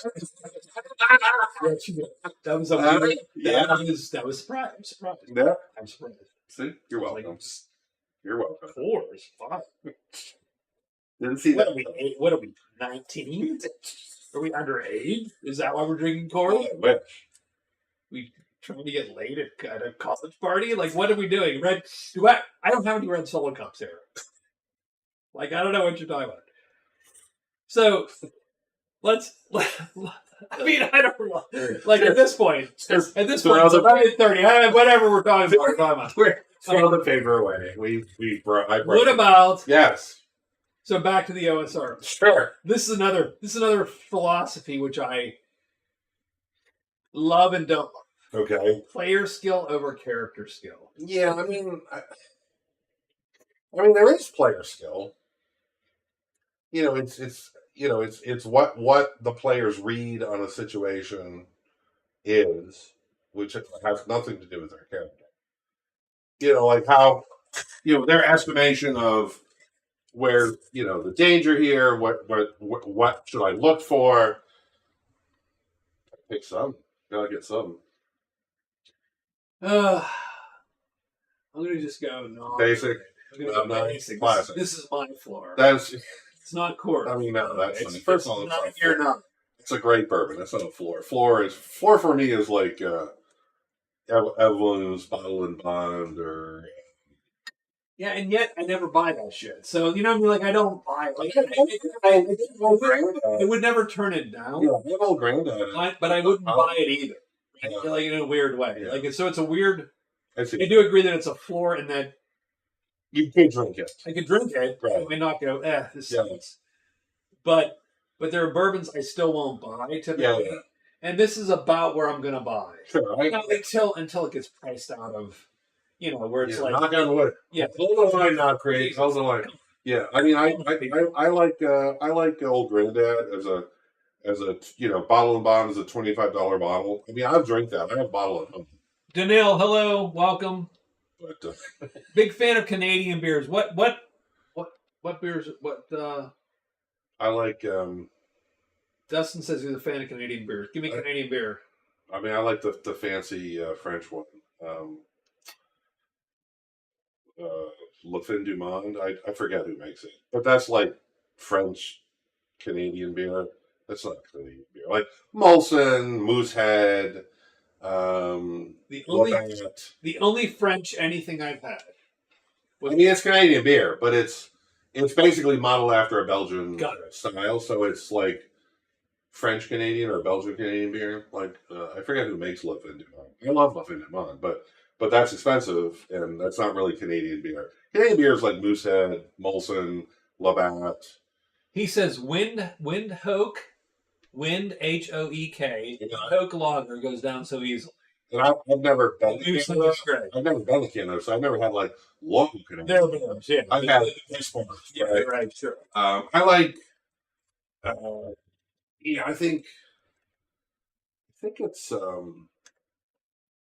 Moosehead's okay. It's just a lager. I thought Molson has not the golden, which I don't love so much, but they have like an export. Like Molson has a weird version, which I liked more. I'm not a huge Canadian beer fan. And Dustin says, I'm a sucker for cheap beers. It says Windhoek Lagers from Nambia, down here in Africa. Really? Oh, I've never. Oh, like that? Check that in. Yeah, I can. Yeah. I try it. If I had it, I would totally do that. Yeah, I've never. I stopped drinking. Danielle says I stopped drinking a few years ago. Craft beer from private producers is actively developing in our country. Good for you. I mean, I love craft beer. Stop drinking. No, I mean, I'm complimenting him with the stuff. Like you went. No, that's funny. I love craft beer. That's Drink more craft beer. Time on. I find it humorous. Support your local brewery. I find it humorous that he said I stopped drinking a few years ago, and I'm like, good for you, and you're like, drink more craft beer. Like, I don't know what that says about us. Good for you. You should. Yes, I should stop drinking too. It would help me in a lot of ways. Done. This is the only way I'm getting through this. Having said that, have you lived the past 5 years? Like, it's ridiculous. Like, this is crazy. Have you lived since 2016? Like, it's been crazy. Yeah. Nonetheless. Anyways, what's our topic? That we're never getting to. No, and that's good, and that's fine. It's so player skill versus. Yeah, I think there is player skill. I think that's a weird one. So, but it's not really. I think it's not as related to the actions you take. It's more of your appraisal of the situation, and what actions you might think of taking. Right. I mean, part of that was. So never forget when Sean picked up the helmet, put it on, and used it to command whatever the end. Sure. Because he's like, he looks at that and go, magic item that controls the undead or whatever you're fighting, and that's definitely player skill because that's so. So I do think so. Here's something that does hit me. But I want my character to be defined mechanically by its skills, not by what I think it should be able to do, because I think that's lazy. That just means you don't have a skill system or a rule system that properly delineates what characters can do. Sure. So let me talk Danil. So he said, I love you guys, which thank you. Thank you. How long have we known each other? 35 years. We did that. That was early when we still good. That was sober math. That was sober math. Yeah, that was sober math. Now we just remember it. And how have you come to this format? Well, we did. Again, Karen's no format. As I said, as I told people very beginning, which I shouldn't have because no one was watching in 7:50 or whatever we started. And it just makes me look worse. I said, so what I came here for the whiskey. What happened was we should have a podcast. Here's what happened. What happened was I had not done anything for 3 days on the channel, and I thought I want to do something on the channel. Penalize them. Well, I mean, just in general, yeah. I mean, not doing the cynical thing aside. After 3 days, I'm like, I really want to do something. Yeah. So I'm going to do something on channel. Yeah. And Scott texts me and goes, "Hey, why don't I come over?" I know you eventually. I know you have new whiskey. I talked about the whiskey. That's I had new whiskey. He didn't. He talked it up. And he said to me, well, when you want to get together Friday, we'll talk about Bostonia, which is the upcoming campaign. Right. The game the next game. Yeah, the next game that we're going to run on tabletop. Sure. And all of a sudden, my mind was like, I've got two things. I want to stream. Scott wants to come over and drink. I love both of these things. I made them together. That's right. And so we just boom, right? We just did the thing. And so I just said, why don't you come over? I will clear out my office. Sure. We will rough out. I brought in a new light. So, well, just because that light's dark. Like Smart. You need an ambient light. Right? We Oh, we all got to do a pub night in Pittsburgh. That would be fun. Oh, we really should. That would be totally a fun night. Yes. That would be a fun night. We should probably, yes. So if we can figure that out, we should do that. At a craft brewery. I mean, or any bar. Any bar. I'll take any bar. Because any bar has a booze at some point. No, you don't want to go to a brewery because you know booze. No. If they have not liquor, no. Brewery as well. No, that's you got to bar. Everyone's happy in a bar. Yeah. I would love to do a, So yeah, so like Chris and Scott and the two idiots. And anyway, whatever. Yeah.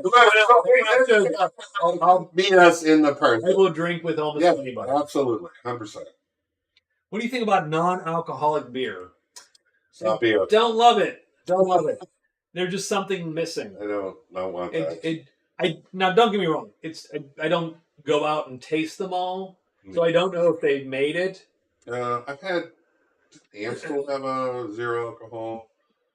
Maybe. Like I don't know if it's gotten better. I drank non-alcoholic liquor. More recently. Oh yeah, it's a thing. And it sucks. Yeah. It's not any good. Like so, what they do is here's how they mask it. It's flavoring into a. It's not that good. And here's the thing. The problem with the non-alcoholic liquor is there's something missing. The alcohol. Yes, no, sort of. Like the funny part is, I don't necessarily drink the alcohol to get buzzed. Sure. Strangely enough, like there's actually no. I don't care. That's not the drive. I literally don't care. Now, don't get me wrong. My brain could be lying to me and you all right now. Like my brain could be like, "Yes, I love alcohol." No, you're. I don't know. I just don't know. Right? We will never know. Never know. But having said that, I don't care. But the problem with the non-alcoholic, like, all they want to do is, we'll put this in your mixed drink. Oh, I see. And they go, well, sure, if you cover it with sure. That's like Lucky Charms. That's like Lucky Charms going, it's part of a balanced breakfast. Well, fuck yeah. If I make eggs and bacon and all this good shit, having 18 pounds of sugar in a bowl is part of a balanced breakfast. Sure. It's the same thing with this non-alcoholic liquor. It's like, well, if you put me in an old fashioned, yes, if I mix you with everything else, cherries and syrup and blah, blah, blah, and orange, then yeah, I get it. You add a bitterness because you add whatever tannins or whatever you add. Yeah. It effectively tasted like bad iced tea. Yeah, no, it's not syrup. And it just didn't have the same taste as a bourbon or a rye or anything like that. Yeah. And so beer's a little easier, I think, to replicate. So anyway. What do we got? What do you think about yuck? I agree with you. It's a strange thing. Non-alcoholic liquor. What's that juice? No, there is. If you go to there are companies that sell non-alcoholic liquor. I'm just not sure. It's just not sugar and flavoring. There's no. I mean, yeah. It's. They're trying to sort of recreate. I'll tell you what to do. It's like if you wanted to not drink but drink. Yeah, some mixed drink. Here's what I do. Like if I'm literally going, I want to drink less. Mm-hmm. I will take tea and strong it up. Right. I'll brew it along and I'll put bitters in it. Now bitters is alcohol. Yeah, but you can't. You can't shake freaking enough bitters into a fucking tea. A few drops, right? To make it the same level. Sure. So that would be my go-to non-alcoholic drink, and put non-alcoholic in quotes because the answer is it's alcohol. Sure. Bitters is 44%. Yeah, but you're putting a few drops in. Yeah, but you shake it 4 or 5 times, done. You know, it's not that much. Now, I'm going to keep doing this until we stop, until we're literally dead tired and we're done. So back to player skill versus character. Oh, sure. Okay. So here's the funny thing. I'll tell you what I miss, or what I and I've and I think you can adjudicate. I think you can do this as a DM or GM, right? Which I think we do a little bit. There is this weird concept of dungeoneering, and I've often lamented the death of dungeoneering in games. Because if you play like a 5th edition, 3rd edition, or whatever, it's very easy to get into this weird vibe of, well, okay, we go into the room. Do I find secret doors? Let me roll my search check. Right. Oh, I rolled a 20. Yes, you find the secret doors. You didn't do anything. You literally just said, I'm going to do a thing. I roll my skill. I roll. I'm going to seduce the dragon. Well, roll your charisma. Right. Okay. Whoa, Bard, you're banging that dragon all day. And we're talking about loot again. Damn it. Son of a bitch. 5 times. Anyway. But, so there's... Right. Whereas in the old days... Right. In the old days, right, you would be very meticulous. I tell you, Dungeon Master, what I do, right? And we look for that section of wall. We do this, and that all meant something. Sure. That all you took time off. Oh, your torch is burning out. Oh, how many do you have? I have 12. Right? How are you finding the secret door? Right. I'm pulling every book. Right. Sure. All. Yeah. I do lament that a little bit. So I do understand the idea of player skill, but sure. I mean, I've been wondering what force. No, and we do a little bit. Like I do cheese a little bit. Right? Someone goes, "Well, I'm going to disarm this trap," and I go, "Well, what are you going to do?" Right. You describe the trap, and then I'll let you roll at the end. Right. You tell me what you do, and that's fine. And I'll let you roll. Tell me how you're going to do that. Yeah. Yeah, I'll still let you roll. It's fine. Right. You have a skill. Yeah. So I'm not gonna penalize you. Right. But at least make you think about it and describe how you think it could go. And yeah, right. Just tell I describe the trap. It's got these murder holes, and then gas is going to come out because you made the roll. Right. To detect. What are you going to do? Right. And you go, well, I'm gonna plug up the hole. I'm gonna plug those holes up. We're gonna plug them up with wax or whatever. And you go, okay, good enough. Right. I mean, you succeeded. Non-alcoholic is not in my vocabulary. Funny, that's good. Gives dragon a cores. Our 5th edition game, Inside Dungeons, always devolves into I check the door for traps, roll perception, no trap, open door. It's so boring. I don't know how old you are, Theron, or how much you played, but again, before, in old D&D, it was actually a procedure. Not check for traps. It was still a roll from the thief. Yeah. He could roll whatever, 20. He had 8% or whatever. I always joke. That's terrible. 3% at first level. It was so bad at low levels, right? But there was a lot more back and forth with the DM. Yeah. I think that's what that means. Yes, sure. I don't think that's I get that. I get that vibe. I think that the issue really came down to no one ever quite reconciled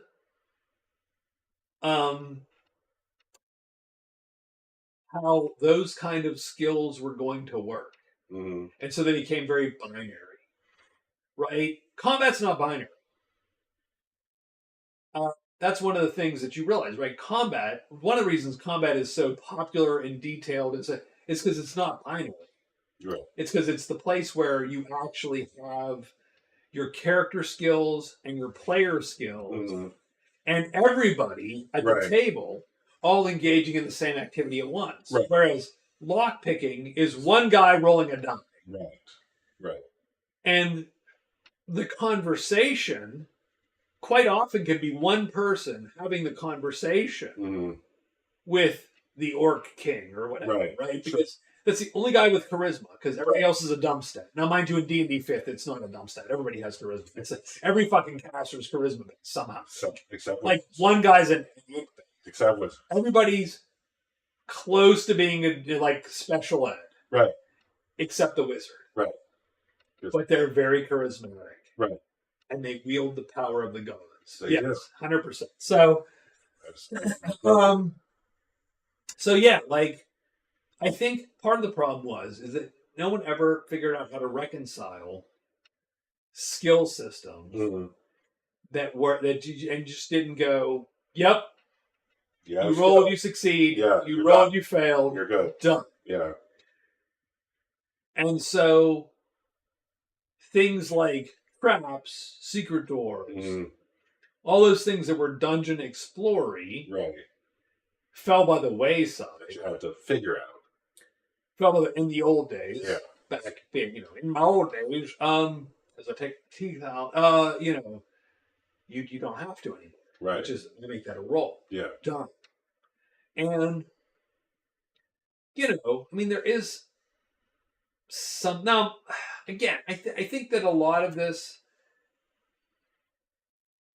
mistakes the theoretical for the actual.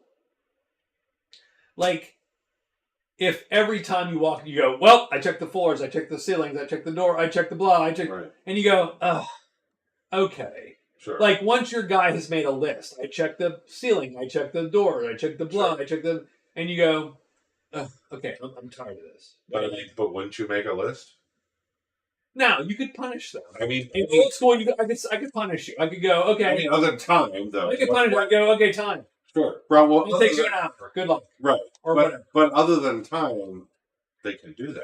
Yeah, but time is so old school D&D time's a problem.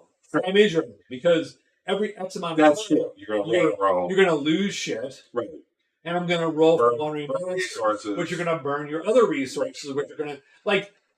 Strangely enough, you don't want wandering monsters in D&D. Right. Like you might think you do because it's experience. But in very old D&D, the answer is I don't want wandering monsters. Right. Burns resources. I want to pull gold out of this dungeon. This hole in the ground, I want to pull gold out because that's experience. Right. And yeah, monsters are experience too, but not as much as you think. And they might kill me. And not enough. Right. And that's going to stop me from going deeper and getting more shit to pull out of it. It's a roadblock to more treasure. Yeah. So then you don't search anything. Well, and then you get the GM goes, whoa. Right. Yeah. Sure. Yeah. So. Yeah, I don't know. I don't know what's a good solution there. I think I think a middle of the road. I think there's a middle of the road. I think we hit that pretty well. I think. Sure. I think dungeoneering is not lost on us. Yeah. It's not entirely roll. It's not just roll, and it's not describe every single thing. I think we have less tolerance for it than the old school Renaissance. Like, I don't pull a mapper and go, okay, map this. Yeah. I mean, we the 10-foot. Yeah, I mean, sometimes do our own maps. But less so, probably. I think there's a little bit of. I think the vibe is that every so often, you should pull the players in and have the players make a decision, whatever that decision is. Mm-hmm. I think that's really what that says. I think this is the extreme example, but I think ultimately what you want to do is, you want to every so often pull the players back in and go, guys, what are you going to do? Right. You're standing in the floor is collapsing around you, right? And you're getting ever smaller, and there's lava underneath. What are you going to do? Right. As opposed to roll it, make a skill check, roll it up. Right. What are you going to do? Tell me what you want to do. Don't tell me what skill you want to use. I'll tell you what skill you use. Yeah. Dustin asked, "What are some effective ways to foster teamwork and collaboration among players in online multiplayer games, MMOs?" Well. That's a good question. Jeez. I mean, I almost feel like you have to bake that into the MMO. Like you have to make encounters such that teamwork is necessary. Well, you could. Okay, that's interesting. Make encounters that teamwork is necessary. So, did you just say that the Trinity is important or not? I mean, if you want to have teamwork being mandatory, then yes. Like if that's not a goal, then no. So here's a weird. So here's a weird vibe. So I mean, that's a way to artificially just do it. Say these encounters only work if you have tank, healer, DPS, and then we're going to make a game that does it. I definitely think that's an effective way in the sense that right? It's tried and true. It's classic. Sure. The Trinity's classic. Right. Here's the funny thing. One thing I love about COH is that any party composition works. One thing I hate about COH is if you get enough people together, nothing matters. Some of them are better than others, but yes. Yeah. But you know what I mean? Like, right. I think, so I love COH. Right. I mean, you can pump the difficulty. You can make it. I love all of it, right? You can make it. But I think the weird part of COH, let's say you take 8 people and put them in a team, because that's a matter. Let's do 8-person team. Let's go. I mean, 8 people tend to crush. Once you do 8-person team, yeah, nothing matters anymore. Yeah, it's general. Nothing. Yeah.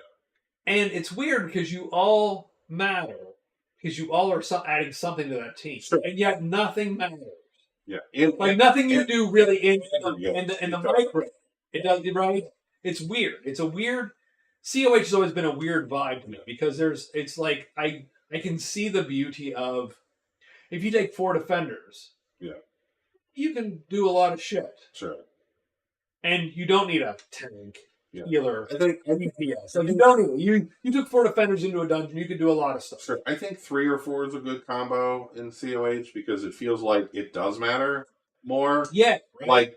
Like figuring out how to make 3 or 4 people work on whatever content you're doing.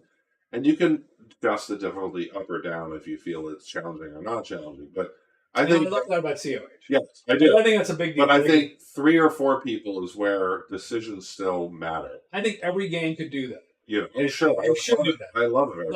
I agree with you that once you get to max team, like it's funny. I got on a few days ago and played my controller, and the random puck. I like pucks because I do like just to see what happens, but. There was a group going to do incarnate content. So they were doing Dark Astoria. Yeah. Now, we all have our pluses, but also the enemy has pluses, right? And again, 8-man team. It's not Unknown Never Died. It's, Sure. People... It's hard. Because it's +4. Times 8 +4. Yeah. So stuff, was getting smacked around a bit. But by and large, we were just, because again, you have 8 incarnate characters, doing their thing, and so in City of Heroes, one of the things I like about City, and again, I agree that I felt my contribution mattered, but also didn't. Yeah, you know what I mean. So let me just make sure people understand. In City of Heroes, the one thing I love about that game is that you can set your notoriety to whatever you want. So when you do a mission, you can say, "I would like to do this mission." Like you can be solo, you can be one guy. And you can say, I would like to do this mission as though I were 8 people. Yeah, 8 players. And I would like to do this mission as though I were 4 levels higher than I am. So your level might be 10. And you would get 14 level enemies for a party of 8. Right. And it will scale the dungeons like that. And you can do that at any time. Yeah. You can go, I want them a level down. Right. It's easy. I want blues. I want easy guys. Like, I want to pretend I'm one guy. I want one guy, and I want to be 1 level down. So everybody will be level 9, right? And you'll get 3 guys in a group because that's typically the one person, the one man solo. And the experience is commiserate, right? When you crank it up, you get more speed. You get a ton more shit. Right. When you lower it, you get a ton less. Right. It's a great. I wish more MMOs had that ability to sort of tweak on the fly to make the content the challenge that you want it to be. I think that would be great, even on Trinity games. I do think. So So Dustin asked, "Does plot even matter in MMOs?" And we'll get to that in a second. But let me go one step further. They have plots. Yeah. Right. I don't read that shit. Anyway, we'll get to that in a second. Having said that, I do think you could do a little more to make those combats more dynamic. I think COH especially, the combats are stale-ish. We played it a long time. The combats are stale. I mean, there are certain villain types that do tweak combats. You're like, oh, sappers, blah, blah, blah, blah. And I'm like, oh, that's different. Like that hits different when you run into those interesting foes. But yeah, in general, it's and AVs are boring. Yeah, and villains. Arch villains are just a bag of hit points and regeneration, and you have to overcome it. None of those fights are interesting. Like, the interesting thing about that game is the different power sets or the characters you make, but the villains aren't, that interesting. Some are more interesting than others, but in general, they're not that interesting as opponents. It's really how do you use whatever you've made to make the thing work. I always thought that COH would benefit from some kind of my favorite MMO. Some kind of randomization. Sure. So when you fight, right, after 5 seconds, if there's a boss or lieutenant, right, you could do a thing. boss or lieutenant spits out something. Do a thing. He says, right, kill the controller. Right. And then X amount of characters stop aggroing the tank. Right. And start attacking. And the tank has to then fight to get... Like, I think COH would benefit by making the characters react more. Yeah, because because a lot of the times the fights are very rote. It's we do what we do, and I do, and literally when we're playing, you can see we do the same shit every fucking time. You charge in and fire seeds. Right. I charge in and fire the storm cloud or whatever. Right. Sure. Done. And then you pick off the rest of them. Right. Yeah. And I think that sucks a little bit. There's no reaction. There's almost no reaction. It'd be nice unless you run into a very specific foe type that's like, oh, that's dude's a problem. Yeah, I'll need to do something different for this fight because Sapper, blah blah blah blah blah. Right. But there's not that many in the game that are really. Yeah. You're gonna treat because And you could, and by the way, you could still get by just doing exactly what you're going to do. You could still see. Yeah, I just need to make sure that one gets seeded. Yeah. And I wish there was a little bit more. Yeah, I get it. I wish every so often the lieutenant or boss would go, I'm calling in, and broadcast it. Yeah. Because that would be a thing. Reinforcements. I'm going to yell. Yeah. I'm calling reinforcements. And then you either can kill that guy in 2 seconds. I'm about to fire a nuke. Yeah, whatever he's going to do. And they broadcast it. And then you have that sort of tell. I think COH... that would be a great addition to the combat system. Right. Now, people would bitch or not, but I mean, it'd be more fun to go in and go, holy shit. Gotta pay attention. Yeah, like that guy is going to fire a nuke. I'm going to kill him. Right. Or hold him. Right. And that would give controllers something to do. Right. Because we've already argued that at some point, controllers are pointless. Yeah. Right? If it ever turns into a tank in the game anyways. Yeah, so but if you had a controller... and all of a sudden, that guy was going to blow everything up. Right. Hold that shit. Right. Done. You made your contribution. Right. He didn't get the news. So, does the plot even matter in an MMO as long as the gameplay? No, it doesn't. 100%. Agree. The loop is the thing. MMOs especially. I can single player RPG. I can I feel that completely different. I'll go either way. Yeah, but I'll go either way. I'll play a single player RPG and go, I don't give a shit. Sure, or you do. Like you played The Witcher on easy because you cared about the story. I do. Right. You're like the mechanics. You love the story. I do. I love the story. I love the characters, and the fights. I just wanted to do. You have to. But I didn't care about the mechanics of The Witcher. I played on whatever. Casual or whatever. I don't need a badass because look at me. He just wanted the no. Yes, Triss, we're not gonna. Triss. There's Yennefer. Bad decisions at the end. There's the Bragos. I'm sure everything. Sure, it's bad decisions were made, but yes, I cared about the story and didn't really care about the mechanics. I just wanted to get through it. Now, in an MMO, I could give a shit. Yeah. The story is absolutely plain. Like Final Fantasy XIV, people have forever said to me, "Great story." Oh, the story's great. The story's great. I'm like, is there one? Is there a story in Final Fantasy XIV? Oh my god. Yeah, I don't. Yeah, I mean, I'll read the text, but I never really retain it. I don't like. I could, I know people know all about City Heroes lore. I'm like, sure. Yeah, there was. Lore. I don't care. You know what? Typically, out of an MMO, what I want is an interesting mechanical character I can play. Yeah, and give me as many as I can do. Yeah, and frankly, that is also with single player games. Yeah, if you can give me interesting mechanical characters to play, I do like stories more in single player RPGs. I don't disagree. Like, But it's not a deal breaker if the story is rote. yeah. Oh, the evil lived Yeah. is going to kill everybody unless we do a thing. I'm like, Right. sure, Sure. let's do that. Can I play a stealth archer Right. or a mage or a heavy fighter? Oh my god, I'm playing Skyrim. Done. I got the done. I mean, there The are more variations of characters Yeah. there are, the Yeah. longer life that game's going to have for. Sure. I mean, well, a lot of them I don't replay no matter what. Like, Dustin asked, "How did you feel about the Witcher Netflix series? Did you watch Witcher on Netflix?" I did. I enjoyed it because I liked The Witcher. I did feel it sort of got progressively less good, though not bad. Like I think 3 seasons they did, 2 or 3. I don't know. And now I know he's gone, so I don't know what they'll do with New Witcher. I don't know if I care a ton. It was watchable. It was enjoyable.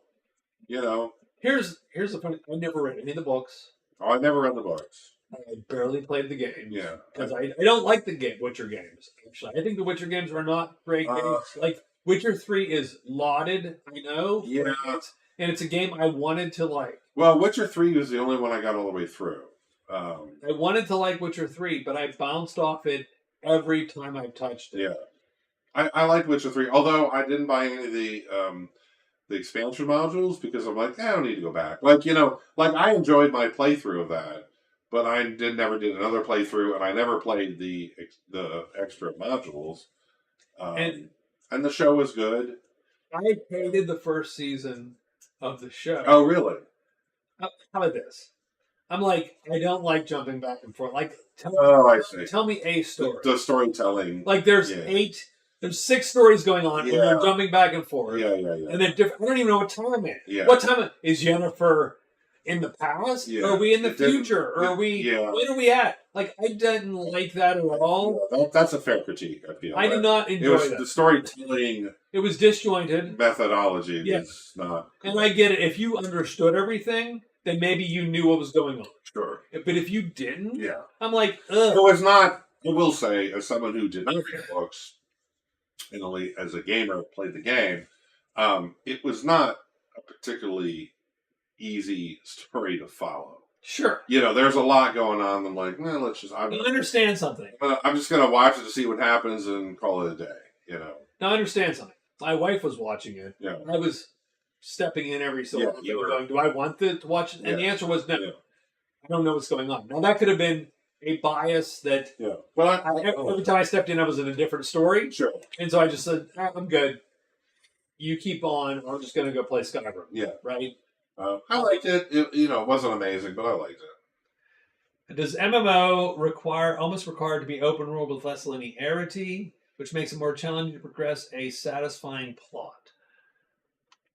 I mean, I think MMOs are about progression. Yeah. To be honest with you, I think primarily, Dustin, in my mind, MMOs are about progression. Yes. You can play MMOs for the story. That's fine. I think that's okay. I think, for instance, Final Fantasy XIV has a story that people like. I don't care. Yeah, I don't remember.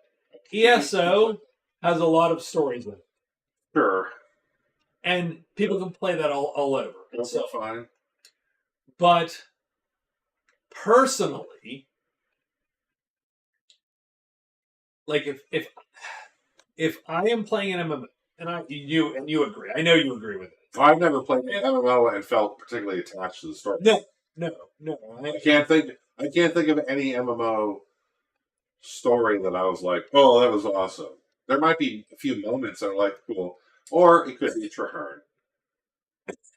Oh Jesus, Guild Wars. Everything's Traherne. It's all Traherne. So here's the thing. And I like that game. That's a good game. Sure, Guild Wars 2 is a good game. But not that story. So that story sucked.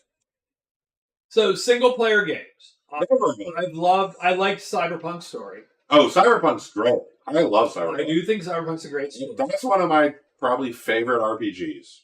I liked Final Fantasy X. Although people are going to make fun of me for this. Okay. I like Xenosaga. Again, these are PlayStation games, so I know that Otherwise, I don't engage with a lot of these stories super hard.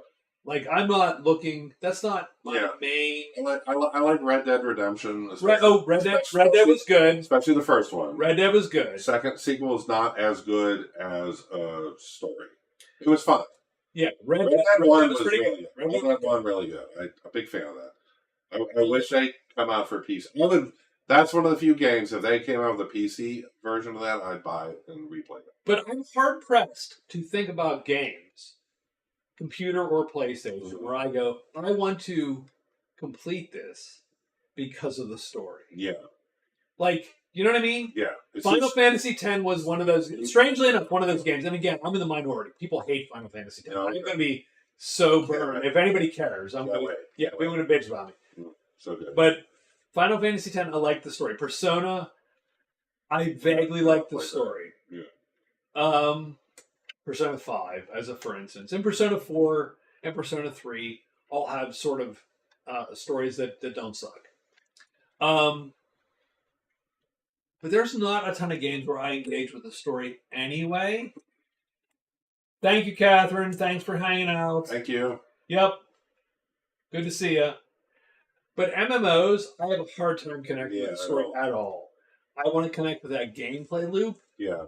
I want a good progression. I want good character builds. I want to have good fights. Yeah. That's what I want out of an MMO. Yeah. And play with my friends. Yeah.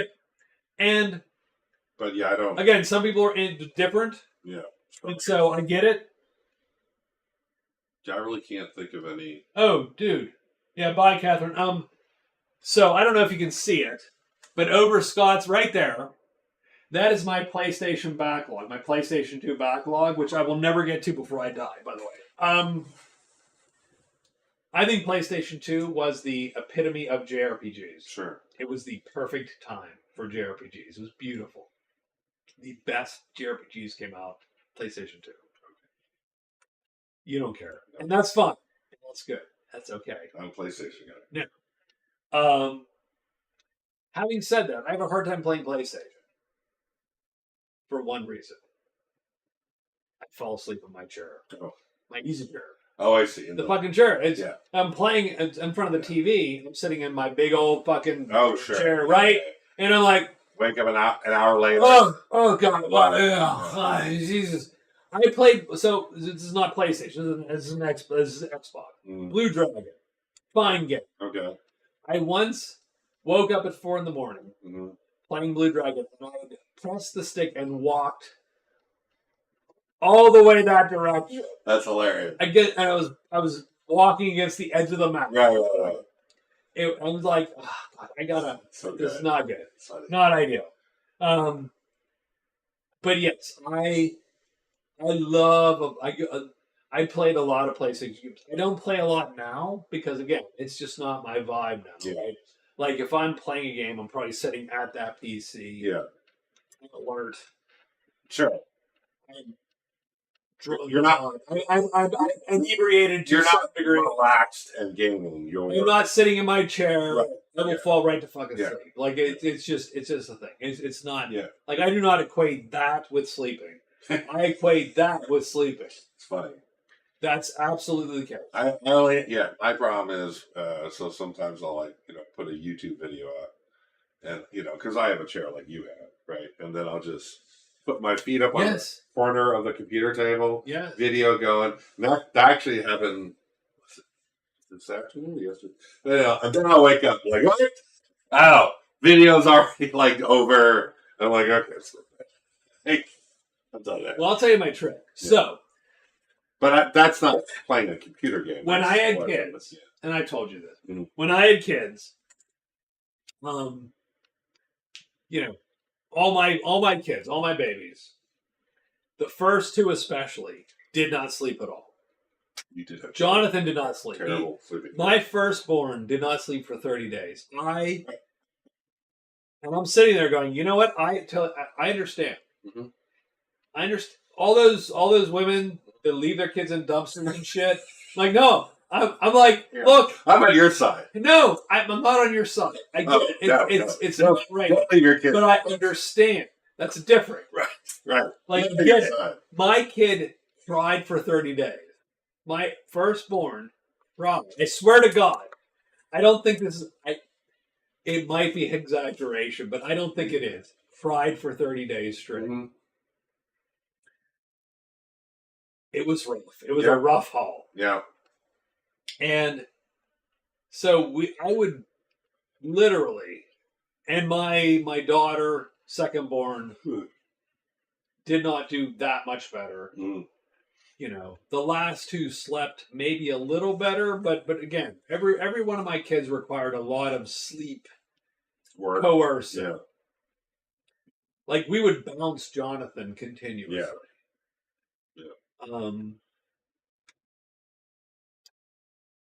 Yeah, my kids slept pretty good, but there was a period of time where every time I came home from work, my daughter cried all evening. No. So it was like I'd come home to her crying, I'd go to bed, I'd go to work, and then come home to her crying. It was like, what's wearing? And she's your kid. Yeah, Like she's your my kid. kid. Like if you picked your two kids, yeah, she's my kid. she's your kid. Like that's weird. Yeah, Like but, that's there was a window there. Yeah. It was like, so. But they slept okay. So the funny thing was that for a long time, so what I would do, I'd turn on Thomas the Tank Engine Oh yeah, and bounce them on some bouncy, rocky, whatever it was, right? Bounce them incessantly, and they would fall asleep. So now I equate British voices with falling asleep. Sleeping. Like I equate. Just one So what I'll do, YouTube. turn on rugby Oh, done. in my easy chair and fall to fuck asleep. Beautiful. I love it. Turn it down. Yeah. I can't tell Australian from English. Sure. Done. Ringo Starr sounds like whatever. It's all the same to me. Done. And I'm fucking asleep. Nice. I Done. love it. Done. You put your firstborn up to play Blue Dragon. I like Blue Dragon's a great game. It's not a bad game. It's just that it's a sleepy game. Yeah. Like the music, something about it. And you're in a comfy chair. Yeah, comfy chair. So I'm playing all PC now for the most part. I don't hate, like all these games up here are great games. I love them all, but yeah, I can't quite get there. I will probably never finish those at this point. Those are just for my shelf now. So I think I'm gonna get rolling. all right, so Theron and Catherine, Dustin, thank you guys very much. TV, I hope you enjoyed your bag of weed. Thank you all. Daniil, thank you for hanging out. Yep. Gamer Nerd, Skills, talk to you later. Thanks, everyone. We'll see you later. We're going to go, and I will talk to you all. And that's it. Good night, all. Good night. Yep. Let's end this. We did it. Oh, that was okay. That was fun.